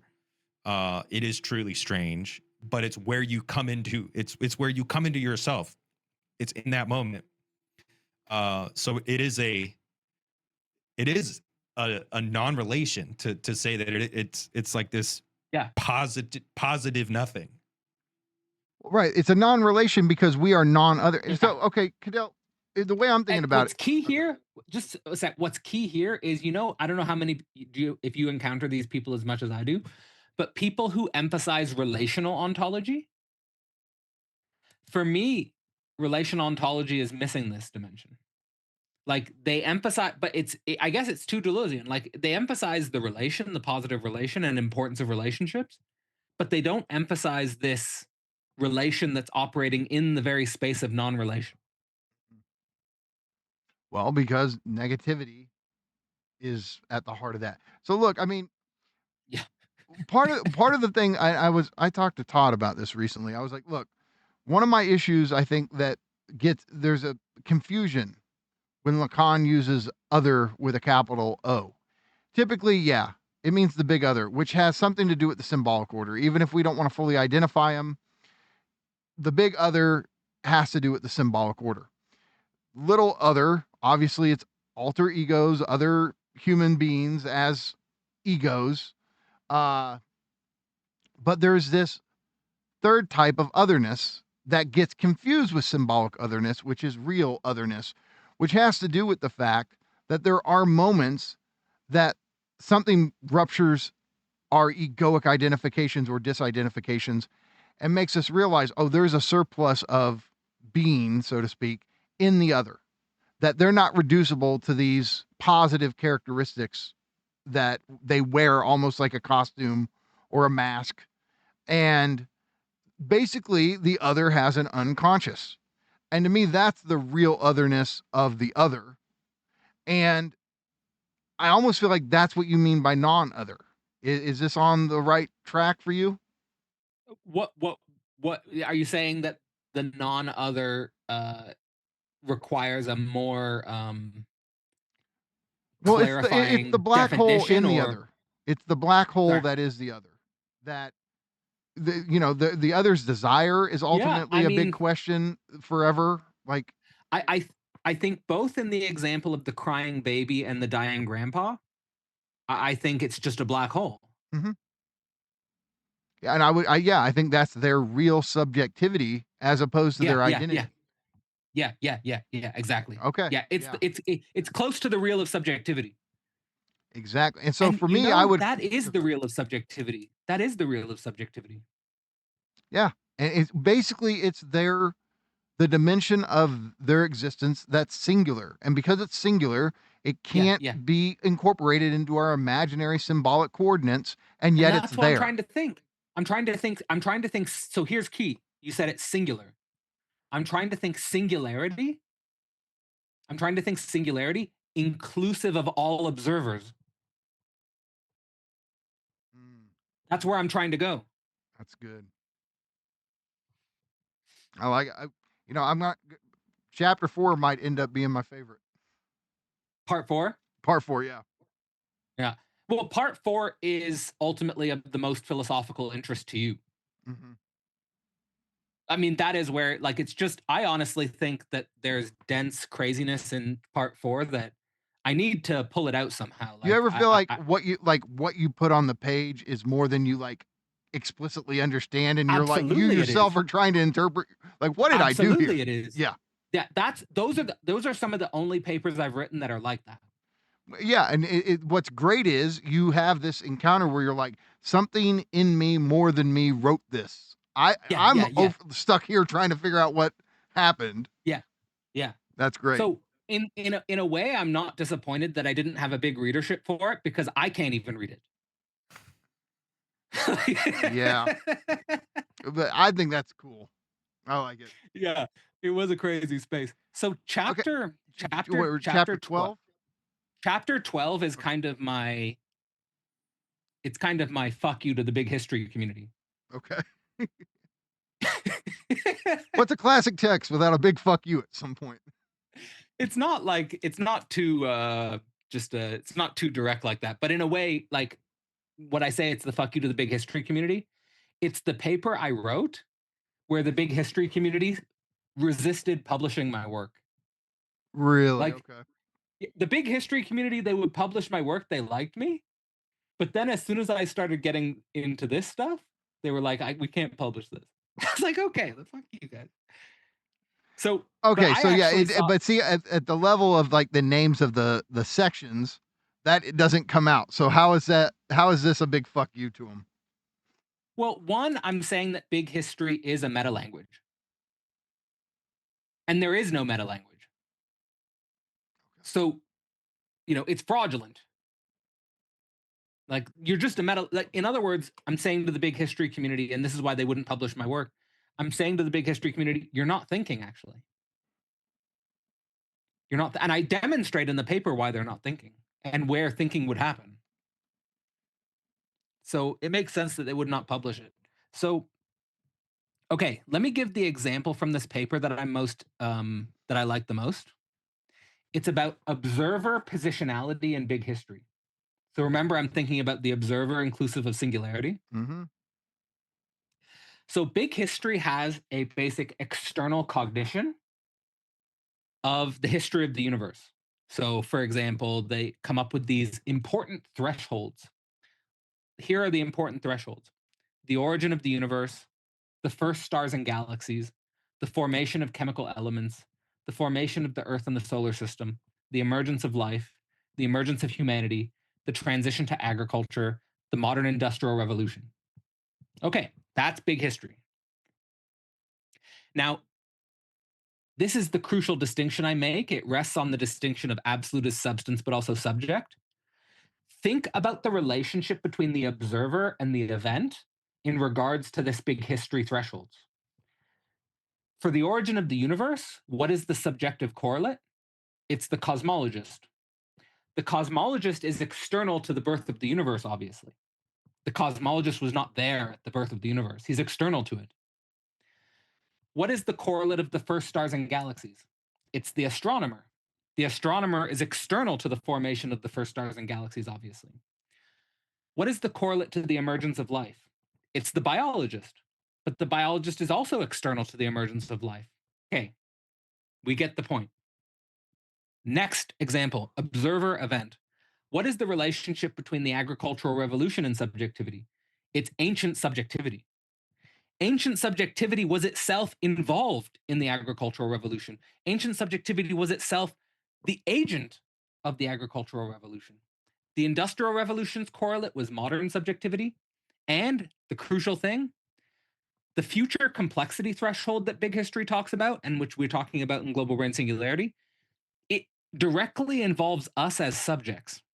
And so because it directly involves us as subjects, meta-language doesn't help. Meta-language gets in the way. Meta-language stops us from thinking. Meta-language prevents us from being the subjectivity that's required to navigate the complexity threshold itself. So that is kind of my FU to the big history community, is that the very form of your subjectivity is incorrect. You're not going to be helping with the complexity threshold in the way you think you are. All right. So that's I could go on about that, but that's what I want to say. Okay. Chapter 13 is a reflective note for dialectical thinkers, in which I basically take on Žižek's less than nothing and absolute recoil. And I propose that meta-ontology that I presented in our session with Dylan Shaw on Plato and Žižek. So where I'm going through Plato, Hegel, Lacan, Žižek. I think it's important that we include Plato, but it's important that we include Plato so that Plato doesn't become some sort of classical fetish symptom, which I think it does. Like, Plato's very popular right now. He's had a big resurgence. Exactly, and that is the problem. So that's why I was trying to get ahead of this. I was also, but you know the reason I did Christian atheism was because I was trying to get ahead of the orthodoxy shit. But the same thing with Plato. It's this tendency of guys to want to go back to the ancient world as so they don't have to deal with psychoanalysis. They want to avoid psychoanalysis. We'll go back to classical philosophy. So, I mean, and look, there's a lot. I'm not saying that. I'm not saying. They didn't have any. Plato or Aristotle or any of these guys didn't have some insight into the human mind or the psyche. Of course they did, but sorry, once Freud hits the scene, it's just like to try to do anything pre-Freudian after Freud. I cannot not think in terms that are Freudian and Lacanian when it comes to human subjectivity.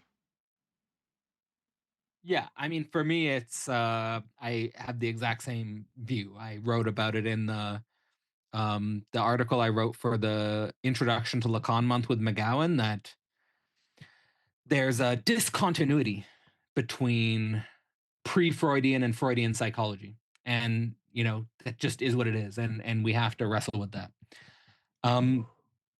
There is more I can say about this paper, but really, I think all I want to say about this paper is if that you're really interested in dialectical thinking, check this paper out. There's a lot to find in here, and probably too much to cover if I want to get to the final paper in the book. Yeah, let's do it. So I'll go to chapter 14, the final paper in the book. And this is called the dialectical approach to singularity. So it's kind of been building up to this idea that in order to it's kind of like if I have like a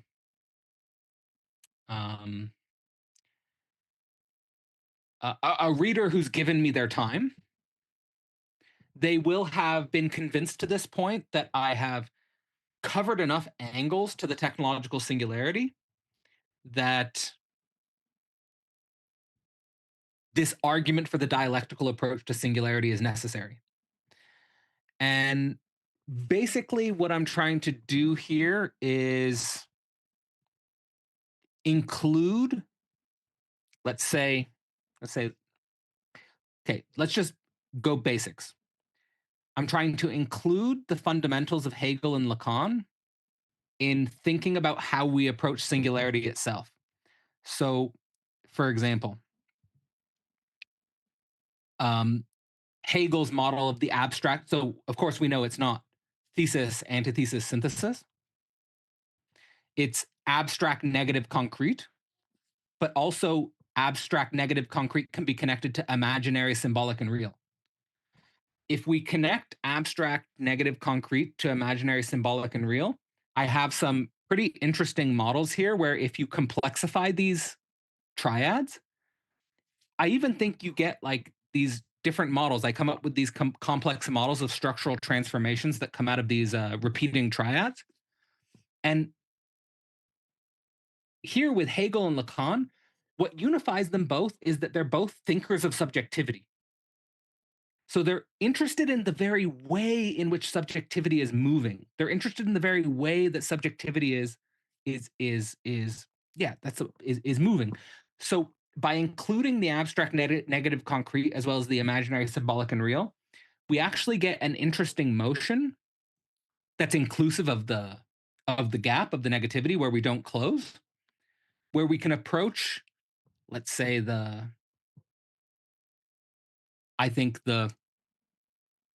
potentially the end of the symbolic order or the culmination of the symbolic order.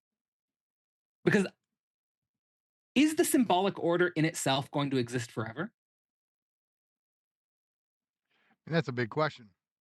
Because you want to say, I well, think are no. systems of computations symbolic orders? Nance?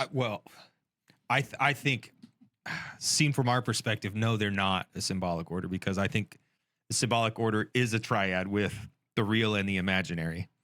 So you can't have meaning minus the phenomenon, and you can't have the phenomenon minus the noumenon, right? And I think in these computational systems that it's just pure representation. So you think it's pure? But I also, yeah.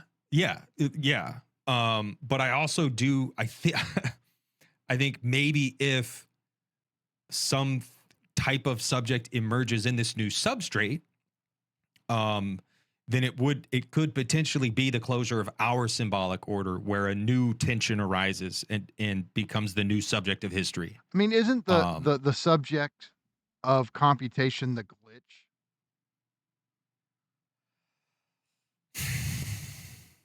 Or is that, or at least that would be the primordial computational subject? Yeah, I think maybe you could say Because we're a glitch. yeah. Like that, we really can just say we have glitch ontology, being that which constantly. Yeah. We're the self-propagating glitch. We are the glitch that has become the new program. Like we're the glitch that took over the program. But yeah, I do think it is a glitch, and there is a discontinuity. Like that is what this is. That is That's we what are a we're getting moment at. of discontinuity. Yeah. And I do think I think it is interesting to think of the closure of our symbolic order and the emergence of something new. I do think there would still be this tension, this contradiction that goes off and becomes the new subject of universal cosmic history. But would it be a closure of the symbolic order is an interesting question to ask indeed. Basically, what I try to work towards is that somehow the symbolic order is connected to the birth of new universes, meaning the birth of new physical evolutionary processes. So the final graph on the paper is linking the two. And then I'm arguing that the Hegelian, Lacanian, Žižekian philosophy is kind of a philosophical approach to quantum gravity. And that the reason why physicists can't solve quantum gravity is because they can't include the subject on the level that Hegel and Lacan and Žižek do. And in order to prove that this might have a point to it, is that I use the models I developed with Hegel's abstract negative concrete and Lacan's imaginary symbolic real, and I apply it to the quantum gravity communities themselves. Is this it, Cadell? See if I can show it to people. That's the final one, yeah. Page That's the 311, final one, yeah. That's it, yeah. Yeah, so it's all about curvature. It's about curvature and the -1. And the -1 in itself is not positive. So this is a claim, this is the physics claim that so here's the question. Here's the practical question. Ready? What is the nature of a black or a white hole? Is it positive? Is it a positive thing? The black hole or the white hole? The thing itself. Right? We're using Hegelian Kantian language. The thing itself of the black hole, the white hole. Is it a positive? I claim it's just a pure negativity. And in say for example, in general relativity, it's just the breakdown of space and time. Or with and when, who knows, I don't know, but where space-time becomes time-space on the event horizon, maybe it just collapses and it becomes a logical inconsistency. So it's a very strange entity, and I'm clearly at this point of the book, I'm at my, I'm just wanting to do it because I'm just fuck it. Cadell, have you engaged much with speculative realism? Because I think what you just said, you definitely would have. I got this great little intro book to speculative realism, and I'm more familiar with Meillassoux than most of the other ones. Brassier is somebody who obviously I'm interested in, but then you got Graham Harman, you got Ian Hamilton Grant, and all of them were working towards doing some sort of justice to things in themselves, which is to say, getting outside of the correlation of subject and object. Now, I can imagine as a Hegelian, you hear, oh, get outside of the correlation, but that's precisely, especially Meillassoux, what his problem was. And for him, he thinks that mathematics can actually map the real properties of things in themselves, and that's what math does. That's what things really are like that outside of any type of human intelligibility. And yet human intelligibility is able to know it through mathematics. It's funny, this is this big question on either side of the fault line. So the Žižekian, Hegelian, Lacanian thing wants to basically say, look, in the strictest terms, there's no thing in itself. It's a kind of projection past a certain limit. Whereas the Landian side will say, no, there are things in themselves that are positive So I'm outside saying of there us. is a non-thing. See, and that's this third Last- option, right? I'm saying there is a non-thing, and it's what physicists in quantum gravity can't solve. Because they think math is a meta language. They're taking math Because they think math is a meta language. No, they don't have this logic. They don't have this logic. They don't have the logic of the non-monism. They don't have it. Mm-hmm. And it's too weird. It's too twisted. It requires them to become subjectively different. Well, because you're saying the thing in itself is a negative entity. Yes. And that's what's hard for people to get. But so here, I go through in a section of this paper. It's called Consciousness in Universal History. So ancient metaphysics thought that the most real was the ideal of God. Modern metaphysics thought the most real was the physical world or nature. Postmodern metaphysics thought the most real was secular power structures. Then I conclude, transmodern metaphysics thinks the most real is the eternal non-ideal. The eternal not one. It's what people think is the ideal, the substantial thing in itself, is just a purely negative category. And that's the joke is on us. But that's the joke. Like that subjectivity is predisposed to think it's a positive entity. and I mean, that's what OJI is. It's our reification of our own negativity. We have to externalize it. But I get to this with objectivity in the diagrams where it's going from the Hegel Lacanian triads that turn into these weird cyclohedrons. I gotta tell you, one of my favorite things is that this book about global brain singularity, in the glossary, there's an entry for OJI. Like, yeah, you're not gonna see that in it. Sorry, you're the only one who's published with Springer. You know what? On this stuff that has OJI in the glossary. You know what was my other middle finger? In the paper for Global Brain and the Global Commons and the Global Brain paper, I published that with like a pretty technical. It's a journal that's called the Society for Technological Change or something like that. And what I really loved was that I had a big section on Zupančič invisible hand job, and I was like, I just love that concept, and I was just like, I'm putting the invisible hand job in this paper. All right, tell people what's because some people might not get. So the invisible, of course, we all know the invisible hand that the market self-organizes for our collective self-benefit. But the invisible hand job is basically, it's the other side of the equation that Adam Smith didn't account for, which is that yes, the butcher and the baker and all the local community small businesses, they in many ways they genuinely do build community, like commodities can build communities. But it gets out of hand at the level of the global capitalism, where the invisible hand becomes a hand job, which is jerking off on all our faces. What does the jerking off on all our faces mean?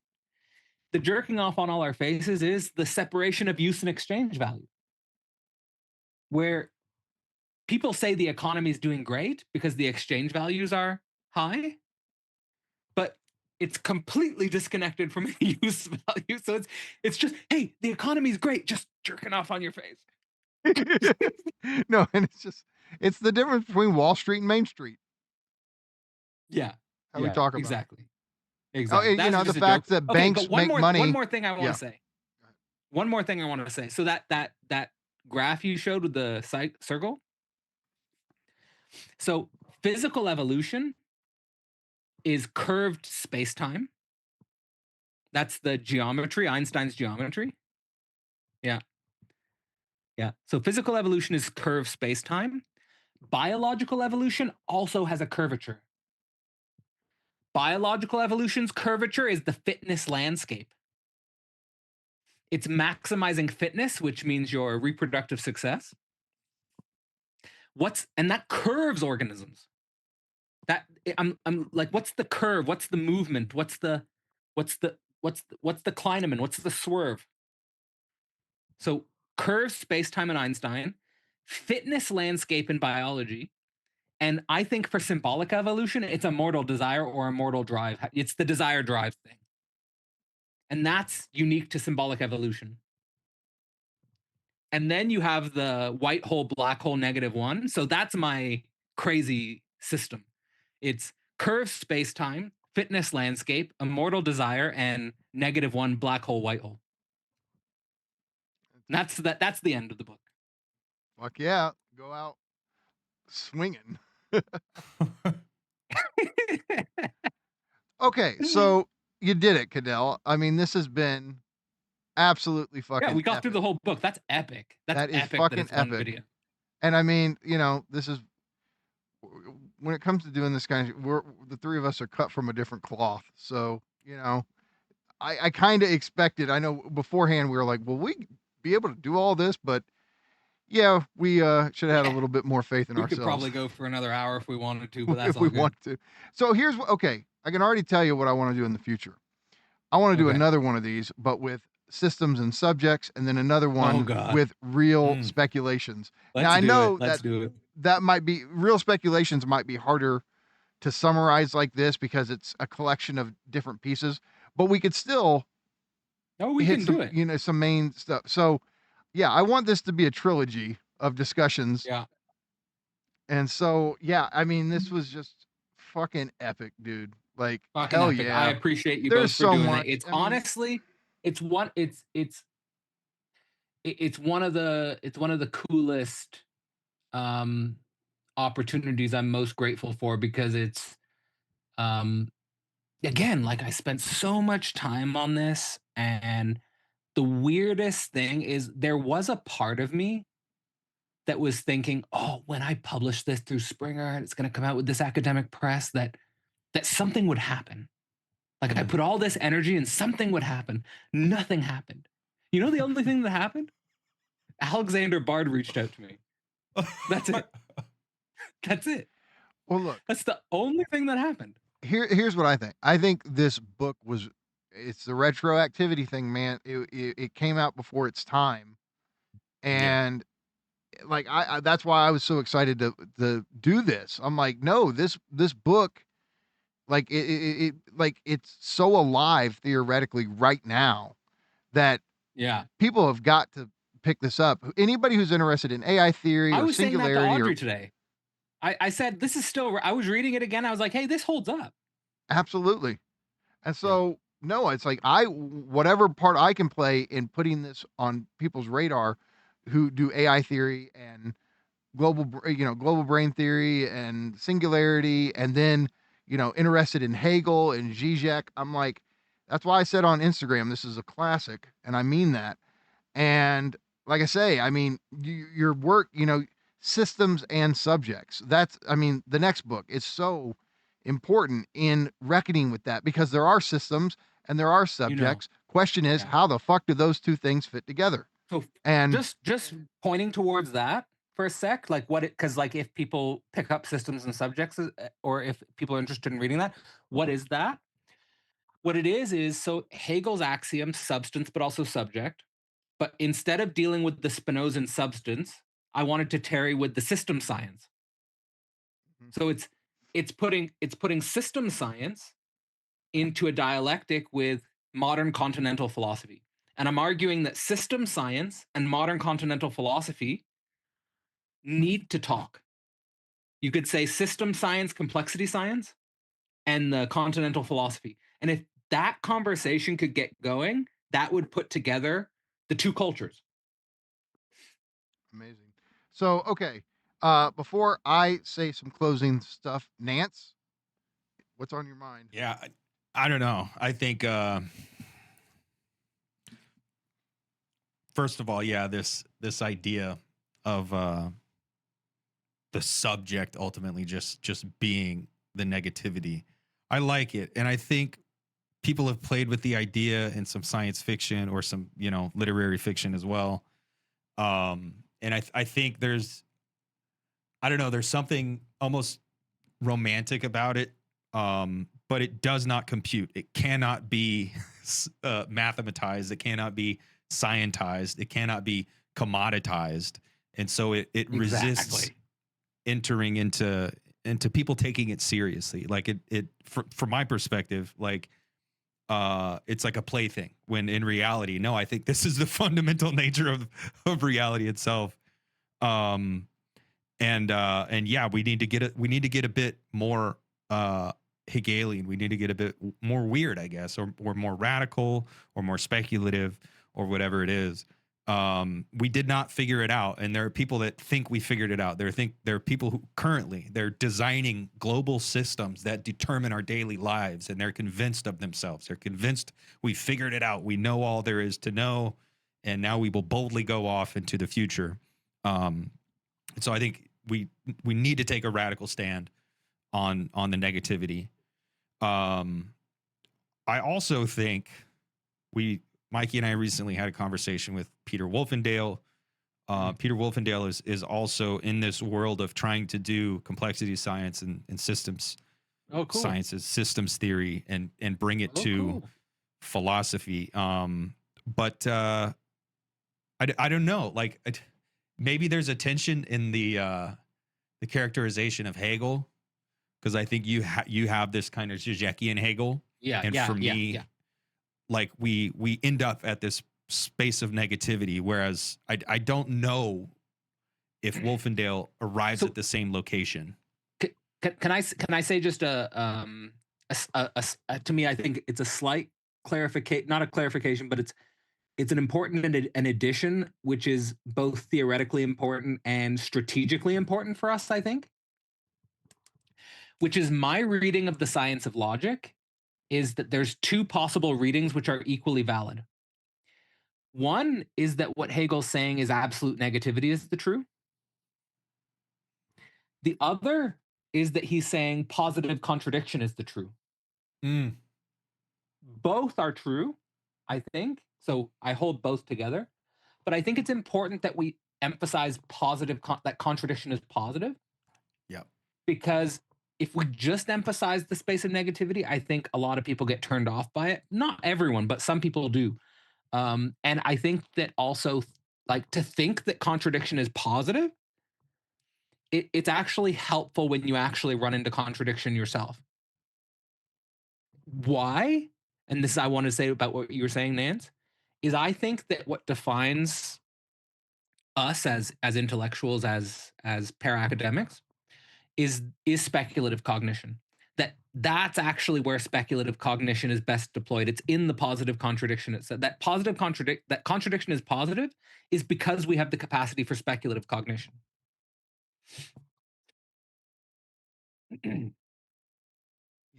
Yeah. I guess, like, I'm just, I'm interested right now in all of these different Hegels, even though obviously I tend towards Žižek and McGowan and Johnston and you. Like, there's a Hegel there that to me resonates the most with me. Have you ever seen the meme of Žižek where he's carrying a bunch of Hegel heads? Right. Yeah. It's like, oh, I can't carry all these Hegel heads. So yeah, like Peter Wolfendale's Hegel is primarily influenced by Robert Brandom and Stephen Holgate.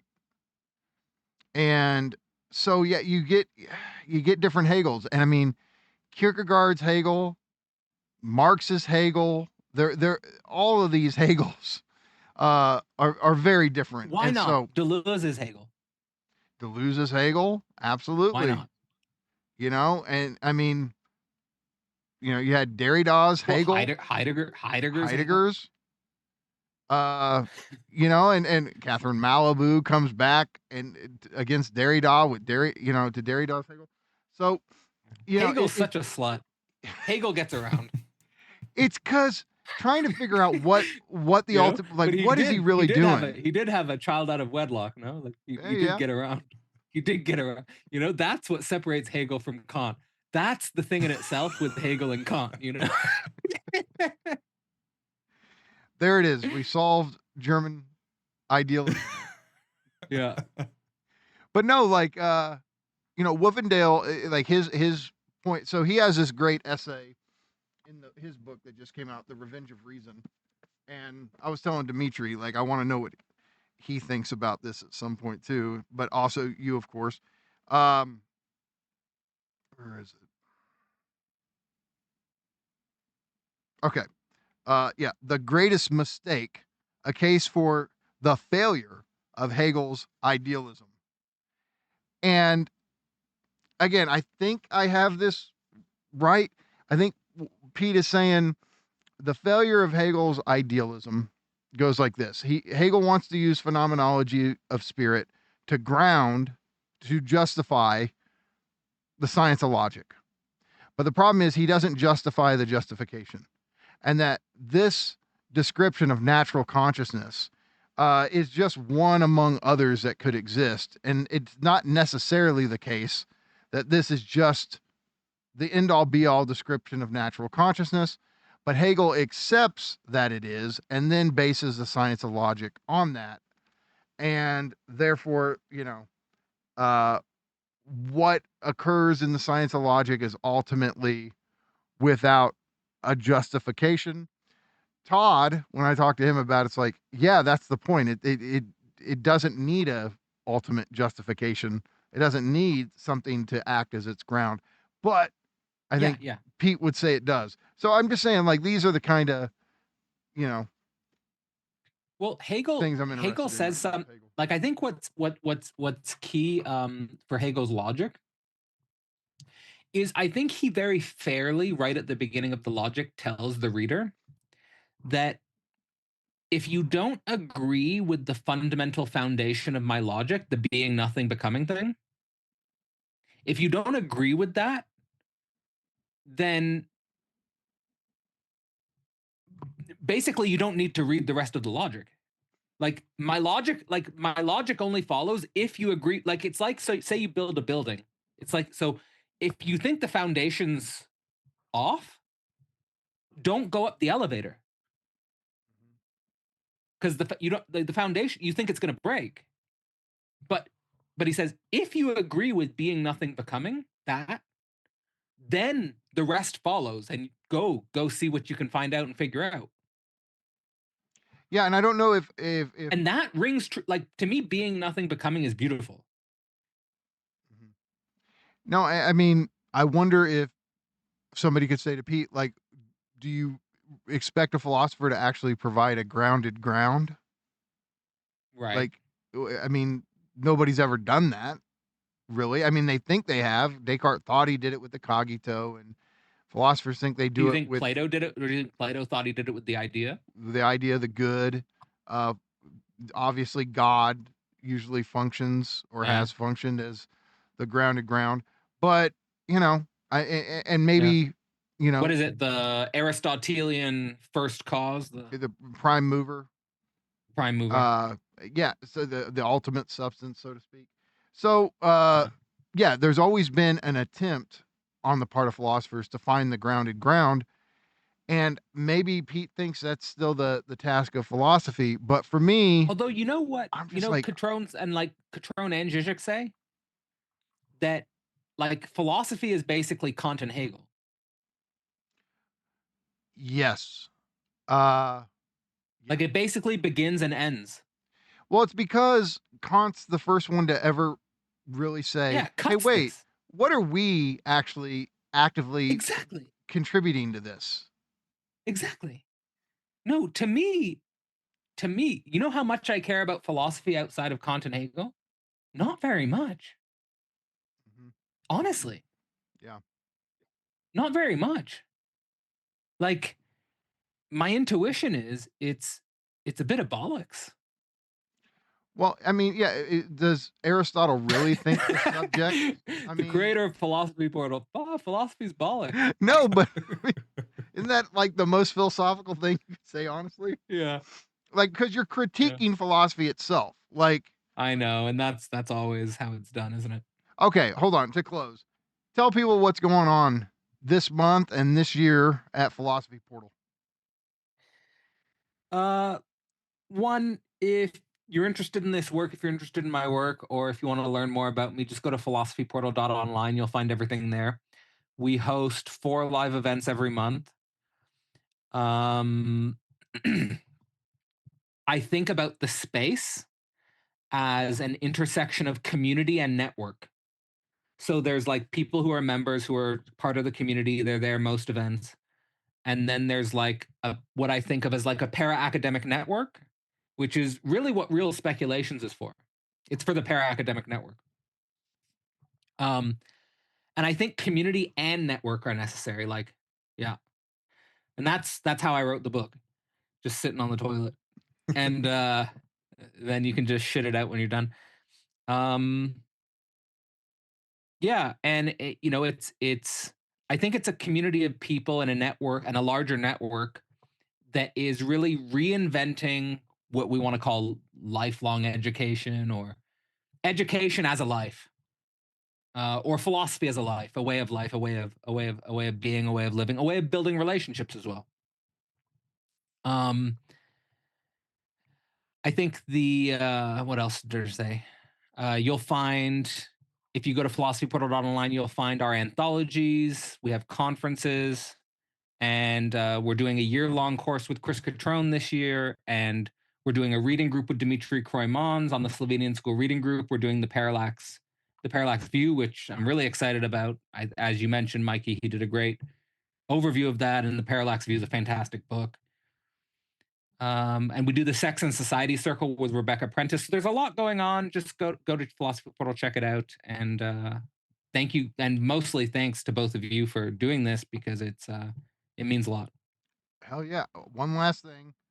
If people want to read this, how do they? Yeah, you get a free PDF. Email me. There you go. Yeah. And how do Put they my find your email in the description? Yeah, I'll put the